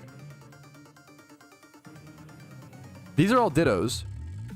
The only monster egg group breeders I have with 31 attack, I have 3, 4, 5. And wait, these are all 2 times. So I can't use these with another 1 times. I literally only have a single monster egg group breeder with 1x31 attack. How is that possible? How? I have 6 boxes of breeders. If I were to try to make a 31 attack, 31 speed monster breeder, I'd have to use a Ditto. Kangaskhan's female only. Everything's 2 to... I would have to use the Aeron and a Ditto. I don't even have a single 1 times 31 speed monster egg group breeder. How is that possible? How does this, am I stupid? It's like, yeah, but like, yeah, chat, that's where I'm at. Chat, I have to get so many Dittos. Not catching enough. I have 6 boxes of breeders. I have 6 boxes. All my egg groups are split up so much. It's so fucked, man. Yeah, I'm in Ditto jail because I can't line anything up. Nothing fucking lines up, dude. It's crazy. Let me look up 31 speed. Like, how many 31 speed? Female only. Hide female only. Can I hide genderless as well? We have some breeders. Okay. I have a lot of field egg group breeders. I just don't get it, man. Let's do like 31 speed plant. Okay, we got one male here. Okay, let's say I have this 1 times 31 speed oddish. Okay, let's look for a matching 31 spatak. 31 spatak plant egg group gender female. Do I have this? Okay, I have one matching breeder. I have one. Like, I could make one 2 times 31 spatak and speed plant egg group mod. That seems fucking horrible to me. How am I so? How do I not have anything that matches? Am I stupid? I think I am stupid. That's what attack more. Okay. We're always gonna find an excuse. What's an example, chat? Field is the most common. We have fields. We're always just finding a cope here. Cope. Fields I have some fields, but field is the only egg group that I have a fair bit of, right? Bug is a common egg group that needs spatak, okay? I've got 3, okay, some bugs, poggies. Okay, bugs, we have bugs. We have dwebbles. What if I do 31 speed? Let me check. Are all of those... Okay. All 3 of these are male. I think I've done this before and found out that I actually couldn't do a breed. This one's 3 times 31. All of my bugs that have 31 spatak are all male. Okay? All 4 or 5 of them. So, easy peasy. Let's just find a breeder with 31 speed that's female, right? Surely we can do that. Okay, we actually do have one, so I suck. I'm just bad at it. I'm learning that I suck at the game. Is what I'm learning. That's all I'm trying to say. That's the main point I'm going to get across. I'm flabbergasted that I have 6 boxes of breeders that I've kept. And it is so hard for me to line anything up. I always have to use... I have to just go catch Dittos so I can bridge the gaps, man. Dittos is the glue, man. Soldating guide? I would fucking love that, Veggie. I'm sure that I need to learn more about organizing my breeders on the Iron Man. I'm sure I could learn a lot about that, you know? Just brace the extra step. But that's not even, that's even that I can't even breed 2 times 31s or I still don't have, you know? It's crazy. But I agree with, I get you. With the Bidoof tip? Is there a good, common field egg group breeder? What's Bidoof's egg group? Is it field and water A? That's a good one. I do a lot of Magikarp for water A. That's a water A dragon. Bidoof is probably great. Carnivine's a tough one, absolutely. It's only available in the... Yeah, I respect that. Probably just nest ball Bidoof all day as well. Dude, yes. Xerix, yes. Dude, that's so fucking real. I can't believe you have that. That's insane.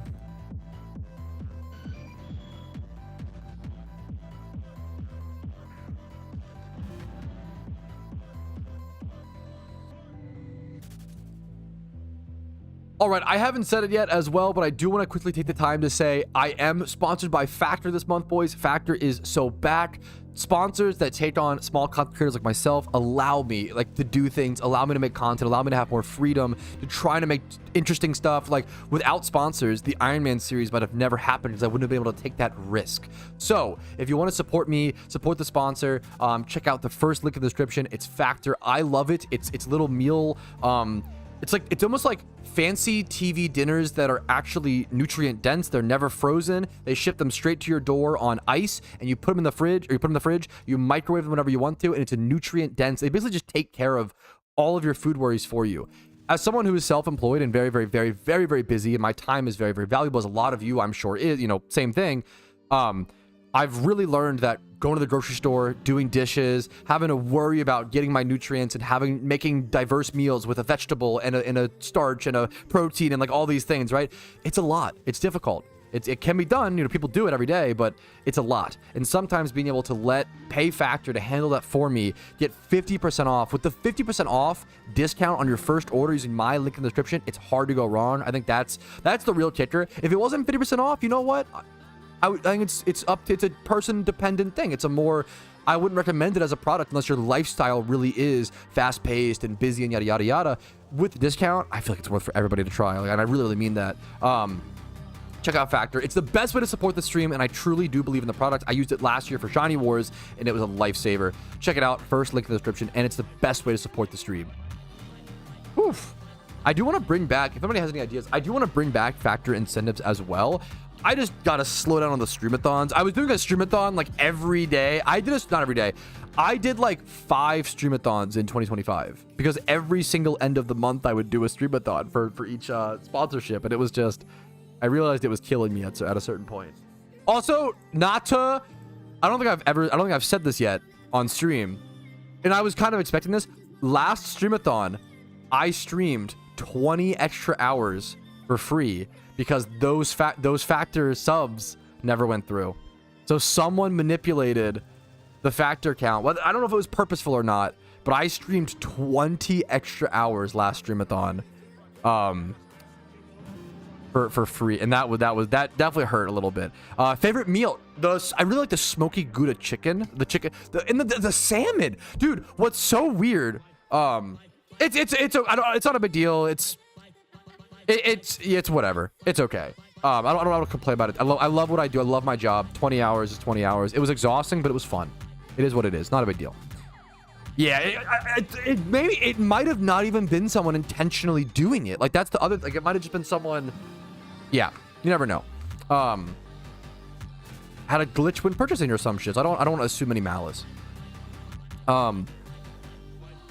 So, dude, my wife, who's kind of not super picky, but a little bit picky with food, and I agree with her. She loves the salmon. It's so weird. I would never expect microwave salmon to be good. If someone told me that, I would be extremely skeptical and be like, okay, all of your food takes are now on hiatus. The Factor salmon is really good. I don't know how else it's really fucking good. I don't know how they do it. The Factor salmon is much better than a lot of salmon I've had at restaurants, and it sounds so silly. I miss Factor. It was very good. Like, once again, with the 50% off, it's hard to go wrong. It's such a good fucking deal. With the 50% off, I think it's super worth it. After the deal wears off, I wouldn't blame you for canceling. I respect it. I get it. I think with the 50% off, it's just a good bang for your buck. Good. It's a good value in my opinion. But obviously, yeah. And I'm pretty frugal. I'm pretty like penny pinching when it comes to, especially with food and groceries. So it might be Bazooka, but you might be able to. It probably is too late, but you could maybe create a new email or do something to maybe. Sometimes if you like make a new account, you could not abuse that to get the deal, because that would be very wrong. Okay, there you go. Did bring research that thoroughly? I would love that, Veggie. You've been fucking on top of the game mode, dude. I would love that. In Discord DMs if you don't mind. And if I could show it off on like an Iron Man video, I would love to do that. And I'd love to give you credit if that's okay.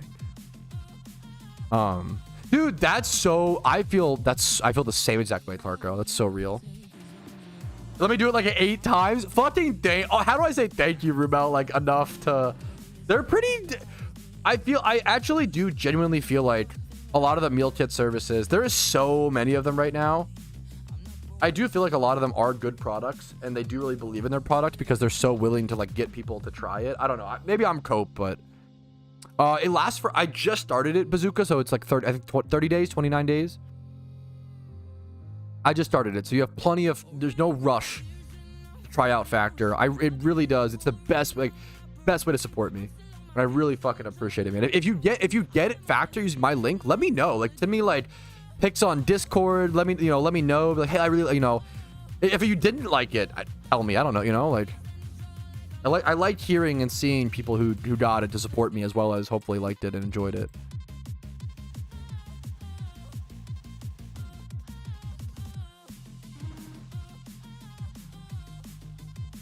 All right, a 4-hour stream filled with yapping, dude. I feel like I just didn't shut up today, and that's the Patrouski Classic. I hope you guys enjoyed as per usual. Thank you for watching. As always, thank you for your time. Like the video if you enjoyed it. Dislike if you didn't. Subscribe to the channel for daily PokeMMO videos every single day. I do upload every single day. Follow me on Twitch for streams Monday through Thursday at 12 p.m. ET. Discord's down below if you're interested in that. If you want to go above and beyond and support the content, YouTube memberships, Twitch Primes, Twitch subs, PayPal and Venmo, and Factor. First link in the description. Thank you all who go above and beyond and support me. I couldn't be here without you guys. It really does make the difference. I hope the content, I hope the guides make it worth it. That's all I can ever say. And I'm going to keep trying every day to be better and better and better, make more guides, make cooler content, and grind on the Iron Man as well. I'm going to keep hunting for Entei. I'll see you guys later. Have a good night. Good luck on your grinds. And for now, peace, Reno. I'll see you tomorrow. Woof. That was a good... today was a good stream, man. Thank you for the sub, Miss. What the hell? Before I go, jump scared Pog. 29 months is insane. Thank you, Miss. Jump scared by an ad. It was a fun stream, man. I hope you guys enjoyed. We're going to raid someone on Twitch. I feel like this was a very passionate Tuesday, but not like a too angry of one. I think it was good. I liked it. Hope you guys had fun. We're gonna go raid. Is Energy live? I think Energy's live. Yes. We're gonna go raid the king, the man, the myth, the legend, Energy. He is popping the fuck off in the PokeMMO space. Give him some love. I'll see you guys tomorrow for a beautiful Wednesday. Peace, Reno.